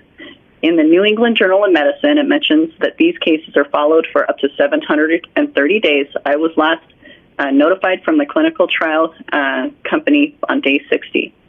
I wrote to the New England Journal of Medicine about the matter, and Dr. Rubin, who is on this committee, declined to publish my letter, saying that one case in a study with tens of thousands would have little effect. You can see my list of debilitating symptoms here, first slide. While I am improving, I still struggle with at least half of these symptoms more than a year out. My life will never be the same. The vaccine has robbed me of my health. Next slide. Because the vaccine injured's repeated cries continue to fall on deaf ears at the FDA and the drug companies, and because the medical community refuses to acknowledge and treat us because of the silence from these companies and the FDA, our small injured community has suffered the loss of those who have taken their own lives as a result of months-long suffering. These are mothers, sisters, daughters, sons, fathers, and friends. These are not numbers. These are people. No support from their medical teams, no support from the government. They died alone. Next slide. Here is a list of the insurmountable barriers which exist today that block our access to early intervention measures and to help those who are now chronically ill. The column on the left are the compounding factors that completely eliminate the proper flow of information to the research and medical communities. But there is hope. The column on the right are the solutions. You, who are here in this meeting today, hold the key to open the door to provide hope and healing to those who are hanging on one day at a time. Disclose and collect the data on potential adverse related events like MISV, neuropathy, and tinnitus. Give the green light for research to start. German health insurance agencies have already established the burden on the healthcare systems due to the high rate of COVID vaccine-related adverse events. Revamp the vaccines and remove the spike as an antigen. FDA, it is your responsibility to ensure the safety and efficacy of these vaccines. We are the clear evidence and living proof that there are questions regarding safety. You have ignored the repeated cries of those injured by the vaccines, and your silence is deafening. Thank you.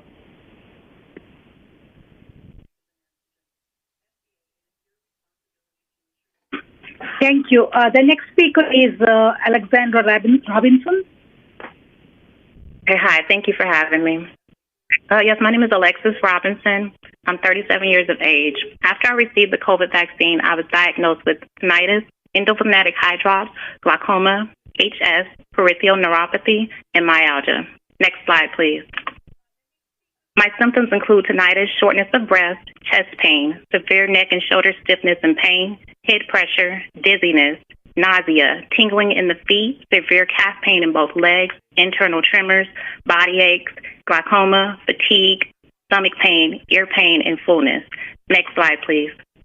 Before the COVID vaccine, I was happy, full of life, and on the right path, able to get out and walk and actually enjoy sunny days outside. I enjoyed calling to speak to my family on a regular basis. That all changed April 7th, 2021, when I received the COVID-19 vaccine. I thought I was doing the right thing by receiving the COVID vaccine to protect myself, my family, and others. It has been a horrible nightmare ever since that day. I'm in constant agony and pain. Simple tasks like grocery shopping can be unbearable. I have so many side effects that I would have never imagined were even possible and that were never mentioned by Pfizer. Now, 90% of my time is spent inside. I've had doctors be both very rude and dismissive, and even some that have walked out on me if I even mentioned that my symptoms were caused by the COVID vaccine. They aren't even willing to explore doing further testing or treatment. Dealing with these side effects have been overwhelming an everyday struggle. Next slide, please. When will the COVID vaccine injured people be acknowledged and treated? It is of the utmost importance for COVID vaccine injuries and adverse reactions to be acknowledged in order for us all to receive the best care, thorough testing, and ultimately be believed. Time is of the essence. None of my physicians have reported my case severe. This is because they don't have all the factual information that's being withheld to fully understand the severity of our cases. That critical data supports the evidence of our injuries. We need immediate, sufficient, and adequate care for these gravely devastating effects in order to stop the progression of these illnesses caused by the COVID vaccine. The release of data and acknowledgement of vaccine injuries will not only allow us to receive the correct treatment in a timely manner, but it will also open doors to more research into the best possible ways on how to treat us and to help prevent future injuries. Those injured by the COVID vaccine involve all age groups who are suffering and being continuously silenced. Would you silence your children, your relatives, your grandparents, your family, your friends, your loved ones, and let them suffer? Help save lives. FDA, release the VAERS data. Thank you for your time.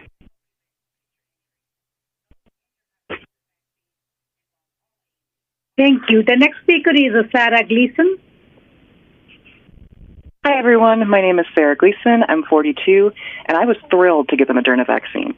As a massage therapist of 22 years, I decided to shut down my thriving business due to fear of catching and spreading COVID-19. I suffered greatly for it, but I resolved not to reopen until I could ensure everyone's safety. I'm a Democrat and absolutely pro-science. I was excited to rebuild my business after being vaccinated. Instead, I received my second shot of Moderna on April 2nd, 2021, and my dreams of rebuilding came crashing down. The injuries it caused persist a year later with no end in sight. Many of my symptoms are listed on the slide, but this is not all of them. The doctors I saw originally didn't know what to do with me. I've learned I was one of the lucky ones since they at least treated me kindly. Even though it all began when I got the shot, I was even in a bit of denial because vaccine injuries were just anti-vax nonsense, right? I was dead wrong, and I've been choking on humble pie ever since. If it wasn't happening to me, I wouldn't believe me either. Doctors are simply not being educated about vaccine injuries, and the damage they're doing to us due to this lack of knowledge is staggering. Trying to live with these symptoms is hard enough. To not be believed by doctors, family members, and friends as your once strong and healthy body deteriorates, the damage this can cause is immeasurable. Science demands the totality of the data with transparency, and this is clearly not happening. Science is not being carried out when variables are being ignored.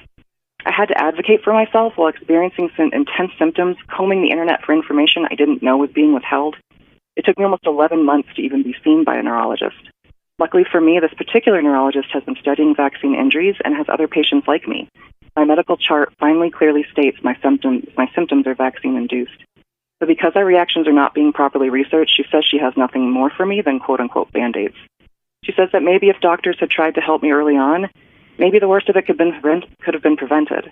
Instead, the doctors I saw at the beginning just told me to wait and wait and wait some more. This was their expert medical advice. By July, I had gotten so much worse, and now I wonder what might have happened if they'd only been properly informed of the type of reaction I was having. I don't want this to happen to anyone else, to be hurt and left to fend for themselves. I just want my life back. I can't socialize much. I can't exercise. I have no way of making an income. Even if I felt well enough, I can't get a booster. So where does that leave me? If I do recover, which no one can tell me if I will or not, how will I work safely? The CICP and VICP are supposed to support those who have been injured by vaccines. They have not helped any of us. I don't claim to know the right answer, but I know you have the power to change this, to help us get our health, credibility, friends, family, and financial security back. And who knows what medical discoveries lie inside our bodies? Aren't you curious? I still stand with science, and I still believe the government and the medical community is capable of doing right by us. But it all starts with you, simply doing your job. Thank you so much for your time and consideration. Thank you so much. The next speaker is Karen Driscoll. Thank you. Hello. I'll start with a little bit about me. I'm married, and we have 2 grown daughters and 4 grandkids. I've worked as a registered nurse for over 30 years. I have lived an active, healthy lifestyle with no health concerns. None. I trusted the government, who repeatedly said the COVID vaccines were safe and effective, so I took them. Shortly after the second Pfizer, my health and my life seriously changed. The slide shows most of my symptoms I've had and or still have. Many of them are similar to other vaccine injured and the COVID long haulers. I'll describe only a few. My daily headaches were sharp and intense, unrelieved by over-the-counter medication. Brain fog left me unable to process information. At first, unable to even do simple texting on my phone. Noise and activity caused overstimulation that I just could not handle. The neurologist said my symptoms were very similar to a traumatic brain injury. I had tremors inside my chest. It felt like a cell phone that I couldn't turn off. I had adrenaline dumps, which left me in a constant state of fight or flight and unable to sleep. The POTS symptoms raised my heart rate to 140 simply by standing up. At night, I would literally crawl to the bathroom to avoid this. I somehow managed light cooking and dishes by sitting in a chair.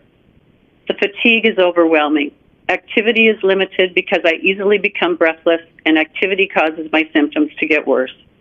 This has been very disabling. I've been unable to work now for 7 months. I've been through a revolving door of physicians without answers. 3 of them did acknowledge my symptoms were a result of the vaccines, but they didn't know how to treat me. Basic diagnostics were coming back with only slight abnormalities or normal values until recently. I underwent some specialized blood tests showing blood vessel inflammation and abnormal platelet activation. The platelets cause the blood clots. I will be seeing yet another specialist very soon. Our United States healthcare system is not addressing the vaccine injured, but instead seems to be sweeping us under the rug. Where is the ethics in this? I'm not an anti-vaxxer. This vaccine has injured me and many others, and we need help now, not in 5 years.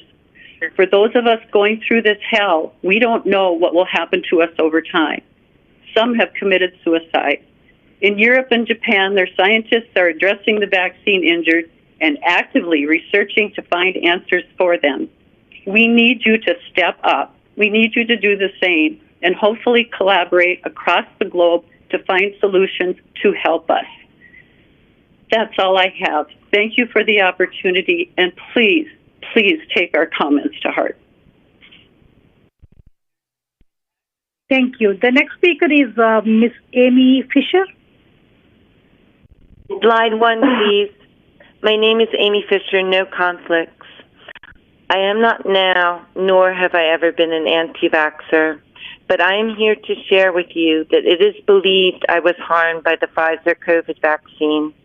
My new rheumatologist, a highly esteemed professor of medicine, believes that I likely had an autoimmune reaction to vaccination and consequently developed autonomic dysfunction, mast cell disorder, and MECFS. Prior to the vaccine, I was completely healthy. Next slide. Go 2 slides ahead. I lost my mom to COVID in January 21, just days before her memory care was to receive the vaccine. So when my turn came, I eagerly stuck out my arm with tears in my eyes. Next slide. I didn't have an immediate reaction, but weeks later was overwhelmed by intense fatigue when I suddenly felt a burning pain in my lower legs and feet. An 8-month-long grueling workup began. As I waited for tests and pleaded to see doctors, my condition worsened. No one seemed to know what was wrong with me, and I got no care. Please, next slide. My neurologist believed I might have developed long COVID from breakthrough infection, but a negative nucleic capsid test ruled that out. I had brought up the vaccine with a few doctors. Most said something to the effect of, "It is possible, but we don't have any data." We don't have data. This has been an incredible nightmare. It's been almost a year, and I can no longer do normal things. I cannot be upright for very long.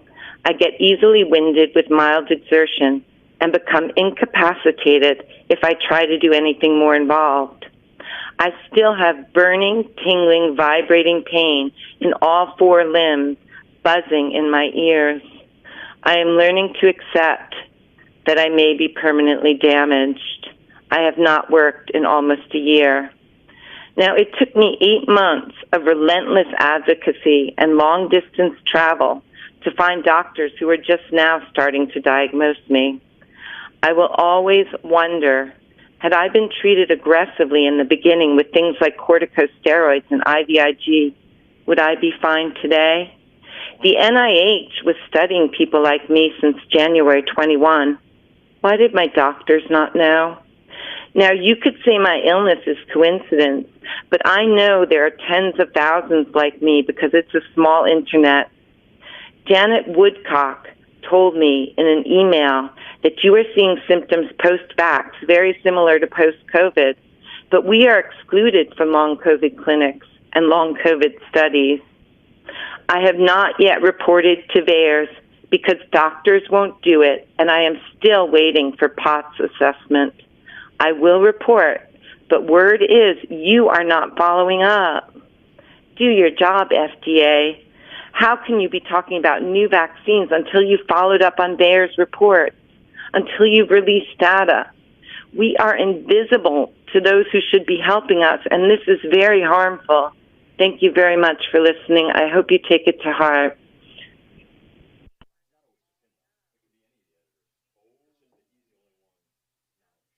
Thank you. The next speakers do not have any PowerPoint presentations, so we'll start with Dr. Rituparna Das. Thank you. My name is Rita Das, and I'm a clinical development lead at Moderna.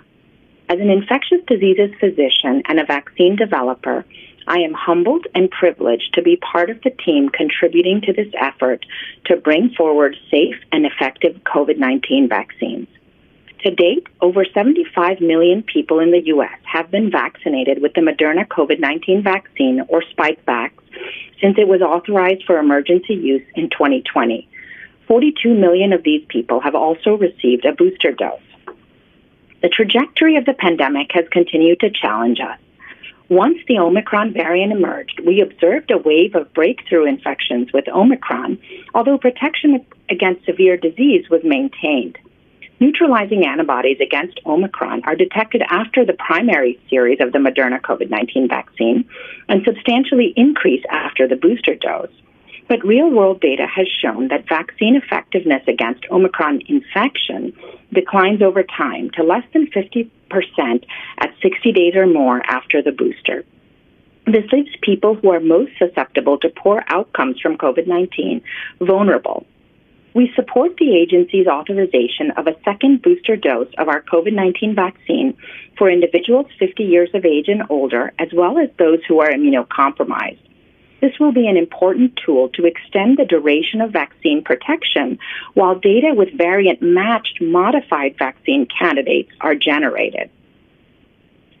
Moderna began clinical trials with booster doses of variant-matched candidate vaccines such as Beta and Delta, as well as combinations of variants in the spring of 2021. To date, approximately 4,500 trial participants have received modified vaccine candidates, including a bivalent vaccine targeting both the Omicron variant as well as the original strain. We look forward to sharing these data on the modified booster vaccines with the agency soon. By vaccinating with an mRNA sequence closer to the currently existing variant of concern, we hope to improve neutralizing antibody titers and thereby extend the duration of protection with booster doses. We thank the agency for the forward-looking discussion today on the long-term strategy for booster doses. As the pandemic continues to evolve, Moderna is committed to pursuing rapid development of variant-adapted vaccines that have the potential to provide broader and more durable protection against emerging variants of concern. Thank you very much. Thank you. The next speaker is Mr. Matt Crawford.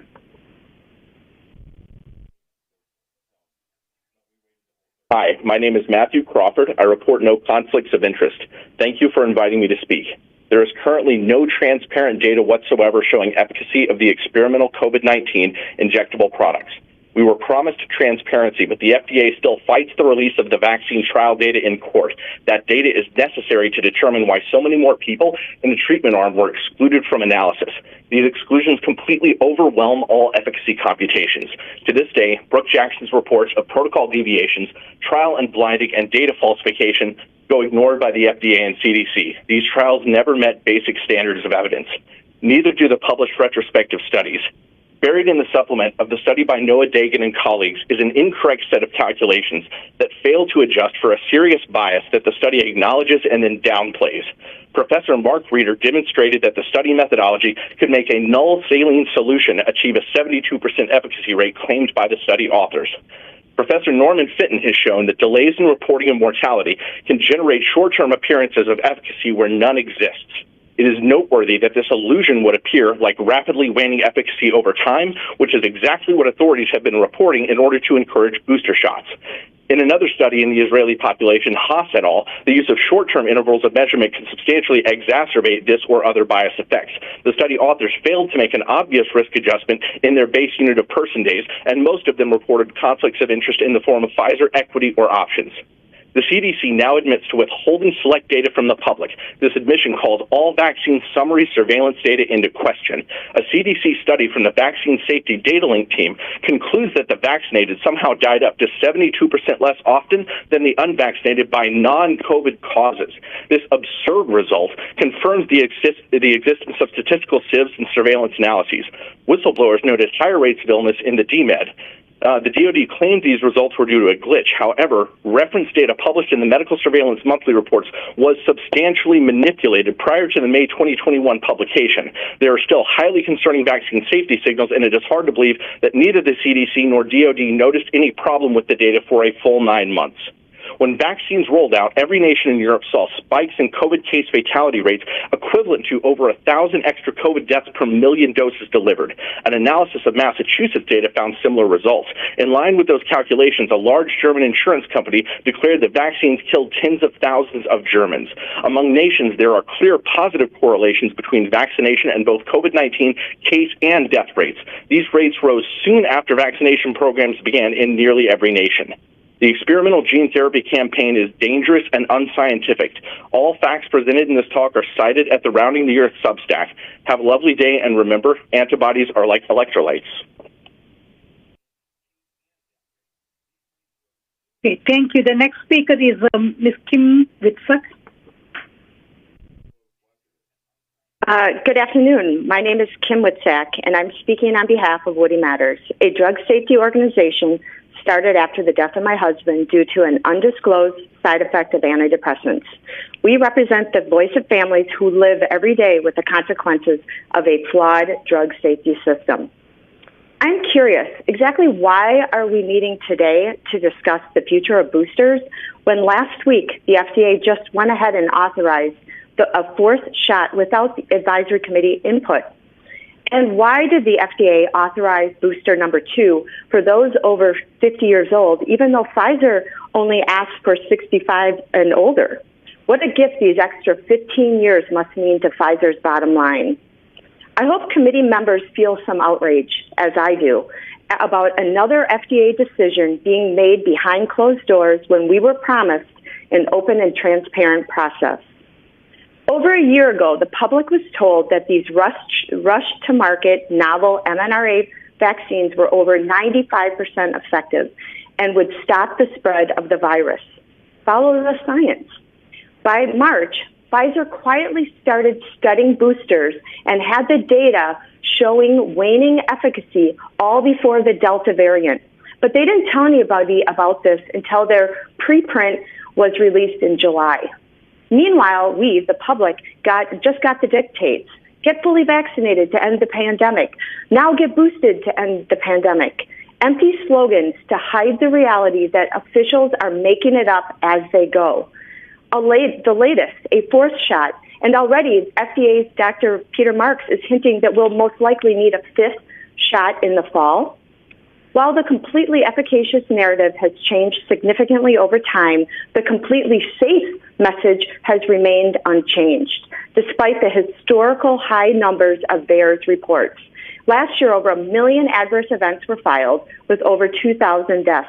Why isn't this committee, the FDA, mainstream media, and the medical establishment wanting to take an active interest in investigating the injuries, deaths, and increases in other diseases post-vax before we rush into a future booster program?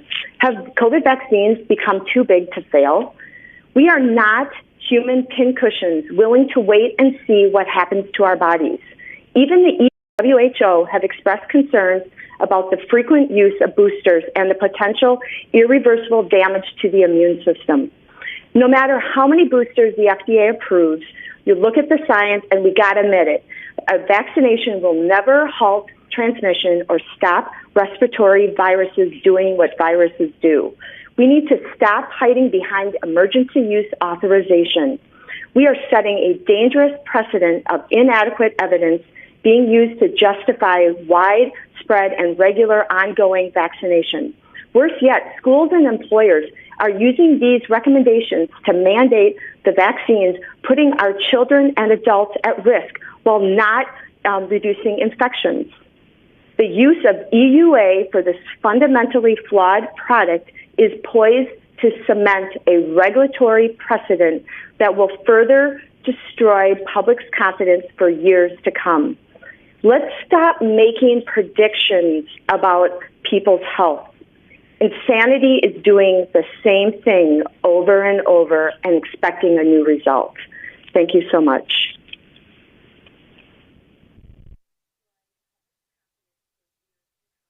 Thank you. The next speaker is Rotem, Ms. Rotem. Rebecca Rotem. Hi, my name is Rebecca Rotem. I have no known conflicts. Thank you for allowing me to speak today and for all of your work on vaccines. I have a 12-year-old son who is fully vaccinated with 2 30-microgram doses of Pfizer and who also had a COVID infection at the end of February 2022 with documented PCR results. My son is now being required by his beloved Jewish sleepaway camp that he's attended for the past 5 years to get a booster shot to attend again this summer. I like to be an informed medical consumer, so before he gets the booster, I really would like to understand the risk and benefit data on booster shots in healthy 12-year-old males who are fully vaccinated and have had COVID. I would also like to understand what protection does 2 doses plus a booster give a healthy 12-year-old as compared to 2 doses plus a documented COVID infection. Since they're requiring the booster, I have asked the Union for Reform Judaism, or the URJ, for the data I'm seeking, and their medical team contact tells me it does not exist. As background, the URJ is requiring all attendees of its 15 youth summer camps to be up to date on shots according to CDC guidelines, with no exemption from a booster for campers ages 12 and up who are fully vaccinated plus have had a documented COVID infection. I understand other summer camps have similar booster requirements as well, in addition to colleges in the Northeast and on the West Coast, nearly all of which are requiring the booster and not allowing exemptions for prior infection. To be clear, I'm not opposed to getting my 12-year-old son a booster if the information I am seeking exists and the benefits and risks, including myocarditis, for example, in fully vaccinated adolescent males with prior COVID infection, justify a booster shot. But I'm struggling with doing it in the absence of the data, which would enable me to do it with informed consent. I imagine this topic is relevant for many other parents as well, considering how many kids came down with Omicron. Does the risk and benefit information I am looking for exist? If not, should organizations be allowed to require this 3rd dose of a medical product? In my experience, these organizations are not conducting their own research, rather consider their booster requirements to be in line with current FDA and CDC approvals and guidance. Therefore, I think clarification from the FDA would go a long way. Thank you for clarifying the FDA position on booster requirements for adolescent males who are fully vaccinated plus have had a documented COVID infection. Thank you. Thank you. The next speaker is Andre Cherry. I report no conflicts of interest. My name is Andre Cherry. I'm 22 years old, and I was injured after taking Moderna's COVID-19 vaccine. Before this, I was a published author, an artist, musician, an active member in my church, family, and community on my way to achieving my bachelor's degree in English. Beginning only 2 hours after my vaccination, I have progressively lost control over my life. My limbs and body parts jerk, contort, and become rigid or flaccid on their own. My eyes and mouth shut tight and cannot be opened of my own volition. I can't tell when I wake up in the morning if I'll be able to walk or see, feed, or bathe myself. I only know I will face trouble resulting from my injury. I sleep on the first floor of my home in a hospital bed, and I no longer can use stairs unsupervised. My mother and brother have been sleeping on couches near me out of concern for my safety. I now possess a handicap placard and a wheelchair, which I frequently use. I can barely leave my home except for medical or religious reasons, and even then, my family has to carry a book bag full of safety equipment to make sure I don't fall or injure myself. For 9 months, I and my family have relentlessly pursued diagnosis and treatment, only to be met with apathy, sarcasm, and condescension from most of the medical community, affiliated personnel, mainstream media, and society at large. Rather than providing much-needed follow-up and resources for treatment, I've been referred to the Psychology Today magazine or offered multi-state travel to find help. When asking for understanding from a doctor about this vaccine side effects, since you, the FDA, are not releasing this data, I was told that, and I quote, "We don't know how aspirin works." My medical care has been continuously impeded due to your unwillingness to make public the facts about the mRNA technology of this vaccine, which Dr. Malone himself stated to have cytotoxic properties. This dearth of information robs doctors of the knowledge they need to accurately diagnose and care for vaccine-injured patients such as myself. You created a social media toolkit to, quote, fight vaccine vaccine hesitancy, but it seems more likely that you're concerned with fighting public dissent. This country was founded on the idea that we, the people, should be free to make informed decisions for ourselves. How can free people make free decisions if, after every controversy, there's a cover-up? How can you expect us to trust you when you don't trust us with accurate information? How can you say you care when you turn away those who come to you for aid? Time and again, you have misled and harmed the American people, exchanging their health for profit. Obesity, heart disease, and cancers kill us more than anything else because you peddle processed sugar, tobacco, and a scientifically unfounded food pyramid. Proverbs 3:27 commands you to not withhold good from those to whom it is due, when it is in your power to do it. We are not acres of skin to be harvested and experimented upon. We, too, are the free people of the United States of America, and we demand fair treatment, justice, and equality, as is our God-given right. Thank you for your time. Thank you. The next speaker is Ms. Tanya Grisham.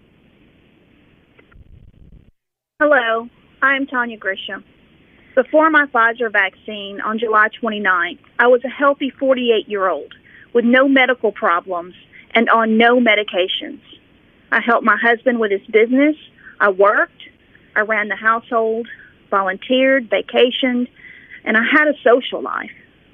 After my Pfizer vaccine, I avoid social functions because of revolting, painful hypercusis. I lost 30 pounds in less than 3 months.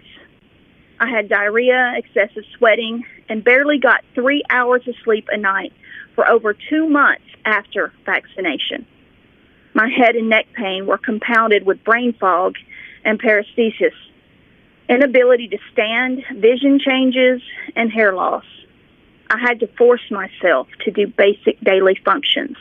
I honestly thought I was going to die. This experience has been hell. My 21-year-old son had to put his life on hold and move home to help me. I have been so ill that I forgot my 20th wedding anniversary. My husband didn't care that I forgot our anniversary. He held me as I cried and told me it was okay. It took months of doctor's visits and $8,000 in medical bills, but I finally had 3 doctors confirm that I am in fact suffering from vaccine side effects. I don't have any answers as to when or if I'll ever fully recover. I miss my former life. I'm begging the FDA to do your job and acknowledge the injured. You've known we exist. The medical community should be aware of us. We are desperate for treatment. There seems to be no effort in researching us. Just last month, 3 members of our community committed suicide because they can no longer live with their debilitating side effects. Our lives matter. We should not be expendable. We should not be abandoned in our time of need. Thank you for your time.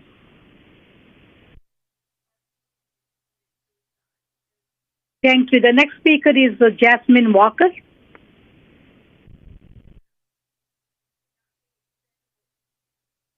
Hello, my name is Jasmine Walker.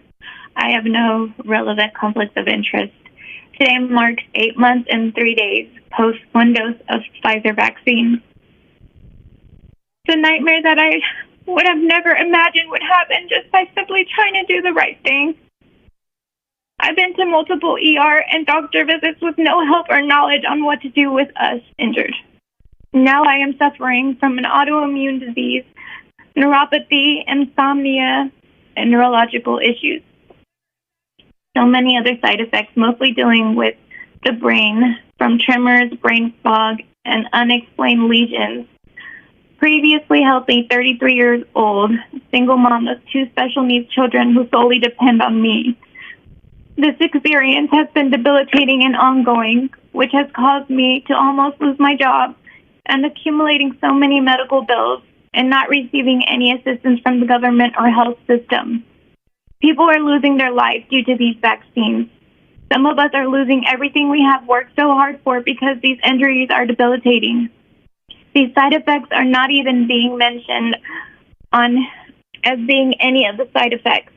We are being swept under the rug and unheard. We need help, we need to be heard, and we need for people to be informed on risks that are associated with these dangerous vaccines. Please help us. We need to be heard and acknowledged.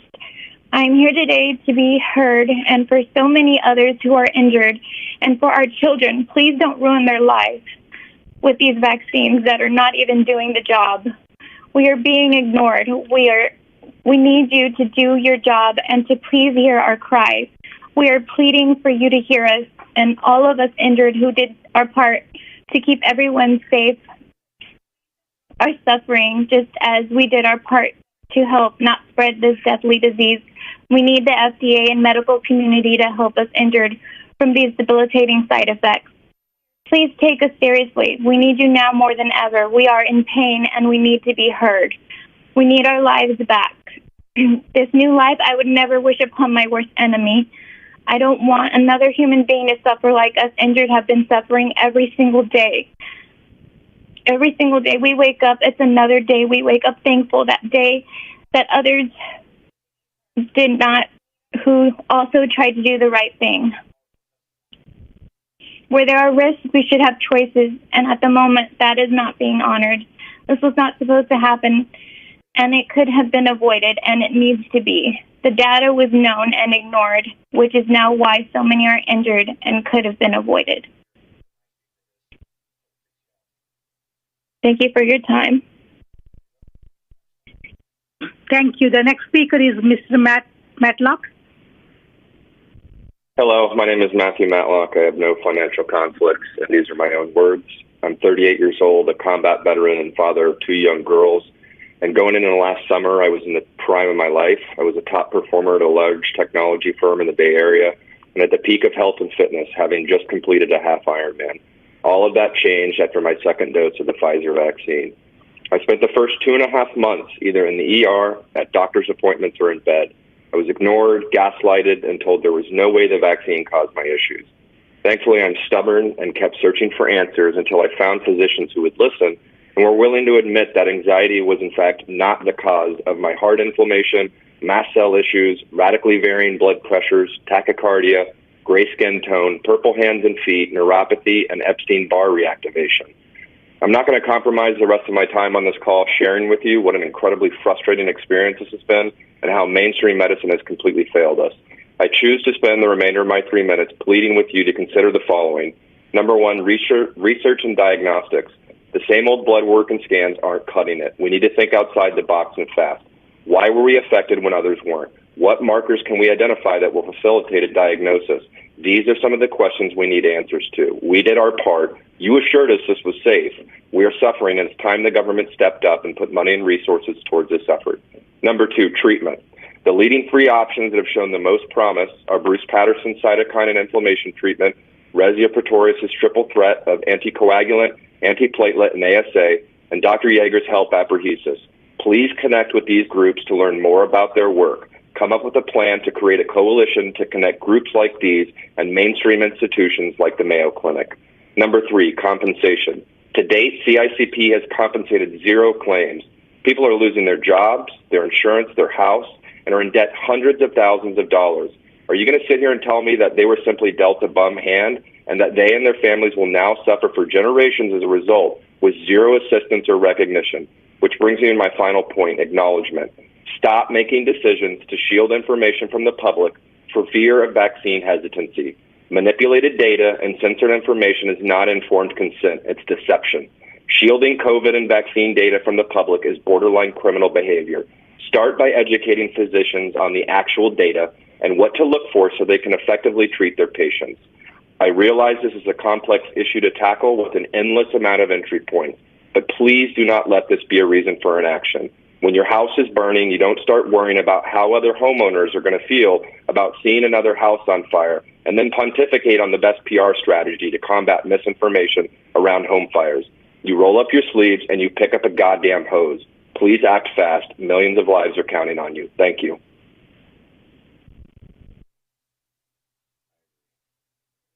Thank you. The next speaker is Daniela Clark. Ms. Clark. Hello, my name is Daniela Clark. I have no relevant conflict of interest to declare. I'm a 45-year-old wife and mother of 2 daughters. I was healthy and active before getting the Pfizer vaccines. I received my first shot on August 11th. I only felt an achy arm that night, no other symptoms. I received the second Pfizer vaccine on September 1st. That night, my arm felt achy, and I noticed the same achy feeling in my spine. I went to sleep and woke up the next day with wrist pains. Later that week, they progressed to arm muscle pains. Then about a week later, the neurological symptoms started. One day, I scratched my face, but it felt like my hands weren't getting the full message from my brain, as if they were only receiving about 60 to 70% of the command. It was like a numbness. My hands continue feeling this way. My symptoms then progressed to weakness in my legs, severe sensitivity to sound, tinnitus, tremors, twitches, insomnia, brain fog, head fullness, and burning neuropathy. My life went from wonderful to horrific because of the vaccine. Simple things like eating dinner with my family became difficult. The noise sensitivity was so intense that I could no longer sit with them. The sound of people talking and of their forks touching their plates was too much for me to bear. Everything that made me happy was taken from me. I couldn't go to my daughter's sporting events. I couldn't go to dinner with friends. I could barely leave my house. I felt so sick I was constantly throwing up. I ended up losing 20 pounds. Another symptom that I experience every single day is burning neuropathy. It feels as if someone rubbed sandpaper on my skin. Other parts feel hot, like a sunburn. I also now have tinnitus. It's something that I hear all the time. It never stops. It's like a buzzing alarm constantly going off in my head. The weakness in my legs has consistently gotten worse. It's scary for me to think about what my future may be. I went from a normal, healthy life to a life of chronic pain and uncertainty because of the vaccine. I have seen the best doctors located in my area. They all agree that the vaccine has caused a neurological inflammatory response, but they have no idea or direction on how to help me. The FDA tells them that the vaccine is safe and effective. They don't know that it can cause small fiber neuropathy or any of the neurological symptoms that I'm experiencing. They need to hear it from you. They need to know that the vaccine can cause chronic neurological symptoms. We need research. We need the government to fund research to help us find treatments. Doctors need studies that they can reference when treating us. Adverse reactions to the vaccines are happening. We need you to acknowledge our adverse reactions. We need research. We need treatment options. Please help us.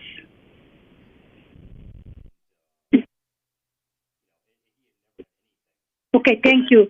The last speaker for this session is Ms. Pamela Warren. Good afternoon. My name is Pam Warren, 48 years old. I have no conflict of interest. I was vaccinated on January 8th, 2021, and again February 8th, 2021, both times Moderna. At the time, I worked at the American Red Cross running apheresis machines collecting life-saving blood for blood banks. This required starting IVs with precision over and over during my shift. As a healthcare worker, I was eager to get vaccinated to protect myself and the people I worked with. I got vaccinated early without any hesitation. I believed that these vaccines were safe and effective as promised. I trusted the system.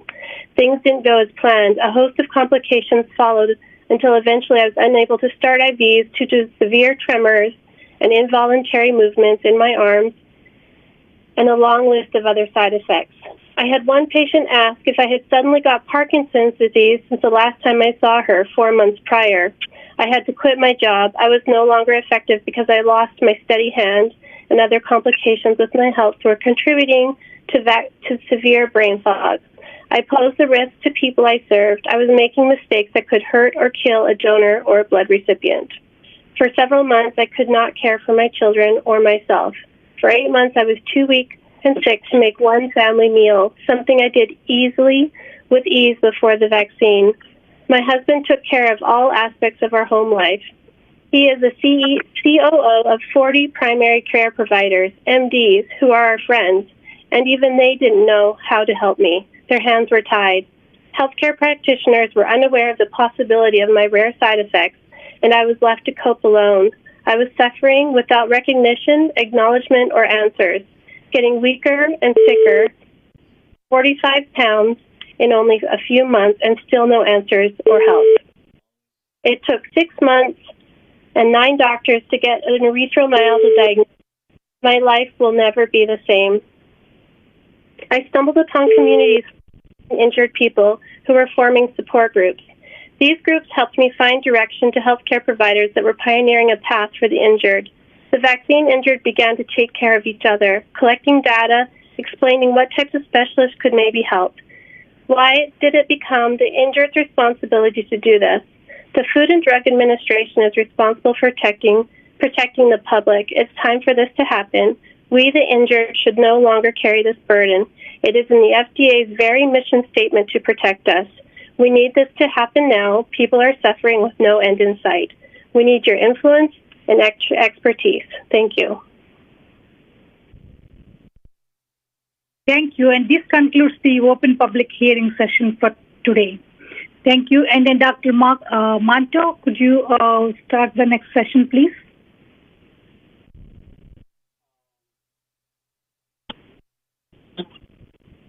Thank you, Prabhas. We now move back onto the published agenda. We next hear from Dr. Ware,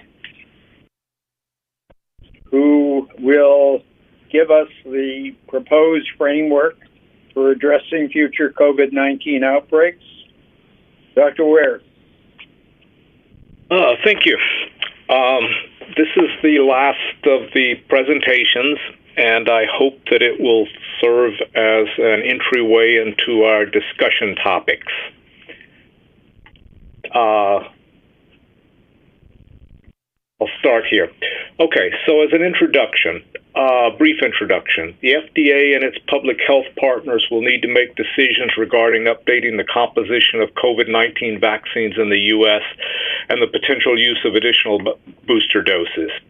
The committee will be asked to discuss the process that would be used to update the composition of COVID-19 vaccines in the U.S. in consideration for the use of additional booster doses. The discussion following this talk will focus on when should such decisions be made and how should such decisions be made. In other words, what are the criteria?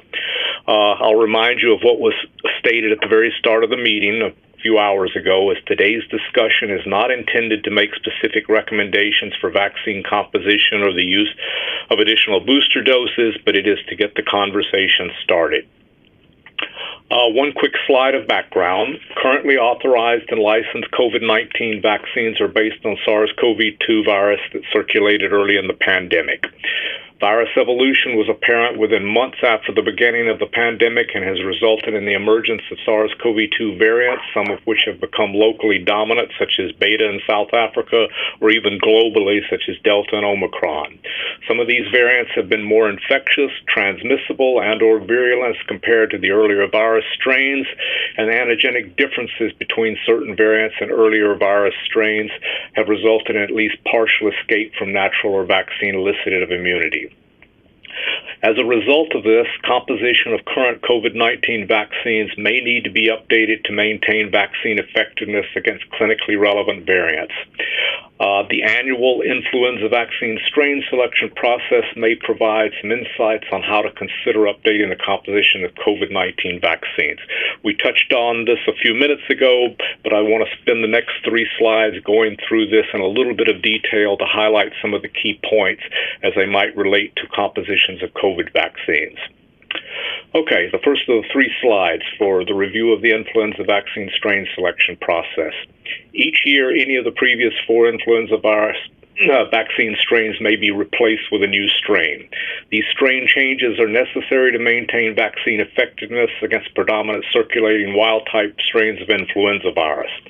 As you heard earlier from Kanta Subbarao, the WHO Global Influenza Surveillance continuously monitors evolution and spread of influenza virus strains, and twice a year the WHO convenes an invitation-only consultation of experts to review and analyze data and make recommendations for the composition of the virus of the influenza virus vaccines for the northern and southern hemispheres, respectively. The same questions get asked at each one of these composition meetings, and these are relevant to COVID-19 vaccines too. Are new, in the case of influenza, drifted or shifted influenza strains circulating? Are these new viruses spreading in people? Do the current vaccines provide protection against new circulating strains of virus? And can new vaccines with well-matched antigens be manufactured in a timely manner? Slide number 2 in this group. The WHO consultation reviews and analyzes data on global epidemiology and the genetic and antigenic characteristics circulating seasonal influenza viruses. Following the review and analysis, the WHO consultation makes recommendations for the composition of the influenza virus vaccines. The February consultation makes recommendations for the next Northern Hemisphere influenza season, and the vaccine is available in about 5 to 6 months. The September consultation makes recommendations for the subsequent Southern Hemisphere influenza season, and vaccine is usually available in about 3 to 4 months. As always, the WHO notes that national or regional authorities approve the composition and formulation of vaccines used in each country. To do that, the FDA then convenes its Vaccines and Related Biological Products Advisory Committee, our VRBPAC, this committee, approximately 1 week after each WHO consultation to make recommendations for the composition of influenza vaccines in the U.S.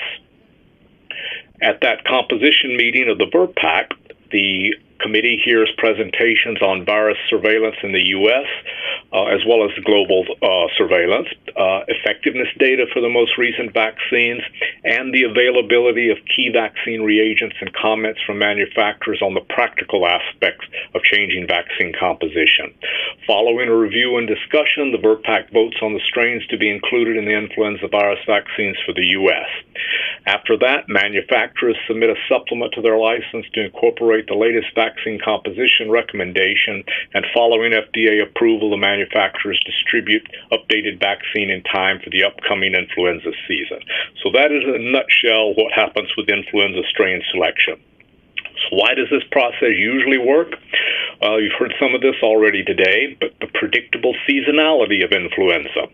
Another reason is that most influenza vaccines are of similar platforms. Even today, most of our vaccines are egg-based, but regardless of the platform, the timelines necessary for updating vaccines are fairly similar for all manufacturers. The virus genetic and antigenic data used for decision-making are generated by the WHO collaborating centers, the essential regulatory labs, and other WHO reference laboratories. I'm not going to talk much more about this, but it is something to keep in mind of the source of the data that's used to make that strain selection decision. Another reason the process usually works is animal sera and in vitro data reliably distinguish antigenically different viruses. These antigenic differences among viruses generally predict differences in immunogenicity and the corresponding clinical response to vaccines.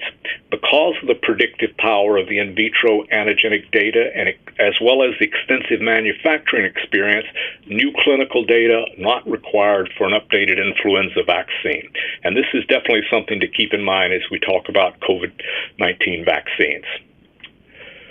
There are some times when the influenza updating process does not work well.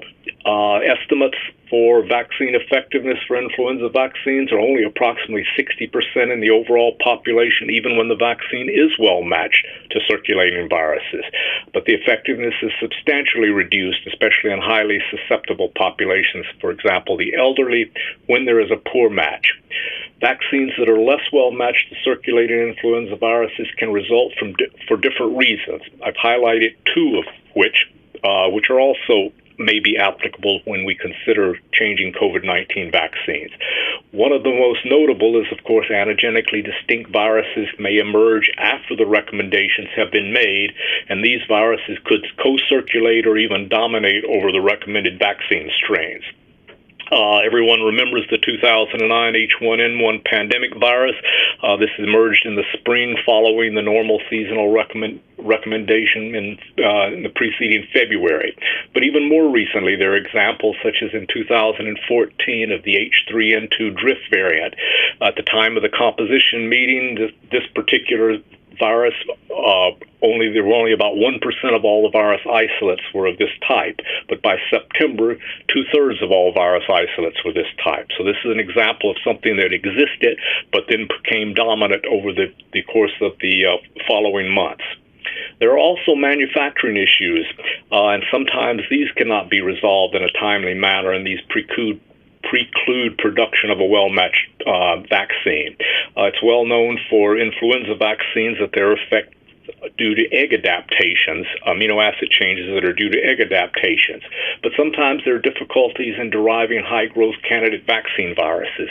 Now, both of these examples are probably unique to influenza virus vaccines, but what I wanted to do was highlight the point that manufacturing issues are always something that have to be considered when one makes any change to a vaccine. For influenza, there are some contingency plans in the that are available in situations of severe mismatch. And there have been examples of supplemental vaccines that have been made. And usually this means that both the WHO as well as the national regulatory authorities like the FDA convene and make a decision to make supplemental vaccines. The 2009 pandemic monovalent vaccine was one of these, but there were other examples even as far back as 1986 when supplemental vaccines were made. Now, clearly this is an example, a framework that one could consider for how one might make changes to COVID-19 vaccines. But there are obvious challenges to adapting such a model, the influenza model, to COVID-19 strain composition decisions. And I think I have several slides that just list some of these. Some of these may have already been mentioned earlier in the day, but we'll go through them again just so that we're aware of all the things that one needs to keep in mind. SARS-CoV-2 variants have not appeared in a predictable seasonal pattern, at least not yet, and they have not always spread globally. Nevertheless, as you saw in some earlier presentations, there have been substantial waves of virus waves each of the past 2 winters. There are also, unlike influenza, there are actually more types of vaccines being developed and produced for COVID-19. These multiple vaccines are either in development, authorized, or licensed. And as you've heard in a couple of different talks, several manufacturers are evaluating vaccines with updated compositions. These include variant-specific monovalent vaccines as well as some multivalent combinations. And these clinical trials are ongoing and at various stages of progress. We hope that some data from these trials will become available over the next few months. But it's important to note that the development of modified COVID-19 vaccines by the different manufacturers, these trials are not being currently coordinated with respect to strain composition being evaluated. I think Dr. Johnson touched on this during his talk. And also, I think he touched on the fact that time needed to manufacture an updated COVID-19 vaccine may differ significantly depending on the vaccine platform, as well as things like the manufacturer's experience, as well as manufacturing capacity. Some more challenges to adapting the influenza model. Because of limited experience to date, FDA currently requires vaccine-specific clinical safety and effectiveness, immunogenicity, data to support authorization of a modified COVID-19 vaccine from any given manufacturer. This clearly adds to the time involved in updating a COVID-19 vaccine.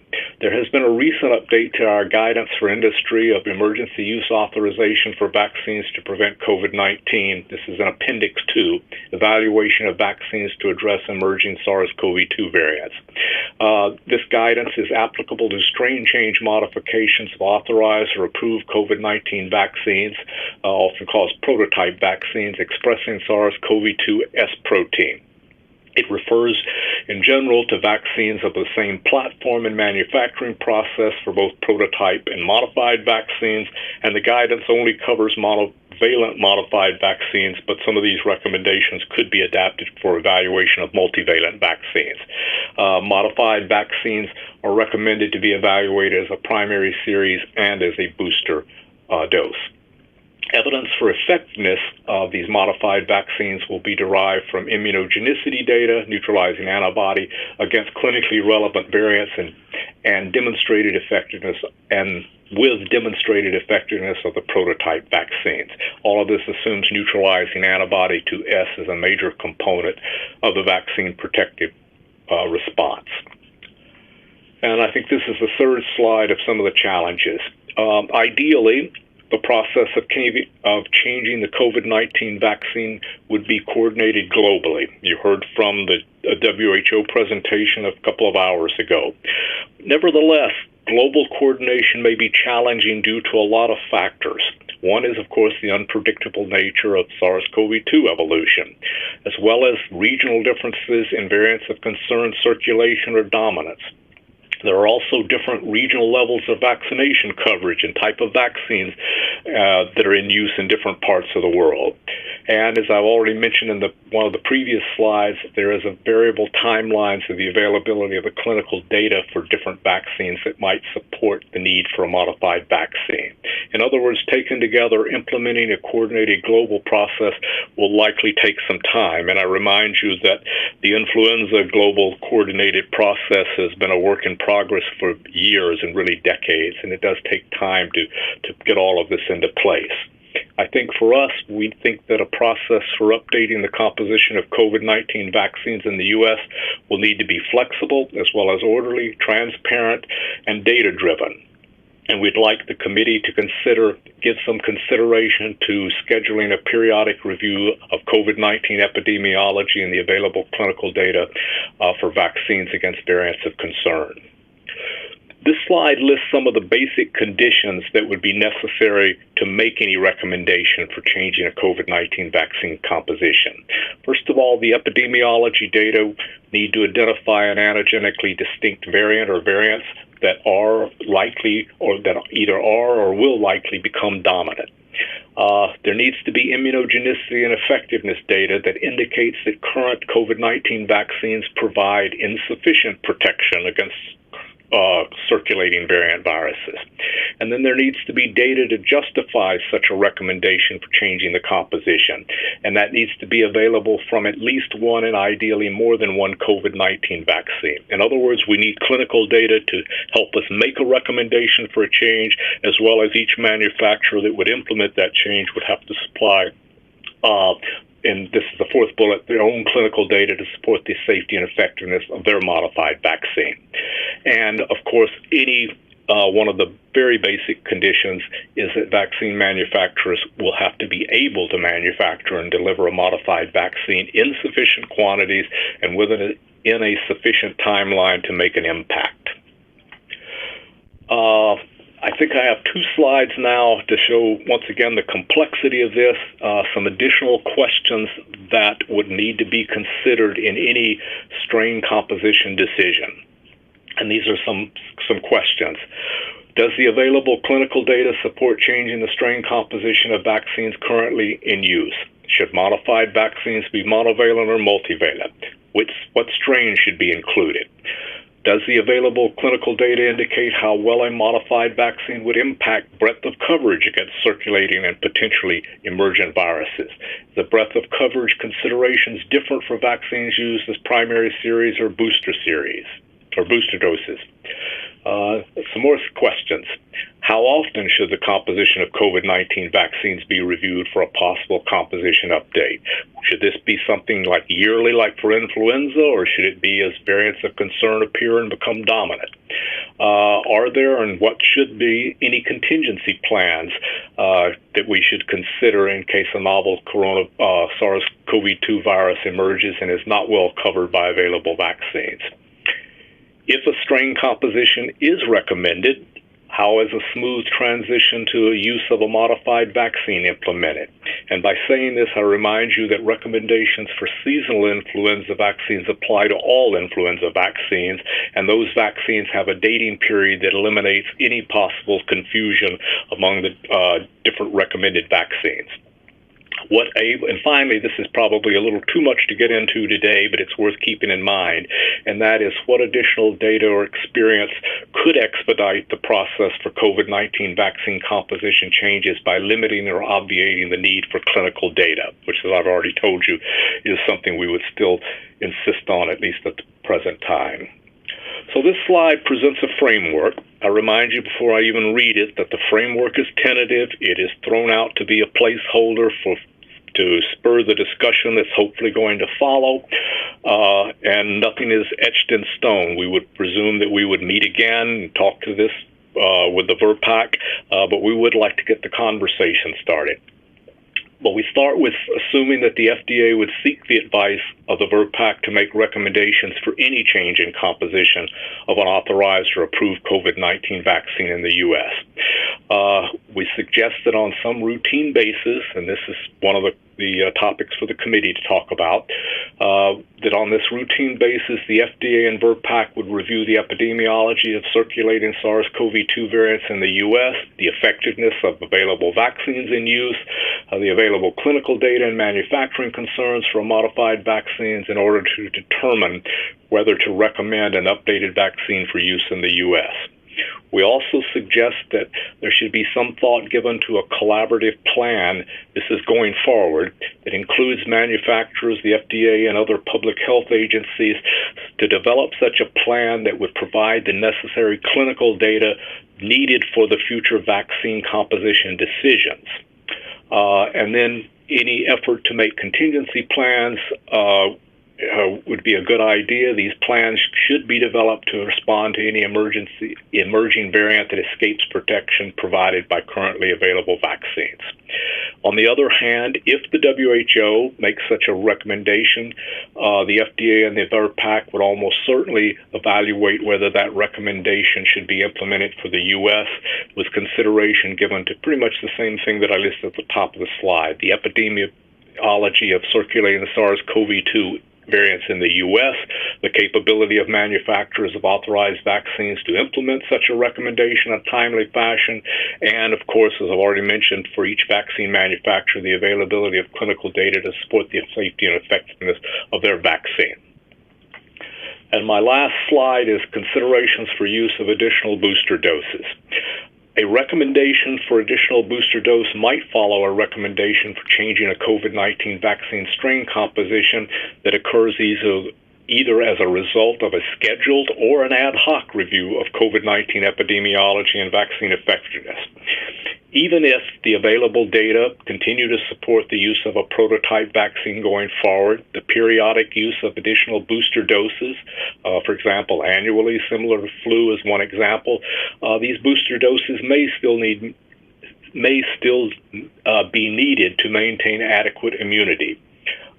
Any recommendations for the use and the timing of additional booster doses should consider the goals of the vaccination program, for example, preventing morbidity and mortality as opposed to mild disease, infection, and transmission, should consider which populations the additional booster doses are warranted, as well as practical and operational aspects of public health vaccination.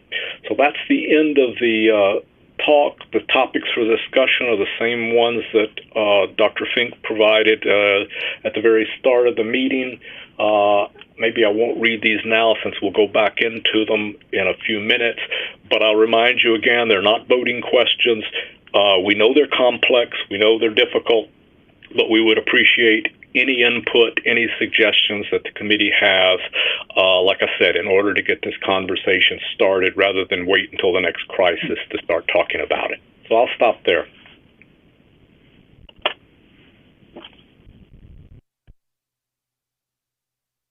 Well, thank you, Dr. Ware. You've given us a lot to think about.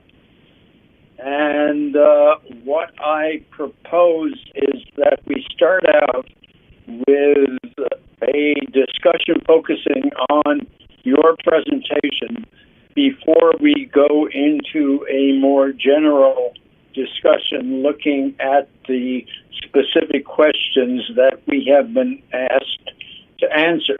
And I'll start out by focusing, which is my biggest worry, on the timeline that Dr.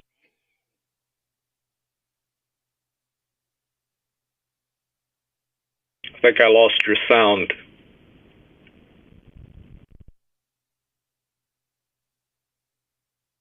Dr. Monto, we can't hear you.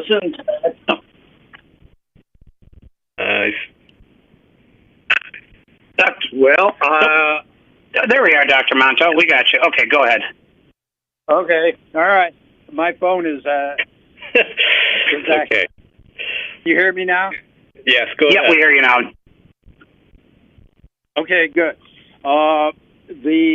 What I was saying is that my concern is the relatively short timeline we have in order to develop some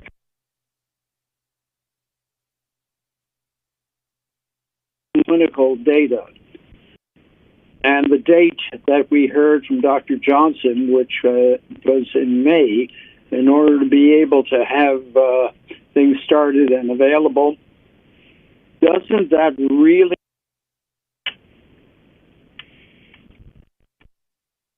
once again lost you.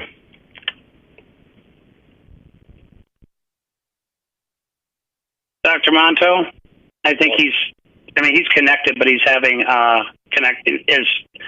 he's on his cell, and I bet you he's just dropping for a second there. So let's just give him a moment.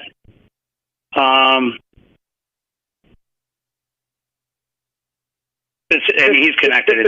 This is Peter Marks. I think Dr. Monto was trying to say that there's a very compressed time frame here to be able to make a decision regarding the booster composition based on what was presented by Dr. Johnson. So I think that's probably what he was. That's exactly it, and I'm right. And I'm worrying about the need for clinical trial data, because the clinical trial data has to come from existing variants. You can't do a clinical trial on a variant that's going to emerge.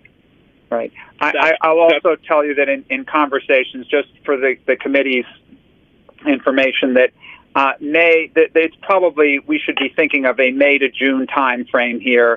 There is probably some wiggle room, but that's not a lot more time, but it's a little bit more time. Yes, and so we do think that we're going to have some clinical data from some manufacturers over the next couple of months. But even back to what you just said, Dr. Monto, even some data on variants that may not be under consideration may help us understand how, for example, a bivalent vaccine may work. So there are some things that we can learn from whatever clinical information we can look at. Okay, let's go on the list. Dr. Meisner.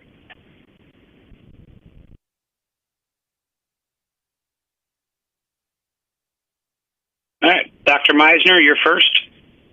Yes. Sorry, slight delay here.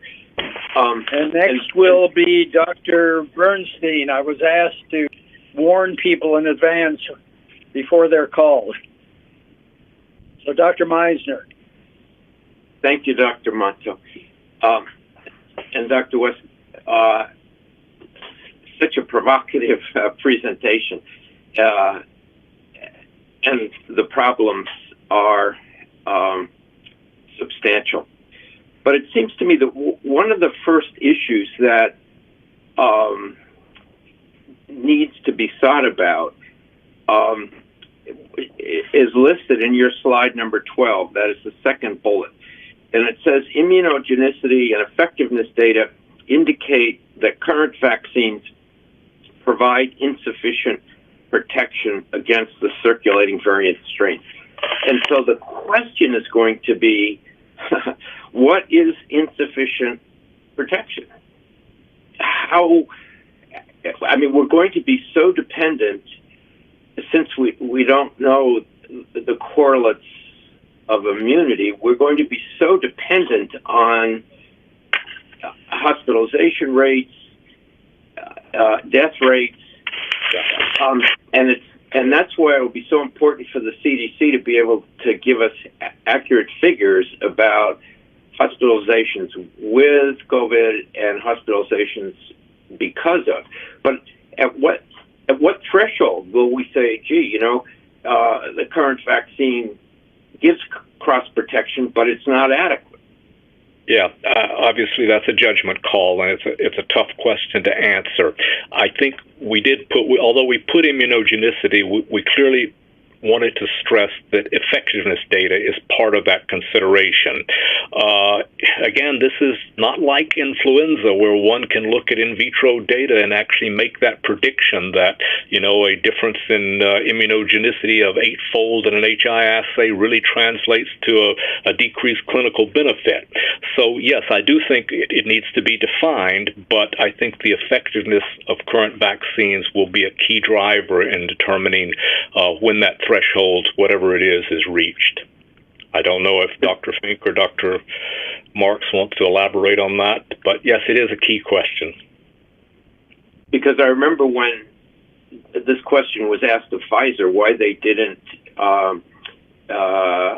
work off the Delta strain, and why did they continue to use the Wuhan strain, the D614G mutated Wuhan strain.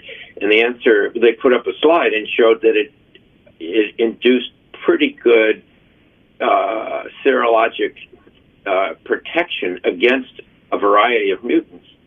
And, that was probably accurate. So at what point will we say the vaccine isn't working well enough? Again, I think it's a tough question. I think effectiveness data is probably going to be one of the key drivers, because I'm not sure that we can easily at this point in time point to a particular drop in immunogenicity that we know translates to that effectiveness data. Hopefully over time we will get something like that, but I don't think we can right now. Thank you. Let's move on.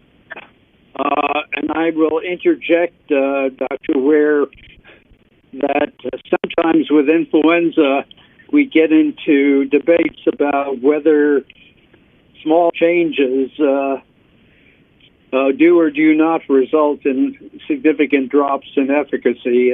This year is a case in point. So it's a mixed blessing with having a pseudo correlate of protection with influenza. Dr. Berger, I see you're, at least in my list, is the next hand is yours. So, Dr. Berger. Thanks. I'd like to actually just follow up on what Dr. Meiser was just talking about, which is what is the real efficacy we're looking for here. And I think your slide, and I'll point to it on slide 16, which is what's the goal of the vaccination program? Is it to reduce infectivity? Is it to prevent cell disease? Is it to prevent severe disease? And I think one of the things we need to be cautious about is making sure that whatever we're indicating is the efficacy here, that there is actually causality.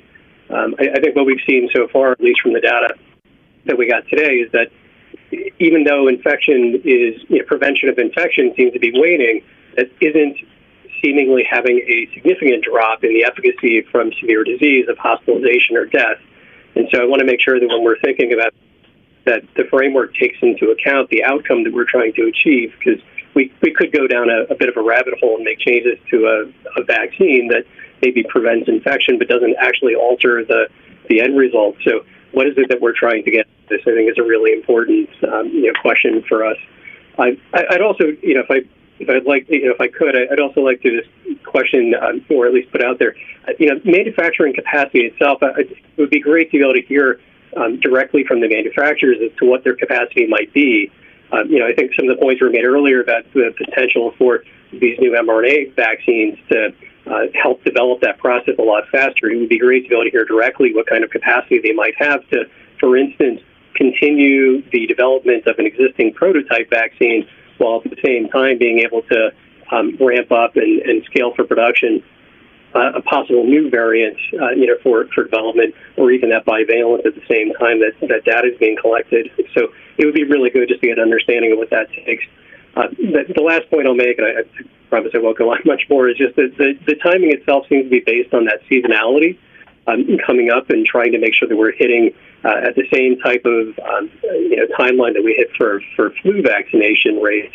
And I'm not sure that right now the data supports seasonality for COVID-19. So, we might actually be on a different timeline. I recognize that there are those implementation questions about, do we go ahead and try to suggest that this would be given at the same time you would give a flu vaccine, or are we asking the public to come in for a second shot?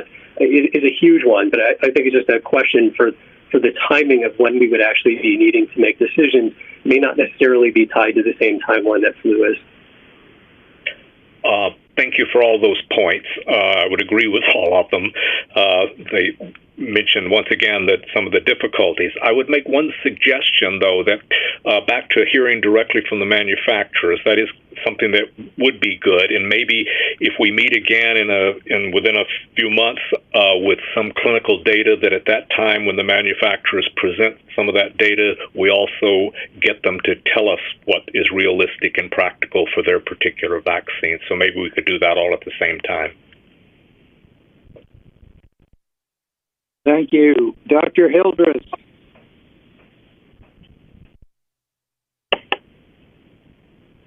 Hello, can you hear me? Yes. I just want to follow up on a point that Dr. Meisner made earlier, which is that about immune correlates.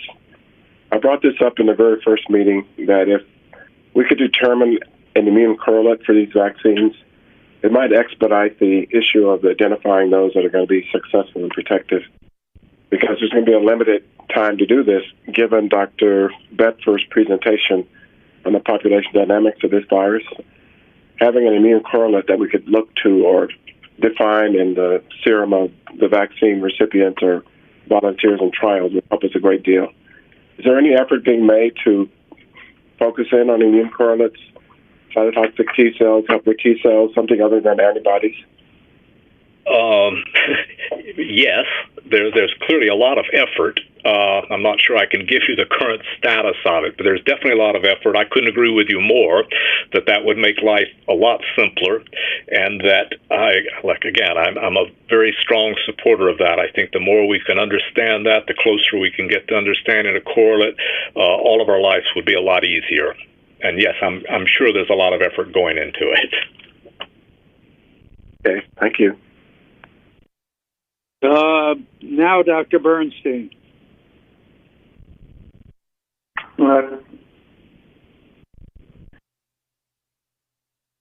Thank you.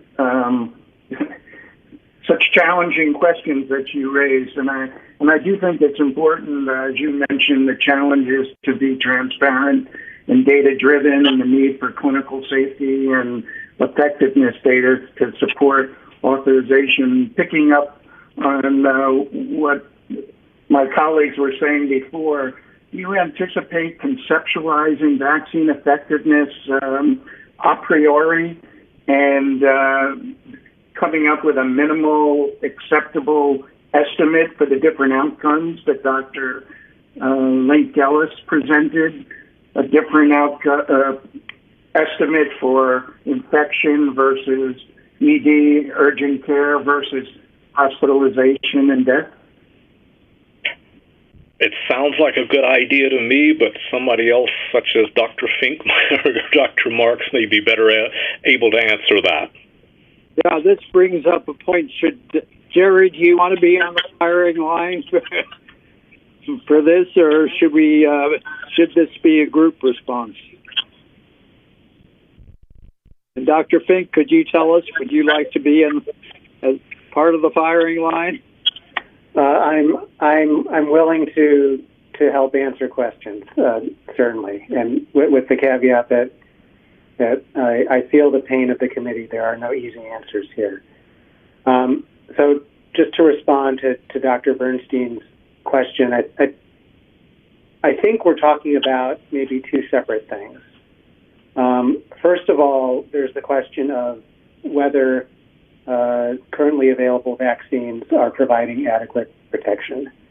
That's what Dr. Meisner brought up, and how do we know whether currently available vaccines are providing adequate protection? And there, as Dr. Weir answered, we're going to be relying heavily, mainly on vaccine effectiveness estimates from studies such as the CDC has presented earlier today. And we will need to ultimately decide what threshold level is that we would consider to be acceptable versus unacceptable. And I wish I had a suggestion now, but I don't. And I would be interested to hear the thoughts of the committee on this, on what this sort of threshold might be.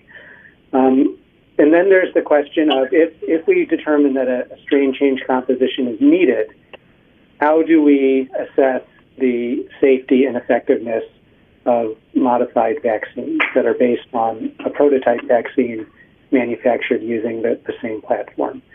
And there, Dr. Weir presented a slide that referenced our EUA guidance, and specifically an appendix in that guidance, where we lay out the considerations and actually at this time the requirements for clinical evaluation of modified vaccines, looking at safety and looking at immunogenicity. These are not large studies, but they are designed to provide what we think is the essential minimal information that one would need to really feel comfortable deploying a modified vaccine. And in terms of the immunogenicity data, if you look into the details of that guidance in that appendix, we request a variety of immunogenicity analyses using a variety of input viruses in neutralizing antibody assays to assess the breadth and magnitude of the immune response elicited by the modified vaccine in comparison to the prototype vaccine. And it would be based on the totality of data looking at those immunogenicity analyses in aggregate that we would have to make a decision as to whether there is a compelling reason based on those immunogenicity data to conclude that the modified vaccine would have an advantage over the prototype.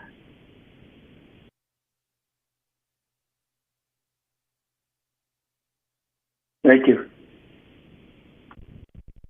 Not easy. Okay, let's go on to Dr. Jans.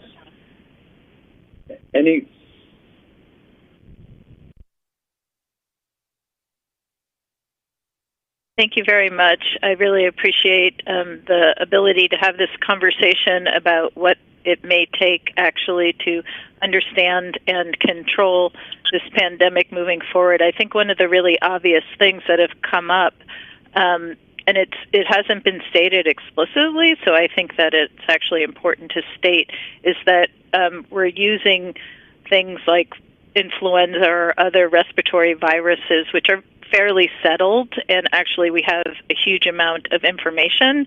And obviously what we're all grappling with is that this is an unsettled environment in which we're trying to move forward. And while it's helpful to use some of these other platforms, obviously there's been the obvious differences that have been pointed out. And I think what's really important, and I appreciate Dr. Weir, you saying, like, I think that we actually have to come together with some of the information that we've been asking for today in a very routine and systematic way moving forward until this is settled science, and that we actually can move to a less frequent meeting of the minds. And I think a couple of things that people have really talked about, but what I think the committee needs to hear in order to actually make some of the recommendations that have been asked of us and will be voting later on at some later point, are all these ideas of correlates of protection. So while everyone's saying there's studies out there, things are happening, I think there actually has to be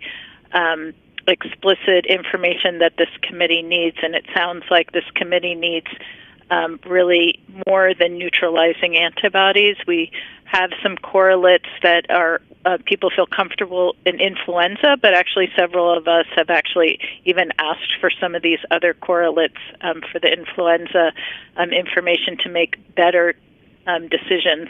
Anyway, so obviously T cells are important, and I think what people have fallen back on is really trying to do complicated T cell studies, and there have been several labs that have done things like IGRAs, for instance, that actually are helpful and could actually move people forward potentially in a easier way and actually have them more commercially available.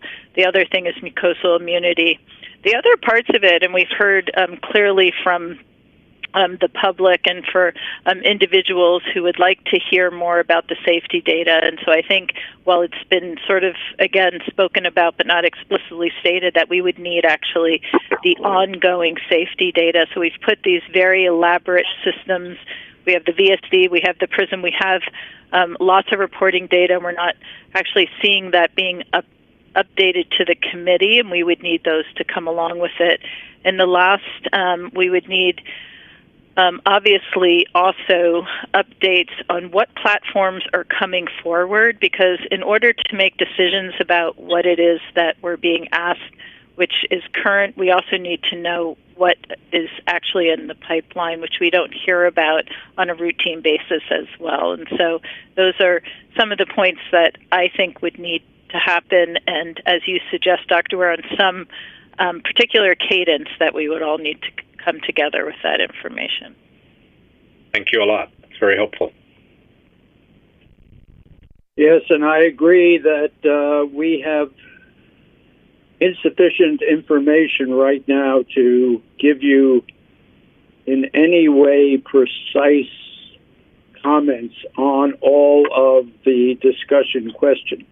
I had hoped that we would hear more about some of the trials that are in the pipeline, clinical trials, because this might help us in going forward. But and there are a lot of other things that we would need.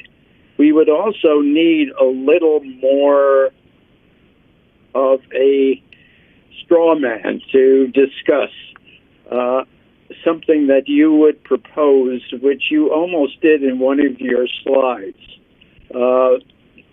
rather than more of these open questions, such as how often should the adequacy of strain composition for advanced available vaccines be assessed.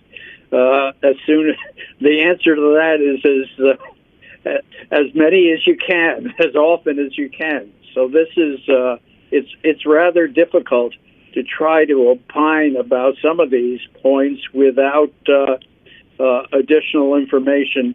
And as I was saying, some proposals. Even though, at least for discussion. Having said that, let me call on Dr. Rubin.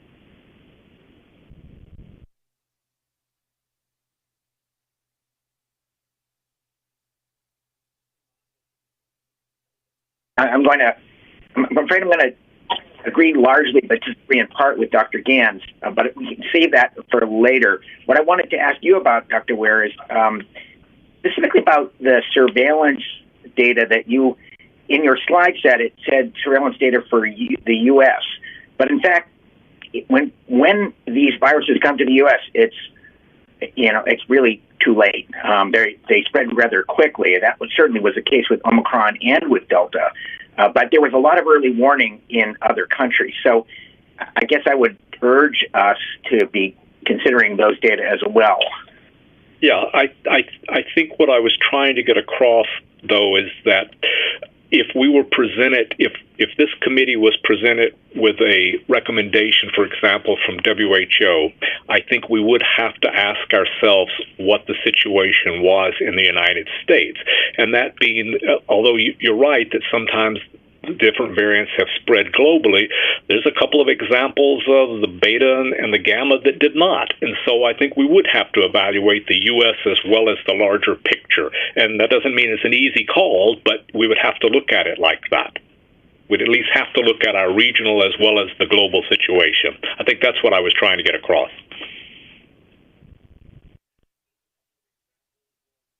Dr. Offit. Yes, thank you. I guess what I'm struggling with a little bit is the use of the term booster. I agree with Dr. Berger's premise and Dr. Meisner that a reasonable goal for this vaccine is protection against serious illness. I mean, this is a mucosal virus. I mean, like all mucosal viruses, whereas natural infection or immunization can protect against serious disease, it's not going to be very good at protecting against mild disease because neutralizing antibodies will last for several months, but usually be well down after 6 months, which is what we're seeing here. So the good news is that at least to date, for all the variants that we've seen, it looks like protection against serious illness is holding up, and that is consistent with studies by, people like John Weary and Shane Crotty showing that you still have high frequencies of memory B cells, memory T cells, 6 months, 8 months, 9 months later. So that's good.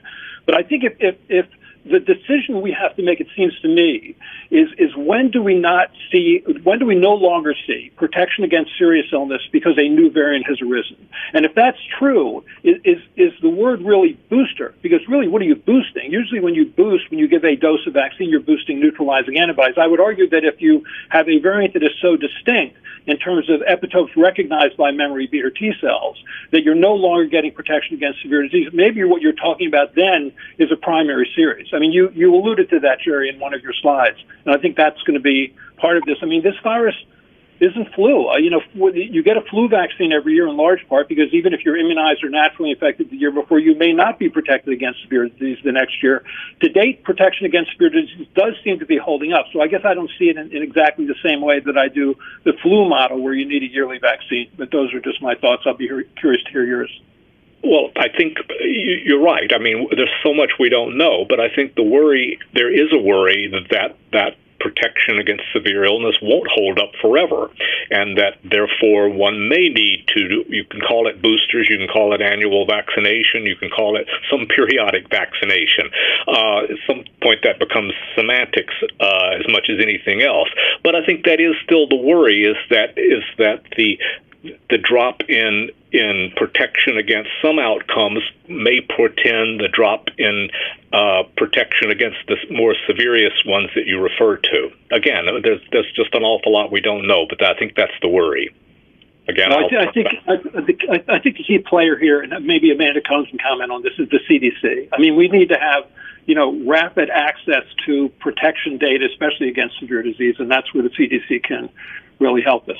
So thank you. Can I make one quick comment both for you and back to Dr. Monto? I mean, if we come back to this committee and talk about this again, of course we would bring in the CDC, we would bring in all sorts of experts, and we would cover everything we could before we would throw out a straw man for you to consider.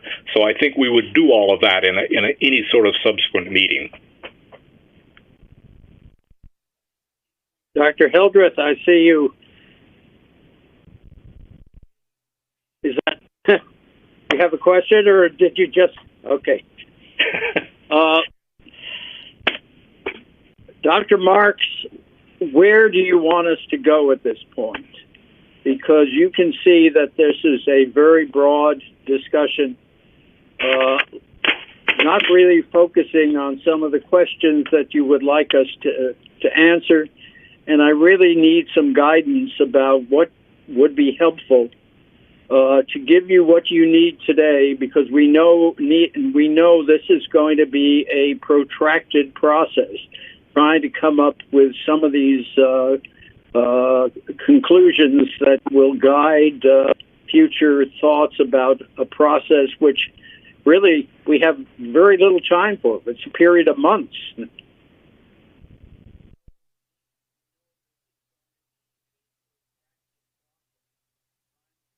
Thanks very much, Dr. Monto. I think it might be helpful to put up the slides with the questions and perhaps see if anybody wants to add anything as we go through and flip through I think there were, 4 in total. Would that be acceptable?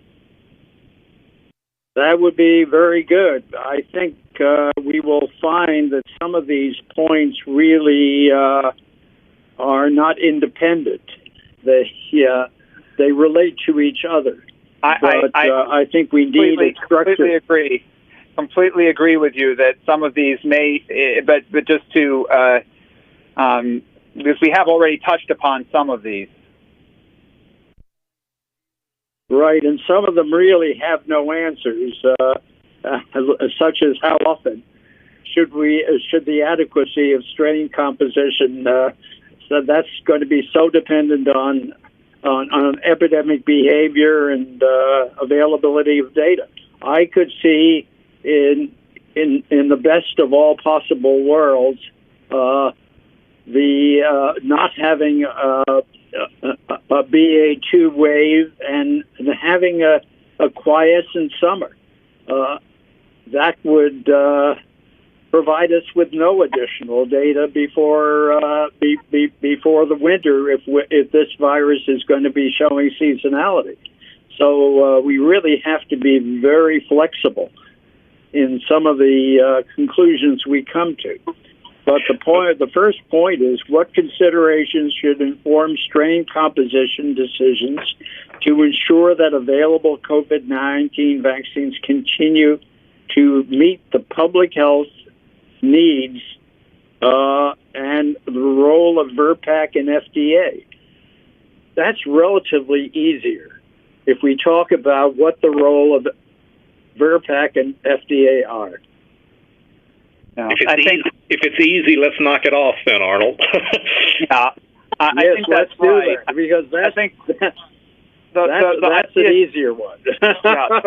So the idea here, I think, especially since some of our members would like to be opining as frequently as possible.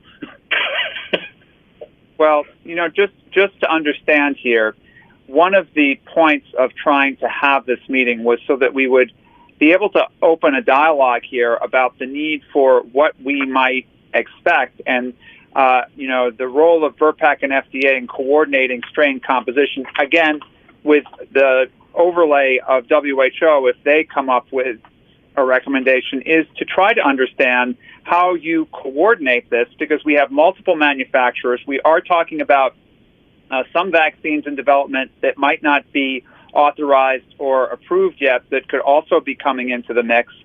How do we essentially unify what we're doing for a booster? Because I think, or that was, I think, one of the principles to discuss here is there some import into doing this unification? Because the one could say, well, just have different boosters from different manufacturers, and if somebody wants to make an Omicron monovalent and somebody else wants to make a bivalent Omicron prototype, those would be just fine. On the other hand, I think that from a public health perspective, at least what we were thinking, and I think open for the committee's input, was that given the potential confusion that could occur with that type of an approach in terms of our mixing and matching of vaccines, it might be better to try to have a unified approach with a strain selection or a variant selection, much the same as we do for influenza. Over.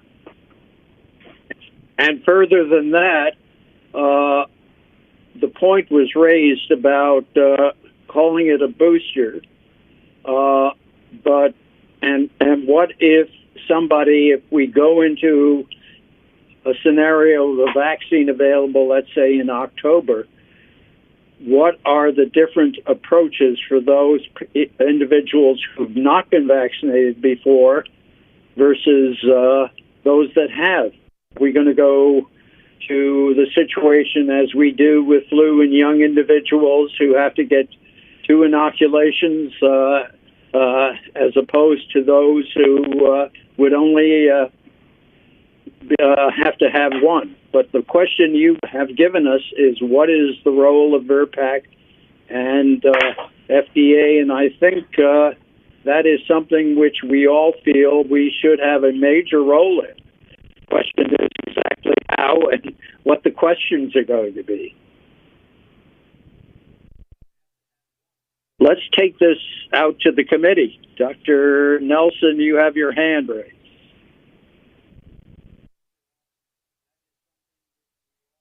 thanks for shifting gears, Dr. Monto, to a very difficult but perhaps easier question with regards to the role of VRBEC and FDA. And thank you, Dr. Weir, for providing such a structured approach, albeit challenging with respect to the wide open questions that are available. And I will put my foot forward proposing that we do have a unified approach to vaccination and strain content for the vaccines offered here in the U.S., pending any additional data and discussion from the rest of the committee. I think it'll be important, seeing the confusion that's already occurred with the launch of vaccines that have been approved and put out for emergency use authorization by the public, to have different constructs of vaccines available in the U.S. will add increased complexity. But I also do want to revisit the challenges of timelines and the sincere worry that you, Dr. Monto, and I believe other members of the committee have, and perhaps challenge the notion, when you talk about the role of the FDA in this VRBEC committee, in how we approach a change in vaccine construct. And the reason I bring that up is I reviewed the timeline of the Omicron wave that we just experienced. Even if we had a perfect kaleidoscope, November 26th was the identification of the variant of concern. December 1st, or early in December, the first U.S. case was reported. So that represents less than 5 months since designation as a VOC and approximately 3 months after the first U.S. case, when we didn't even know whether that particular variant was going to hit the U.S. So to make a decision on a change in vaccination and to launch it in time to prevent that disease would not have occurred with the Omicron variant specifically. So had we pivoted all our vaccines to that particular variant, we would be at risk of not only missing the wave, but perhaps being so antigenically distinct from others that will come, we may have missed the boat in providing baseline advancement in immune protection for those variants that are to come. So I would propose that we address or adopt a framework that is more intentional, that really looks at making changes only when we feel it is confident it's going to substantially lead to a longer duration of baseline immunity. There's no guarantee that every emergent variant is going to be the basis for the next variant, unless it's globally present. So I think that we need to use our predictive models and perhaps pivot to a multivalent approach that includes some baseline immunity from historically evidence-based strains providing broad immunity against multiple variants, and then intentionally and cautiously fold in additional variants that may provide a longer range approach to sustained immunity, both on the humoral and cellular side. Be interested in your comments, Dr. Weir. Thank you for that very specific proposal, which gives us a bit of a framework to continue our discussion. Dr. Sawyer. I would like to step off from Dr. Nelson's comments and make a few others from sort of the public health implementation standpoint.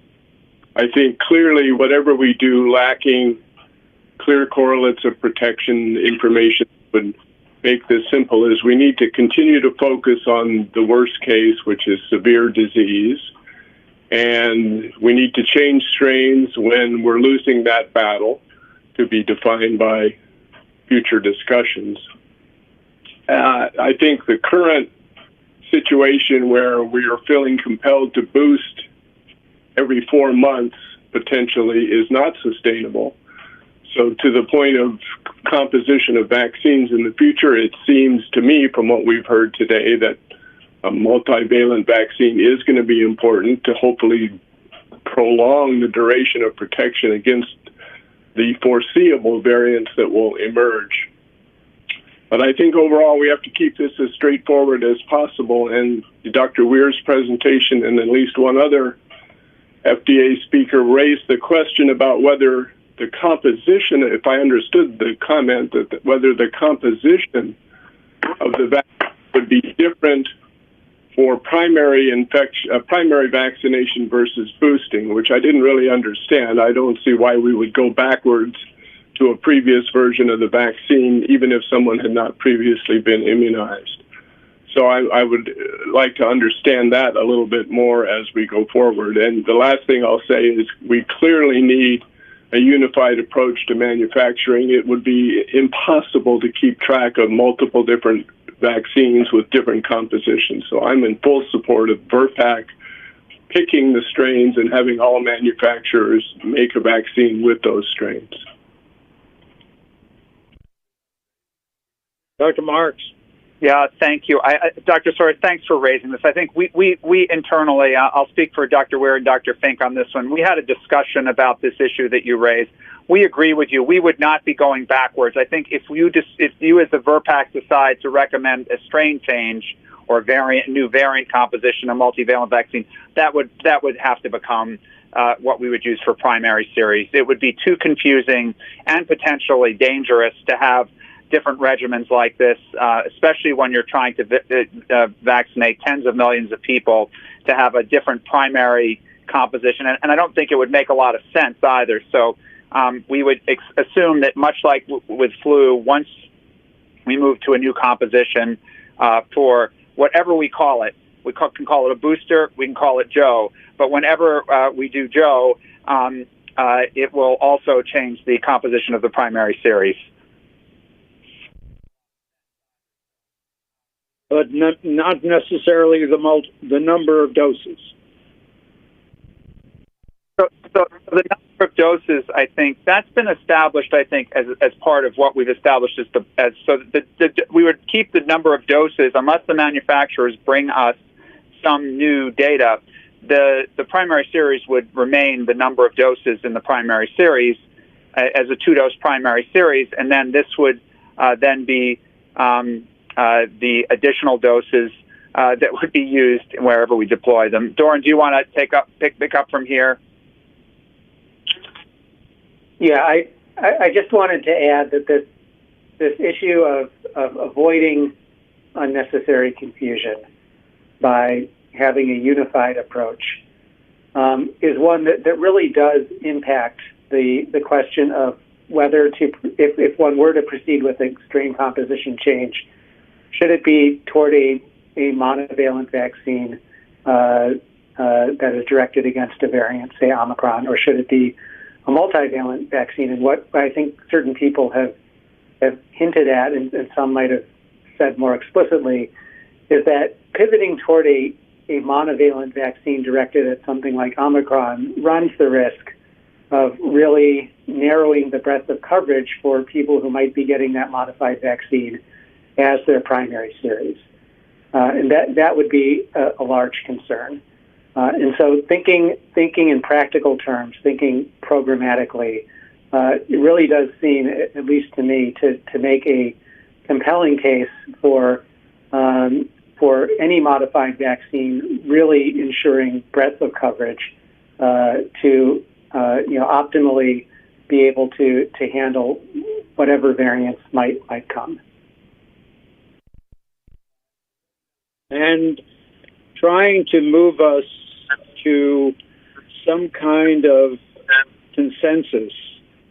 Can we have comments from the committee about anyone who does not feel that what we should be working towards is a multivalent, which could include a bivalent vaccine, which would be uniform across platforms, whatever they may be at the time?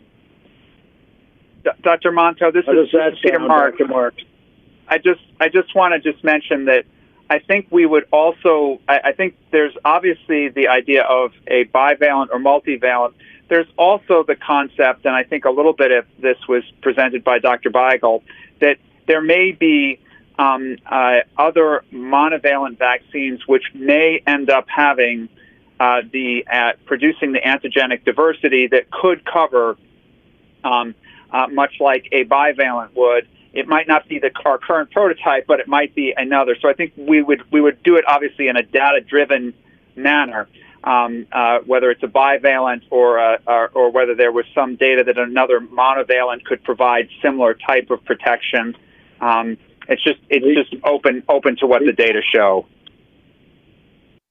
Well, I think whatever we let's then discuss that this would be something which is data-driven based on clinical evidence of efficacy, which is what my problem with something that has not actually circulated, even though it might be that whether you're going to have data on efficacy by the time we have to make decisions. But if that is possible, that would certainly be part of the equation. So let's have some discussion about this in particular. I'll call on the next hand that I see raised, which is Dr. Meisner.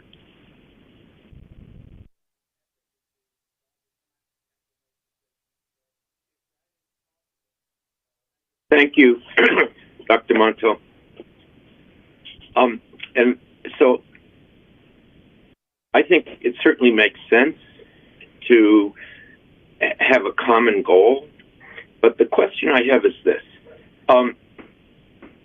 When the vaccine manufacturers make the influenza vaccine, they are aware of a certain market size, and that is pretty predictable, and it will be there.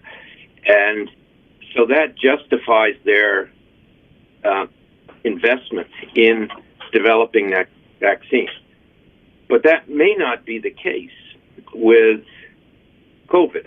That is, we probably wouldn't even have had as many vaccines had it not been for the support from BARDA and which funded Operation Warp Speed. And there probably won't be so much federal funding, and maybe that's not correct.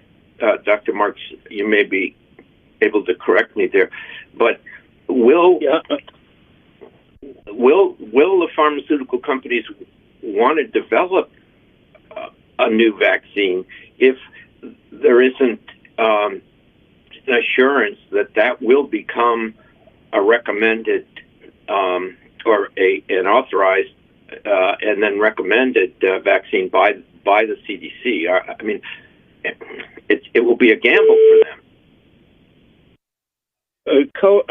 Dr. Marks, would you comment on whether we should be concerned with the marketplace issues, or should we go on the theory that that this is going to be taken care of? Yeah, so it's a great question here. I think that we probably need to be thinking here about the public health perspective of because I think, and Dr. Cohn can probably also chime in from CDC, but I think what I alluded to at the beginning of this idea of waning immunity combined with the fact that, remember, half of Americans have only, as presented by CDC, only half of Americans have actually received a third dose of vaccine. So they probably do not have optimal immunity, and they will not have optimal immunity going into a fall-winter season. We will probably have the increased drift of whatever we are going to see, whether it's an Omicron descendant or some other variant that could come out of kind of out of left field. We've seen that already, so it could happen again. Not likely, but it's there. And the seasonal respiratory virus. That combination makes us think that we probably have to be prepared, at least from a standpoint of national security, making sure that we can protect our population, to have a vaccine in hand.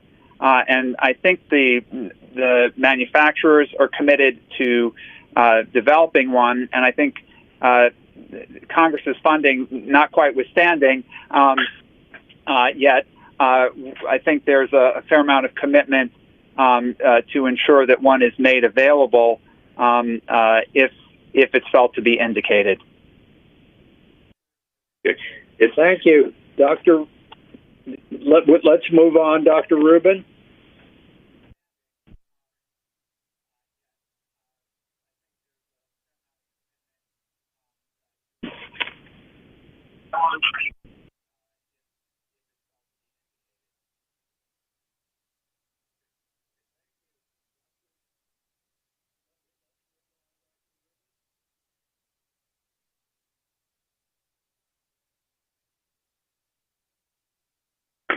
Dr. Rubin, we can't hear you speak. Oh, sorry. Maybe you're on. Sorry about that. Can you hear me now? Yes, we can. Go ahead, please. Okay. Sorry. I wanted to get at the point about efficacy testing, clinical efficacy, that is. It just takes a long time, and the way that waves come and the manufacturing process that we've already heard about are going to take just far too long. You know, we can hope that in some of the current trials going on with multivalent vaccines that we see broad protection, and we hope that that happens. But right now, I think that we are going to have to rely on immunobridging, and remembering that immunobridging is not great right now. What's even worse is that it's not as good for protection of severe disease, which is what our primary goal with the current vaccines is. So I don't think there's any way around the fact that if we're going to do this in a timely fashion, we're going to have to use safety and immunogenicity as our endpoints and not have the clinical data that we'd all love to have. But I don't think it's going to be practical.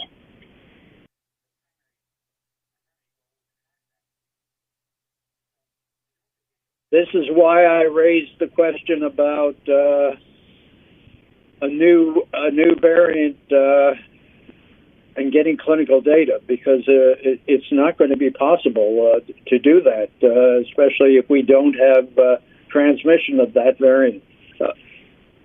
Dr. Levy.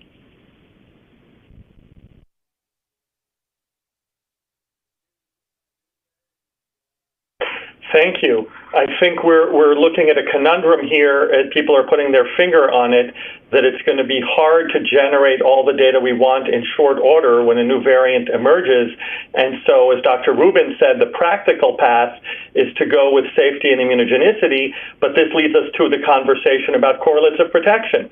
And yes, if the question is, are sophisticated efforts ongoing around the world to understand the correlates of protection, the answer, of course, is yes.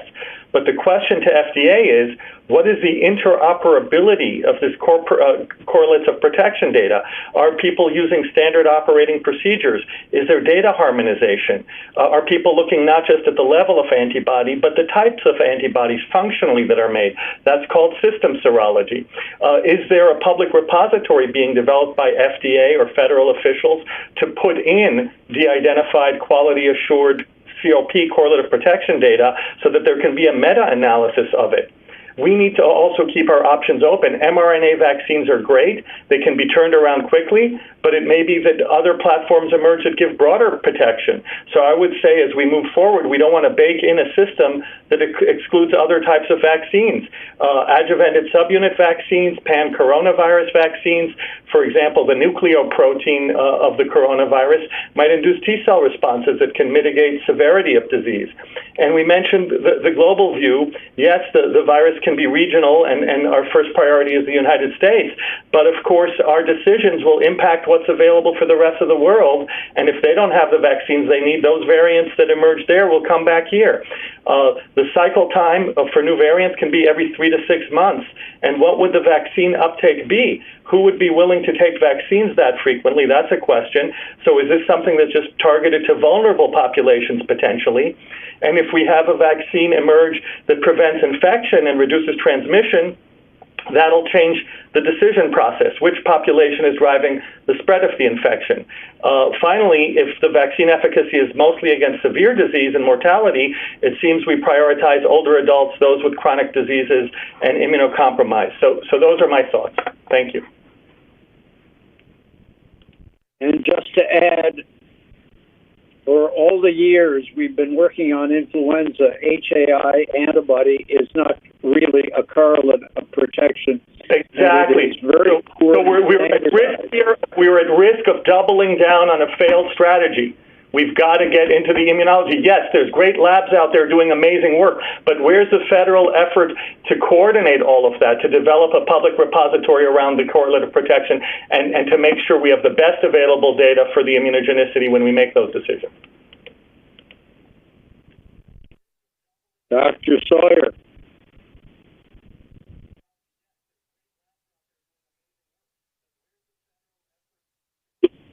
It's not probably in the purview of VRBPAC, but I just want to point out that as new vaccine products start to be rolled out, presumably their availability will be incremental, and so we are again going to have to face prioritization of who should get the vaccines first and work through that at the initial release. So just put that out on the table for us to remember.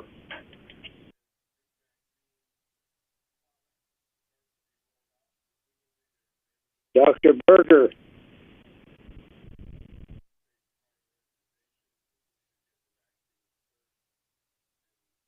Thanks. I think I agree with much of what's been said, but I wanted to push on one concept. And what we've been talking about is sort of putting this into the framework of how we deal with influenza, and are trying to predict what the next circulating virus is going to be, and make sure that we have a vaccine that is targeted specifically to that.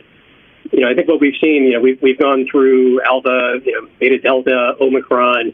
And this has been a couple of years now without seeing a concomitant decrease in efficacy against severe disease. And so, we heard earlier that the mutation rate is something like 5 times the rate of flu at the moment.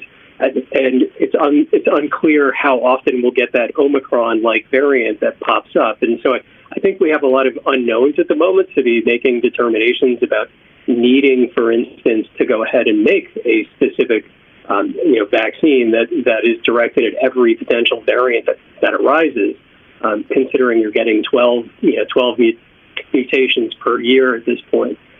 So I'm going to put out something where I'm just going to put it out as a question to the committee is, do we actually need to do this in advance? Or is this something that you could be evaluating after the fact and start developing the clinical data to support a change once we know that there's actually a significant effect on something like severe disease or severe outcomes, as opposed to being preparatory for every potential variation that might arise in a given year?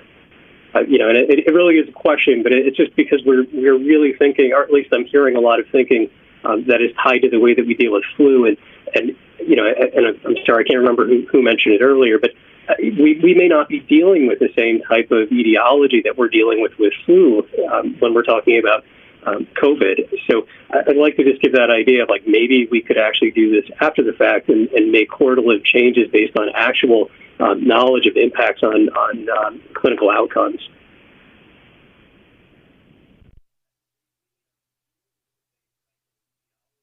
Dr. Marks, how are we doing in terms of helping you with our discussion? And how can we do better? No, I actually think you're doing an excellent job. I think that we've heard some of the challenges here, and I think actually the open public dialogue here about some of the challenges here in coming to select something is exactly what I think is important to have. We're going to have to think about this in a way that is less than optimal, because we're not going to have all the data that we'd like to have.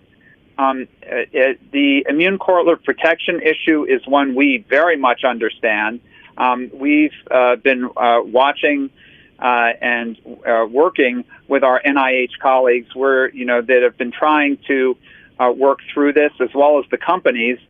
There is not a clear, perfect immune correlative protection, and so we're using poor man's immune correlates of protection here, or poor person's immune correlates of protection with antibody levels. We do know increasingly the importance of the T-cell response, but it hasn't all been integrated yet. And so we are in a place where I think I very much take to heart, I think, what we've heard here, both in terms of wanting to have data, wanting to have a straw man proposal, wanting to have a unified composition, and then wanting to try to advance the correlates of protection as much as we could or can to be able to make better decisions. So I think that has done quite well here. I think the the question of what conditions would indicate the need. It seems like we're saying that would be data driven. And if I heard correctly here, it's basically data driven, and particularly data driven by reduction in protection against severe outcomes, or the prediction that we would have a reduction in protection against severe outcomes. But I'd be happy to have people comment more on that. But in general, I think the committee's input is very much appreciated, and I think you've gotten to a lot of the topics here. I'd open it up to Dr. Weir and Dr. Fink if they have other thoughts about questions they might like to ask directly. Yeah, I think that one of the messages that's very clear is that severe outcomes is what really worries people. And in fact, the fourth dose was really predicated on evidence of beginning reduction in severe outcomes, and not issues of transmission, because transmission was really increasing even with the fourth dose. I'd like to make us feel a little more comfortable about dealing with COVID and not flu, and remind people that with COVID, one variant seems to triumph over all. And we typically are dealing with one variant at a time.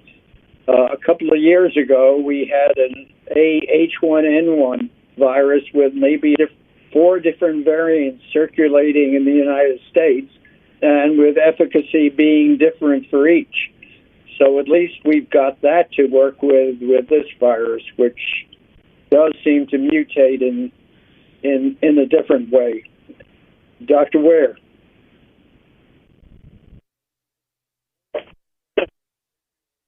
So a couple of things.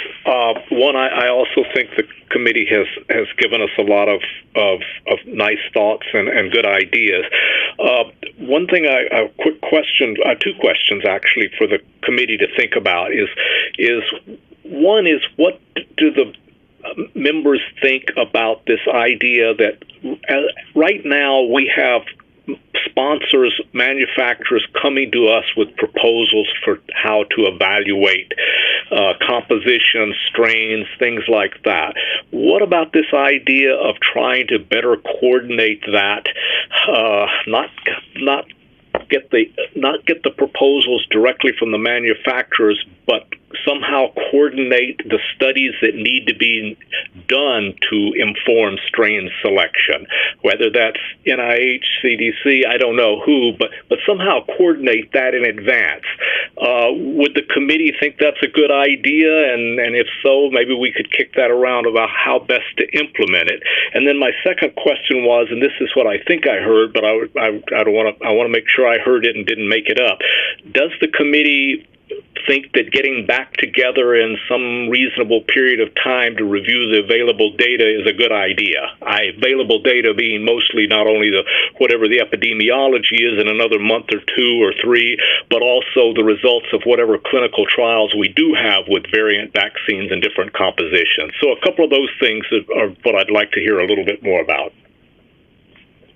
Well, let me respond, and then we'll open things up for the committee to respond on their own. I think we've heard a strong feeling that we need more information on clinical trials that are ongoing, that this was one of the things we heard allusions to, but not a specific description of them. Multivalent trials with some of the variants that have not taken off, which might be more central in terms of providing broader protection. So that's one thing I've heard from the members. The other thing, which I think again, I'm going to ask the members to comment on, is that, yes, we do need more attention to some of the various issues which are interagency, but the usual problem with those issues is a way to make them work. And I don't know that this committee is in the position of discussing interagency attention to some of these very broad issues, which may be more in the hands of NIH or CDC or BARDA. So let's have some discussion about those issues. I see Dr. Marasco's got his hands raised.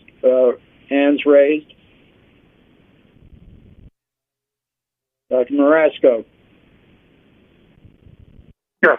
So, I just want to, I'll make it brief, but I think that, we've been able to boost ourselves to protection here with the ancestral Wuhan strain. So it's not like that vaccine has not worked. And vaccine effectiveness and efficiency, I think, is really what we're looking for in hospitalizations and severe, illness. But but even if we give another booster vaccine, the vaccine's going to wane. So we're going to be looking at waning immunity manner if we get another bivalent vaccine or another vaccine. And I think we have to take into account the timing after vaccination when we look at these VE data. Regarding interagency, communication, there's a lot of ongoing studies that I think are really not under the preview of either our committee or the FDA that could bear, a lot of insight into correlates of protection and things that we should be looking at that we don't have available to us right now. So I think that's something that the FDA and our committee could sort of put together to make these meetings more informative for that particular set of data which we're lacking. Thank you, Dr. Offit.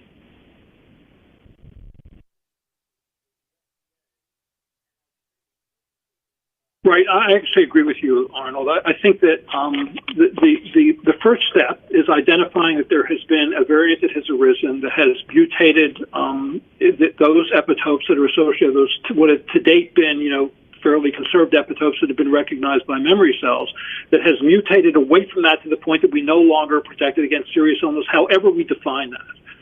And that has to come, I think, from the CDC, perhaps in collaboration with World Health Organization and other international bodies to see when that arises.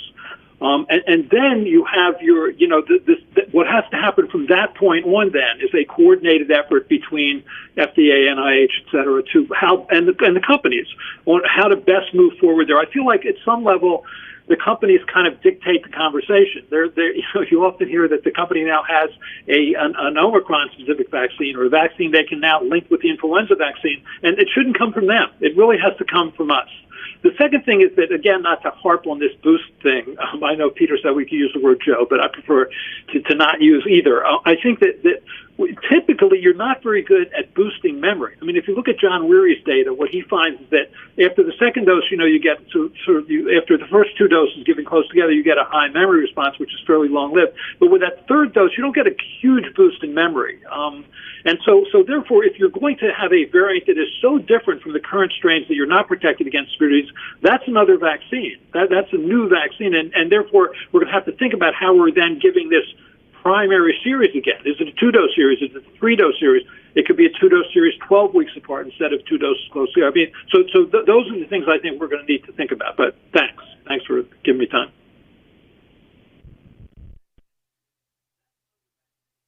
I surprisingly do not see any hands raised at the moment.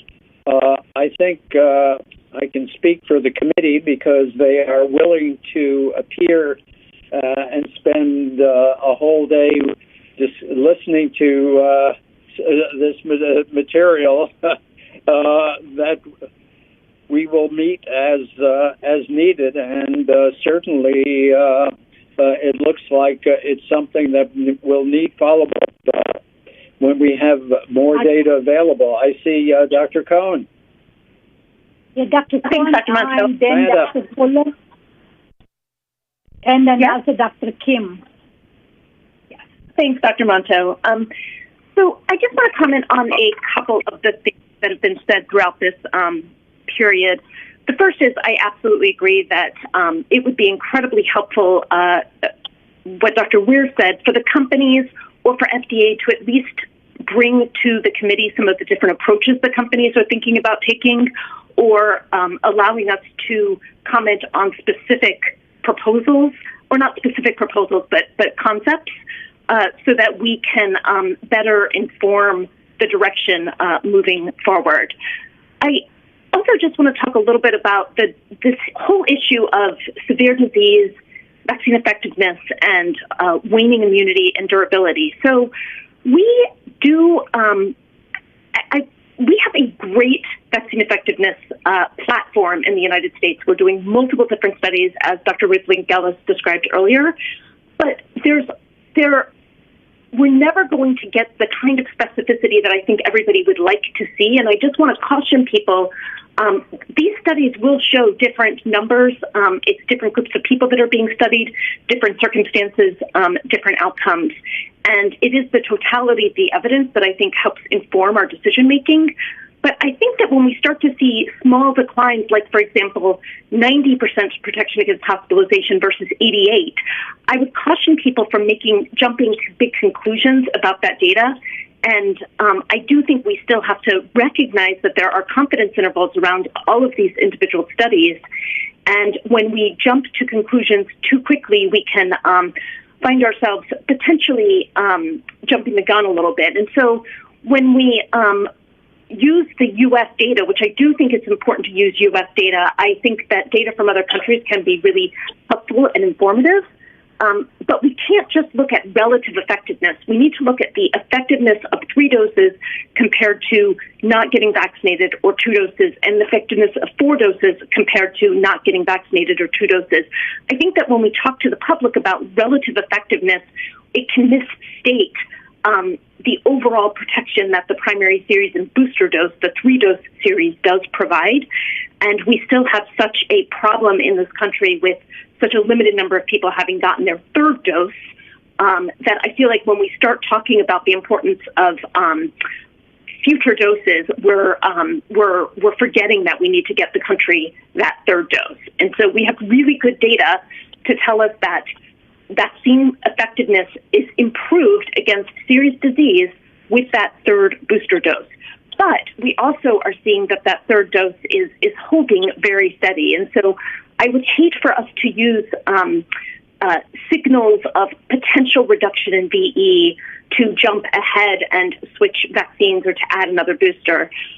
So while I think there's this balance of needing to be prepared and continuing to work on getting a multivalent product that could be used ready, I think that it would be helpful for the committee to describe or talk about some specific conditions that would support the need for an updated booster dose. For example, is the expectation that vaccine effectiveness is going to stay above 90% against hospitalization and death, or is it 80%? And what is our threshold for wanting a booster? And then from a durability perspective, if that booster only provides protection for 8 weeks, as some of the data from Israel is showing, is that an effective use of additional intervention strategies? And so I think a much more, we could talk a very long time about the complexity alone of the vaccine effectiveness data, but I think that it does need to be understood further by the committee and honestly by the public to help inform needs for future doses. Thanks. Thank you, Dr. Cohn. What is the alternative if you find that a booster dose boosts only for 8 weeks? That's what the committee needs to do. So I think it would be helpful from my perspective to hear from other committee members what is enough? Like, what is our expectation of the program? This goes back to, I think, what Dr. Nelson was saying at the very beginning. What would your expectation be if we're in a situation where you get boosts every we need boosts every 8 weeks in order to keep protection up, and that's not feasible from a public health standpoint? So I do not believe that boosters every.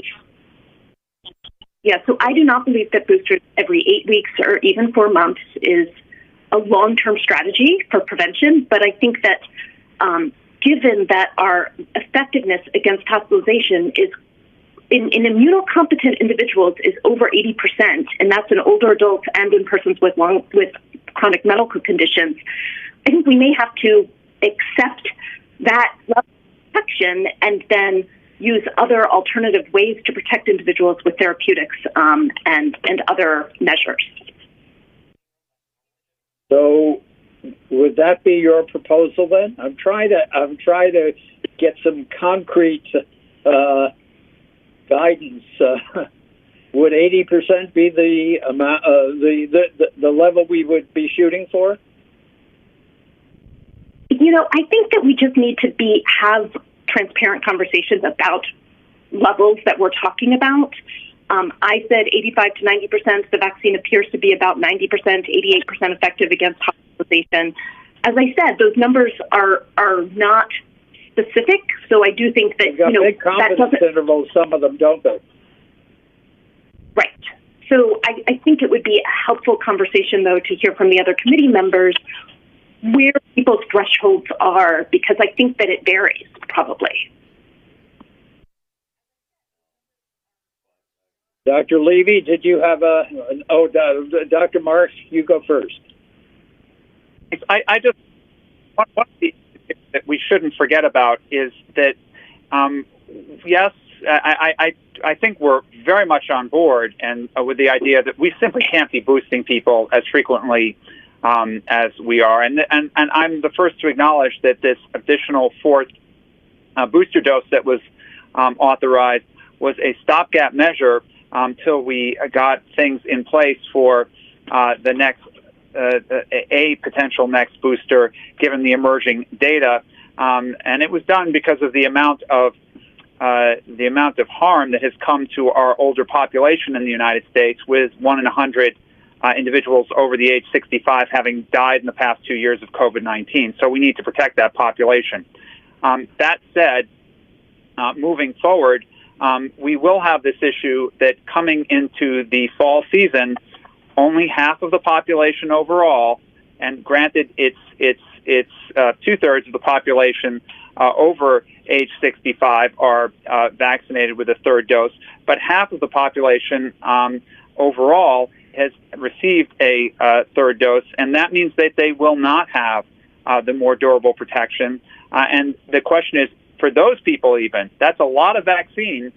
Do you modify your vaccine composition so that when you do boost those people, you give them the best chance at having a longer lasting protection, given that we have seen the pandemic evolve? I am completely of the mind that we have to do tremendous work in researching more advanced vaccines, mucosal vaccines, pan-coronavirus vaccines, but we're not going to get there for this coming year. And so this is really trying to do the best we can with the knowledge we have at hand, which is something that we've had to do a fair amount of over the past 2 years as a public health agency. Let me, in calling on Dr. Levy, let me apologize for not calling on some people who are way down on my list. My system doesn't seem to be doing what it's supposed to be doing, and bringing up those who have their hands raised, and above those that have their hands raised, I have FDA, Studio, Cloud, and something else. Dr. Levy, why don't you take the person who hasn't spoken recently? Dr. Kim, and Dr. Kim would be next. Are the two that are way down.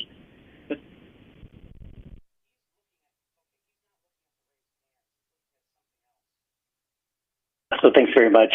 Mike, I appreciate that interjection. I'd like to mention a couple of things. A lot of these discussion points have been touched on a number of times. And I want to start out with Dr. Gantz's comment earlier. She mentioned several things, us needing to understand the evolving science, obviously. And this has been mentioned by multiple people, us also needing to better understand correlates of protection, as well as understanding what's in the pipeline for new technology. And those thoughts have been echoed by others, and including Dr. Levy. And I think those are perfectly relevant and important questions. And this VRPAC meeting, the slide we have here, topics for VRPAC discussion. A lot of questions have been posed to us as VRPAC members, but I think many of our discussion points have basically come around, and we're asking FDA questions for discussion.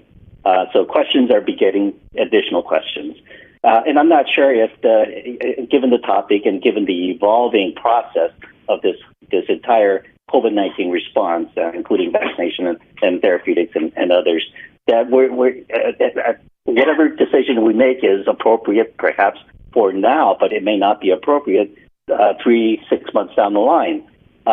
So I just wonder about the value of specifically answering, like what Dr. Cohen has tried to do, for what's on the table presently. So I might propose that we're actually following Dr. Meisner's and Sawyer's lead, that we might step back and look at things a little more comprehensively at a little higher elevation, if you will. And the first issue has to do with the vaccine itself, vaccine and vaccinology, and the second issue is vaccination, meaning vaccine supply, manufacturing, and distribution concerns. And the third thing is basically an evaluation of the process that CDC is well positioned to do. So I'd like to address the first two items here, and I'm doing this in the context of VRPAC mechanism. Presently, we meet on an ad hoc basis when the meeting's called every several months, or quicker, or more quickly if a vaccine is in the pipeline for approval or application for EUA or BLA. But these issues, the issues that we see on the slide here, they're ongoing. So I might propose that, and I'll preface it by saying there are different federal advisory committees that operate differently. VRPAC has its own mechanism, ACIP has another, and there are various non-immunization advisory committees that have their own systems in place. And for VRPAC, it seems that we simply call for a meeting when there are issues such as what we're doing today, or when there's an application that needs to be reviewed. I might propose that we stand up subcommittees so that we have an ongoing dialogue, ongoing exchange of information with people and organizations that have data, so that we have a process in place to consider these different questions, and of course over time that's going to the nature of the conversation will evolve. But I'm going to suggest that we stand up two subcommittees. A first committee is vaccine composition for obvious reasons. I think it includes the majority of the bullets identified on the slide. So we're talking about COVID epidemiology in the United States as well as globally. We're talking about vaccine strain composition and selection, and also I think this was brought up earlier that that contingency plan against poor vaccine effectiveness be considered by this subcommittee.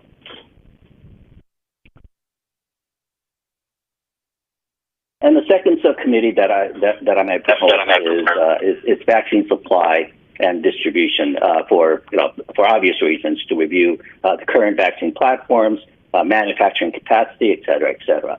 That way, we have an ongoing review, ongoing dialogue, exchange of information, so that we're better prepared to address these concerns over time. Because right now, the situation is evolving, and we should evolve with it. And I don't think we can optimally do that on an ad hoc basis. Oh, and if I may mention one other thing about semantics of booster shots, primary series, third dose, etc. I think the notion that it's just semantics is probably not going to serve us well. That it's important in the context of public affairs, public interface, and clarity in communications. And I do wish that VRBPAC, as well as FDA, CDC, and others, as they have been doing, pay much closer attention to semantics, because I do think semantics are very important in how we present the information to the public. Back to you, Dr. Monto. Thank you. You've made some very interesting suggestions. I've thought about some of them, and they are very different from the way VRBPAC typically works with subcommittees. Dr. Marks.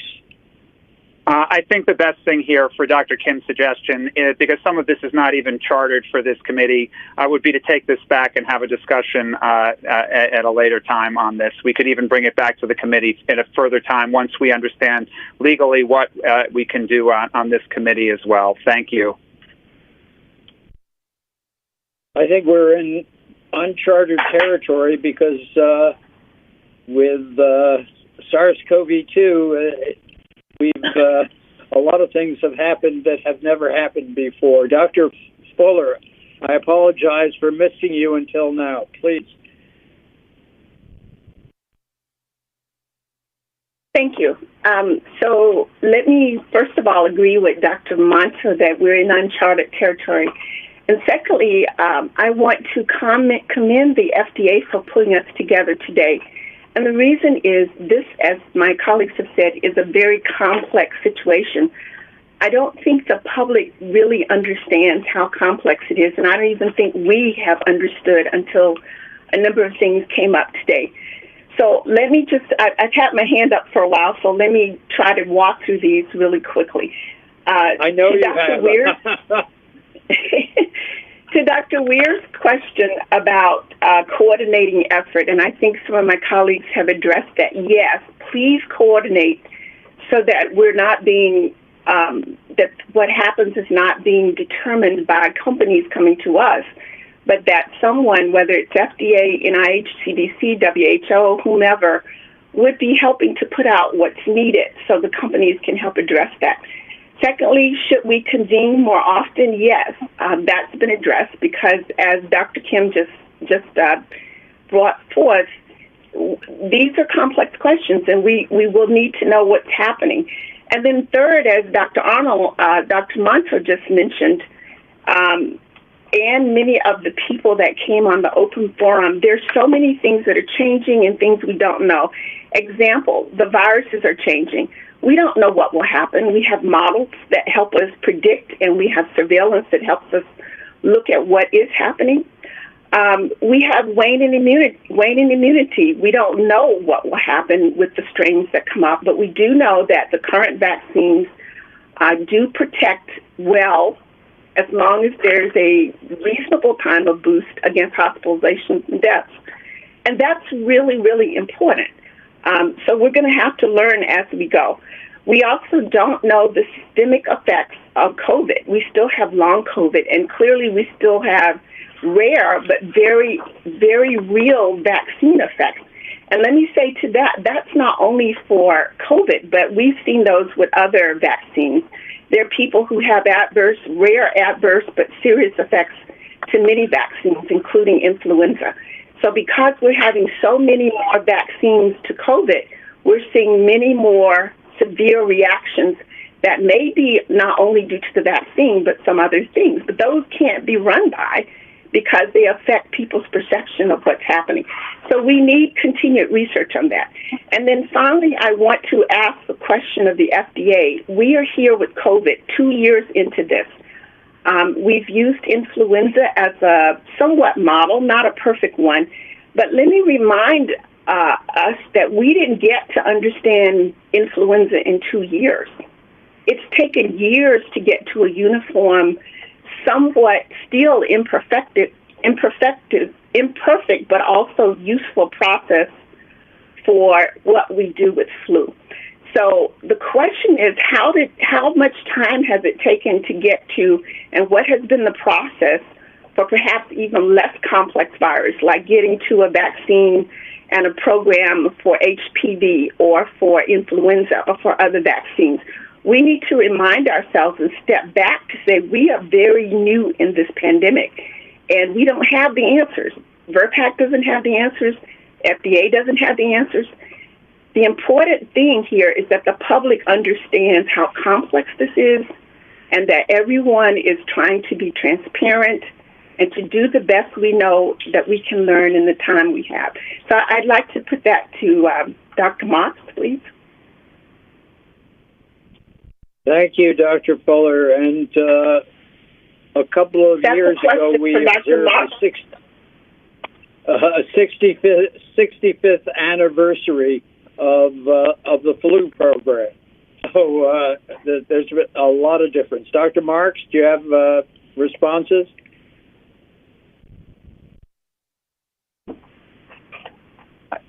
Dr. Fuller, what order would you like me to try to? What questions would you like me to try to respond to here?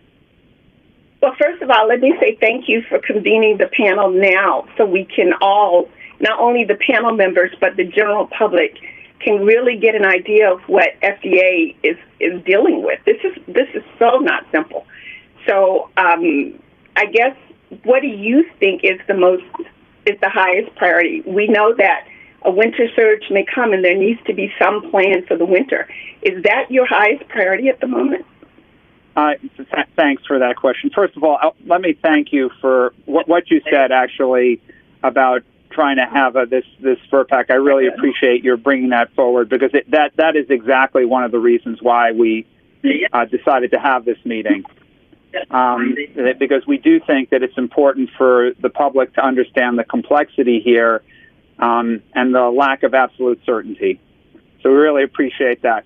In terms of what really keeps me up at night, it's the knowledge that we can't keep boosting, and that we're going to have vaccine exhaustion and I'm not talking about immune exhaustion. I'm talking about physical exhaustion of people not going to get boosted. So if we have another chance for this coming winter, I think the idea here, at least one of the issues that I think some of the data seems to point to, is that there's some concern that as we come into the November timeframe, that may be the time, the October-November timeframe may be the time to try to boost again, if the committee is in agreement, when we talk about it more, in order to protect against a wave that could come at the highest time that we were at risk for kind of respiratory viruses going inside again.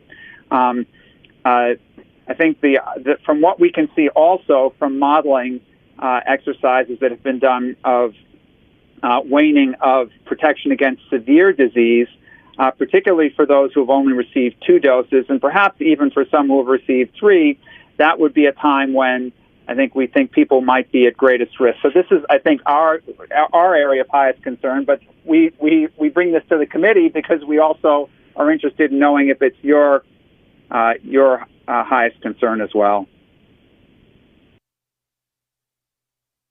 Yes, thank you. I guess my highest concern is protecting people for what we know happens. We know COVID can lead to death and hospitalizations, and we know the current vaccines protect against that, but we need people to understand that that's not the end-all and that's not the magic formula unless they take that, and that also there's some risk involved, but the risk of the disease, as we said multiple times, is much worse than the risk of the vaccine. This is not a perfect system. We've never been here before. We're all working together to do the best we can, and it's very complex.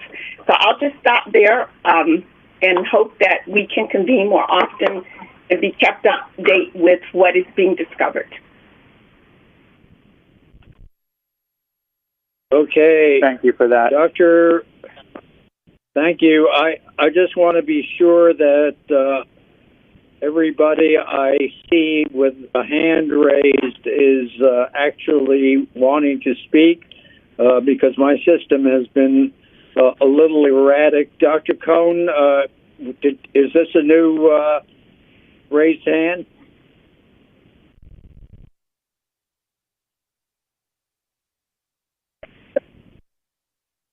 Sorry, no, that was not a newly raised hand, but Yeah, I do just want to say thank. I do just want to thank Dr. Bulletin because that was very well said. Very good. Dr. Sawyer.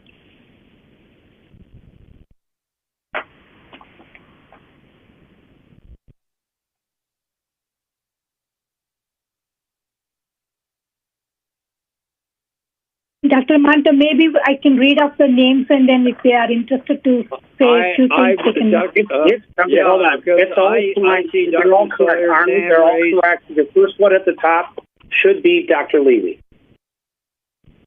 Yes. Okay. Dr. Levy, do you want to make a comment, please?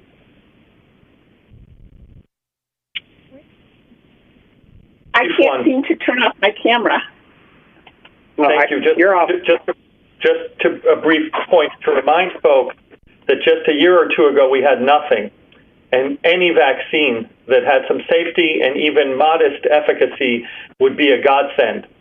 So right now we have to deal with what's in front of us, and the main platform in the coming year will be the mRNA vaccines, and thank God we have them. But as we move forward, and as Dr. Kim said, new structures, I agree with him 100%, will need to be put together to more systematically address the needs here, including the immunogenicity correlates of protection, and give better and more specific guidance to the manufacturers of a range of vaccines. And the word has to get out to the political establishment, to the people of the United States, that more research is needed to have vaccines that, don't require so many doses or that offer broader protection, because I don't think a lot of people have gotten that message either.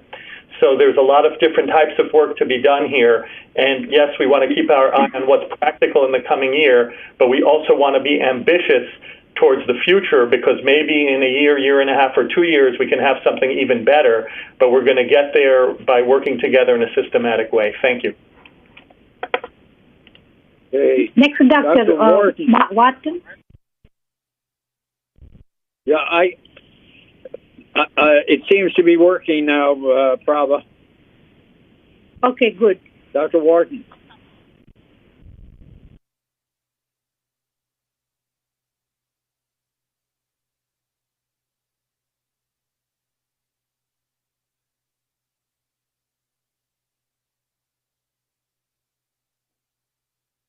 We can't hear you, Dr. Wharton.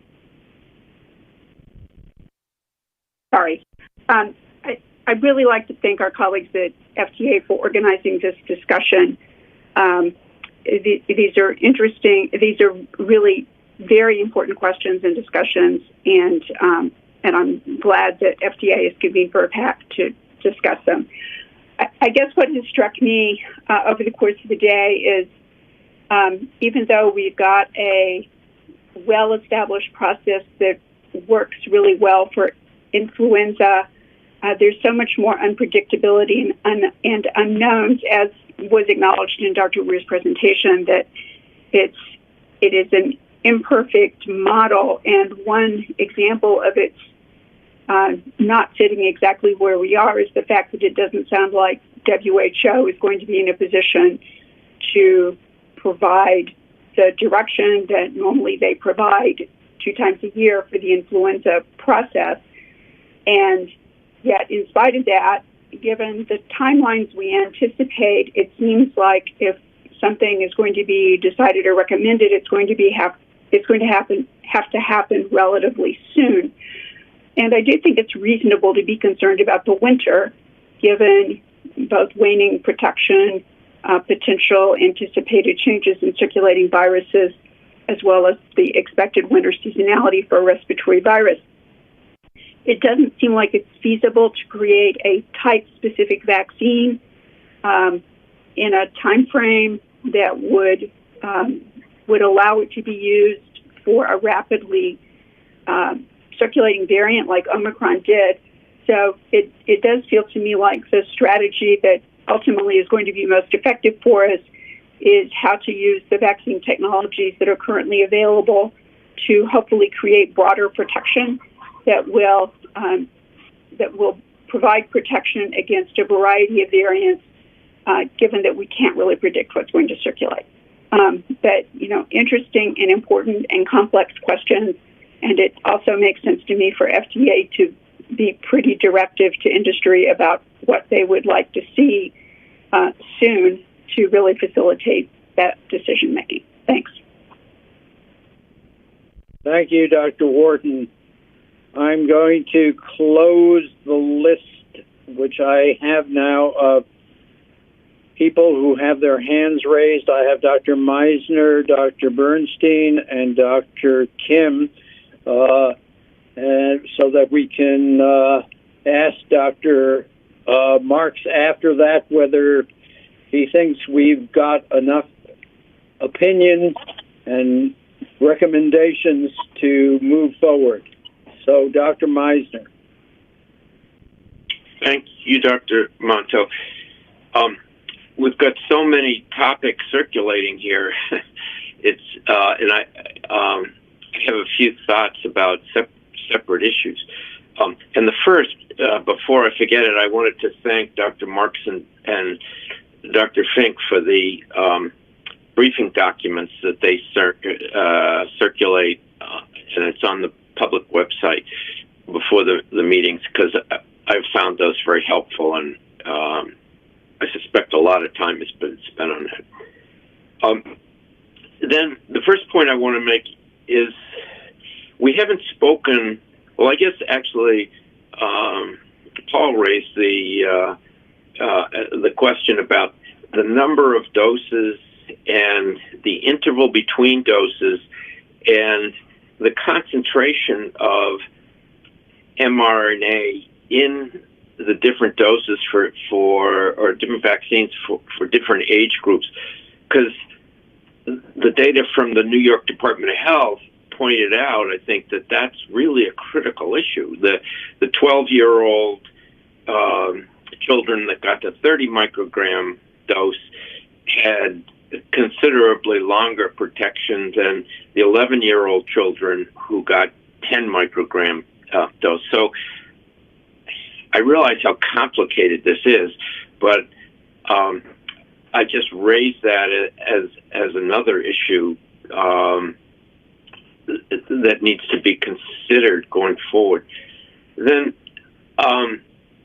in terms of the issue, how will we decide when a vaccine needs to be modified? What is going to be the threshold at which we say, gee, there's so much escape from vaccine immunity that we need to change?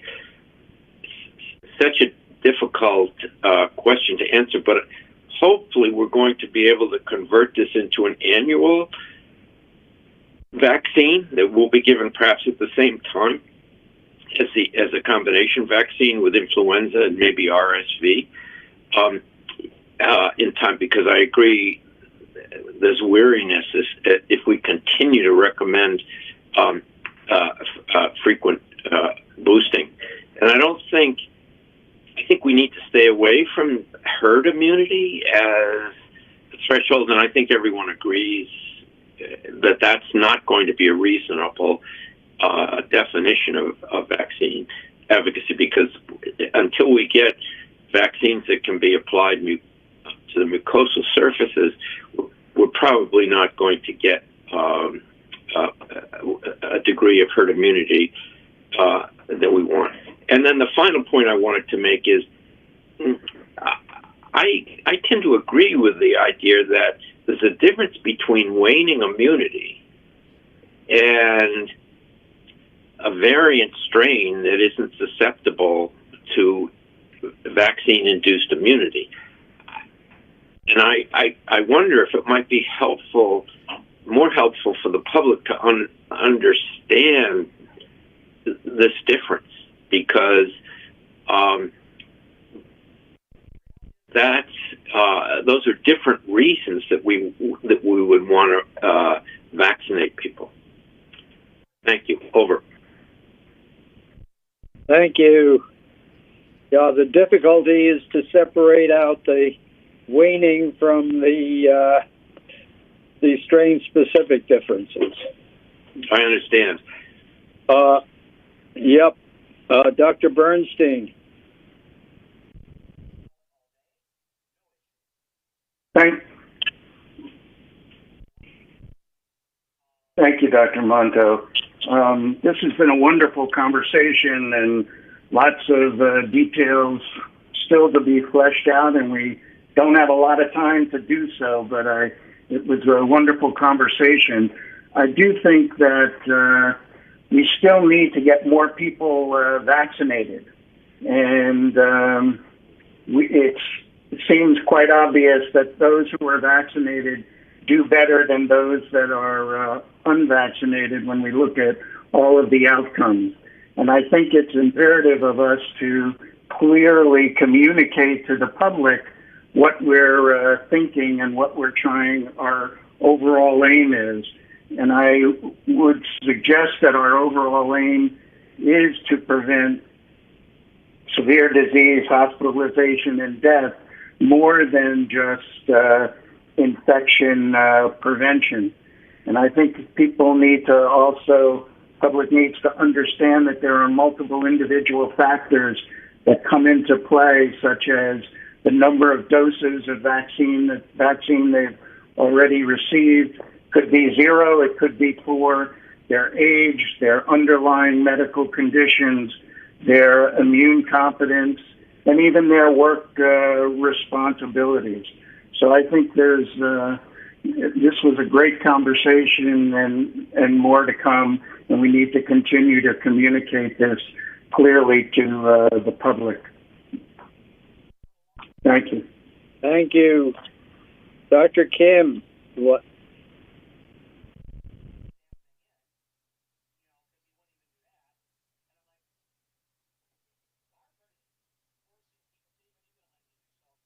Earlier conversation. You're muted. Oh, okay. Apologies. Okay. I unmuted you, David. Dr. Kim, you're good now. Okay, thanks very much.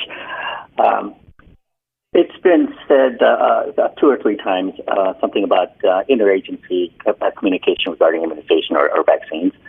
And I just want to put this information out for the benefit of the VRBPAC members. That the communication between federal agencies have taken place always, as long as I've been around working on immunization. That through the Advisory Committee on Immunization Practices at CDC, through the Advisory Commission on Childhood Vaccines through HRSA, and the National Vaccine Advisory Committee through the HHS. There's a form or format through which information exchange takes place, and I might also mention that there is an interagency vaccine work group that's managed through the Office of the Assistant Secretary for Health that brings together about 16 different federal operations divisions, such as CDC, FDA, NIH, and so on, plus other departments, such as the Department of Veterans Affairs, Department of Defense, etc. And the purpose of that particular work group is to facilitate communication and collaboration among its members, among its immunization interest members. So there is a forum through which this dialogue takes place between federal agencies, and if there are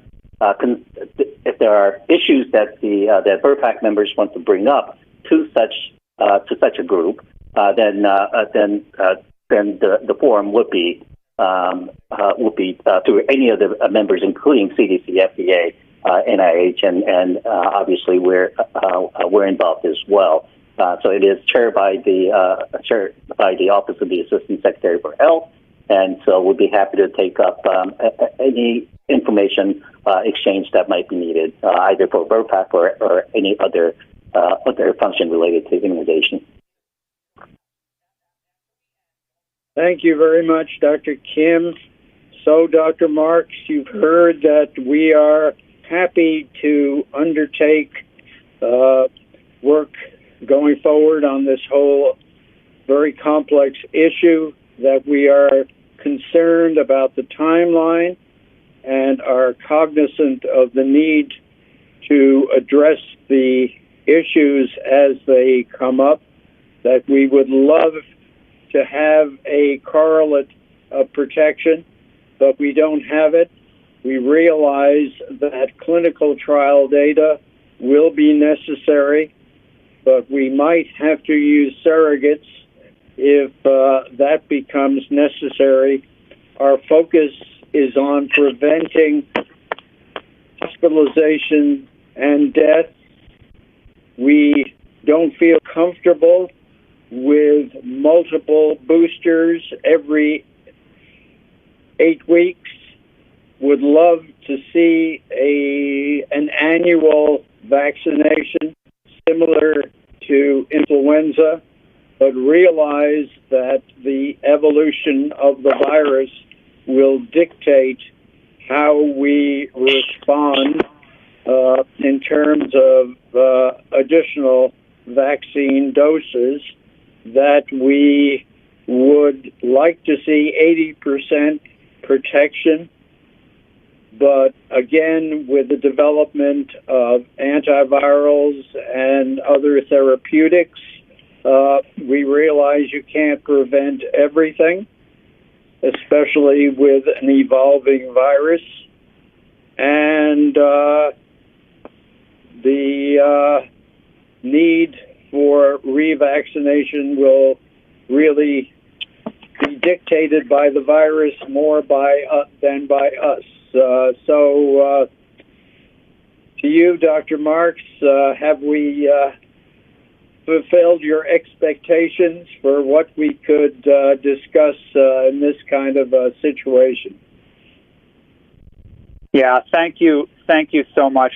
I think you have done a great job, and I think the committee members have all really done a great job putting various pieces out there. I think just to, if I could say a couple of final words, I'd appreciate it. Is that okay, Dr. Monto? I think we have what we need, but I just would like to I just want to, first of all, I want to apologize for the technical difficulties today. I want to apologize to committee members, to you, Dr. Monto. I know we seem to have issues that I'm told are related to the platform we were using. But we will do our absolute best to make sure that these are addressed for future meetings, because it creates a suboptimal experience both for the committee members but also for the viewing public who is trying to hear these meetings. Next, I just want to thank all of the committee members and our speakers for their participation today. The dialogue that has happened over the past about 2 hours has been incredibly helpful to us in terms of how we go about thinking about the COVID-19 booster strategy. I also want to thank our staff for all of the tremendous work that they did in preparing for this meeting. How we consider boosters for the broader population going forward is a very high priority for both FDA and our U.S. government partners. And the agency recognizes the tremendous interest in this topic, and it's committed to ensuring that our decision-making around boosters continues to be done in a transparent manner. And we want people to be able to remain confident in the safety and effectiveness of all of the COVID-19 vaccines. Meetings like the one today really did provide us with an opportunity to collect and consider feedback from a variety of stakeholders. And in this regard, we do anticipate holding another meeting on this topic of possible boosters for next fall to winter. And that meeting, we assume, will occur by early summer, so not too many weeks away. And that will get into a more specific level of detail regarding the composition. At the end of our process, really our goal here is to stay ahead of future variants and outbreaks and ensure that we do our best to reduce the toll of disease and death due to COVID-19 on our population. So I just want to thank everyone again. There's the saying, be careful what you wish for. I suspect that over the next few months there will be a fair number of meetings of this committee, not just for boosters, but for other topics that may come up. So I really want to thank everyone and really enjoy and appreciate all of the contributions today. Thank you. Thank you, Dr. Marks. And over to you, Prabha, for the formal closing of the meeting.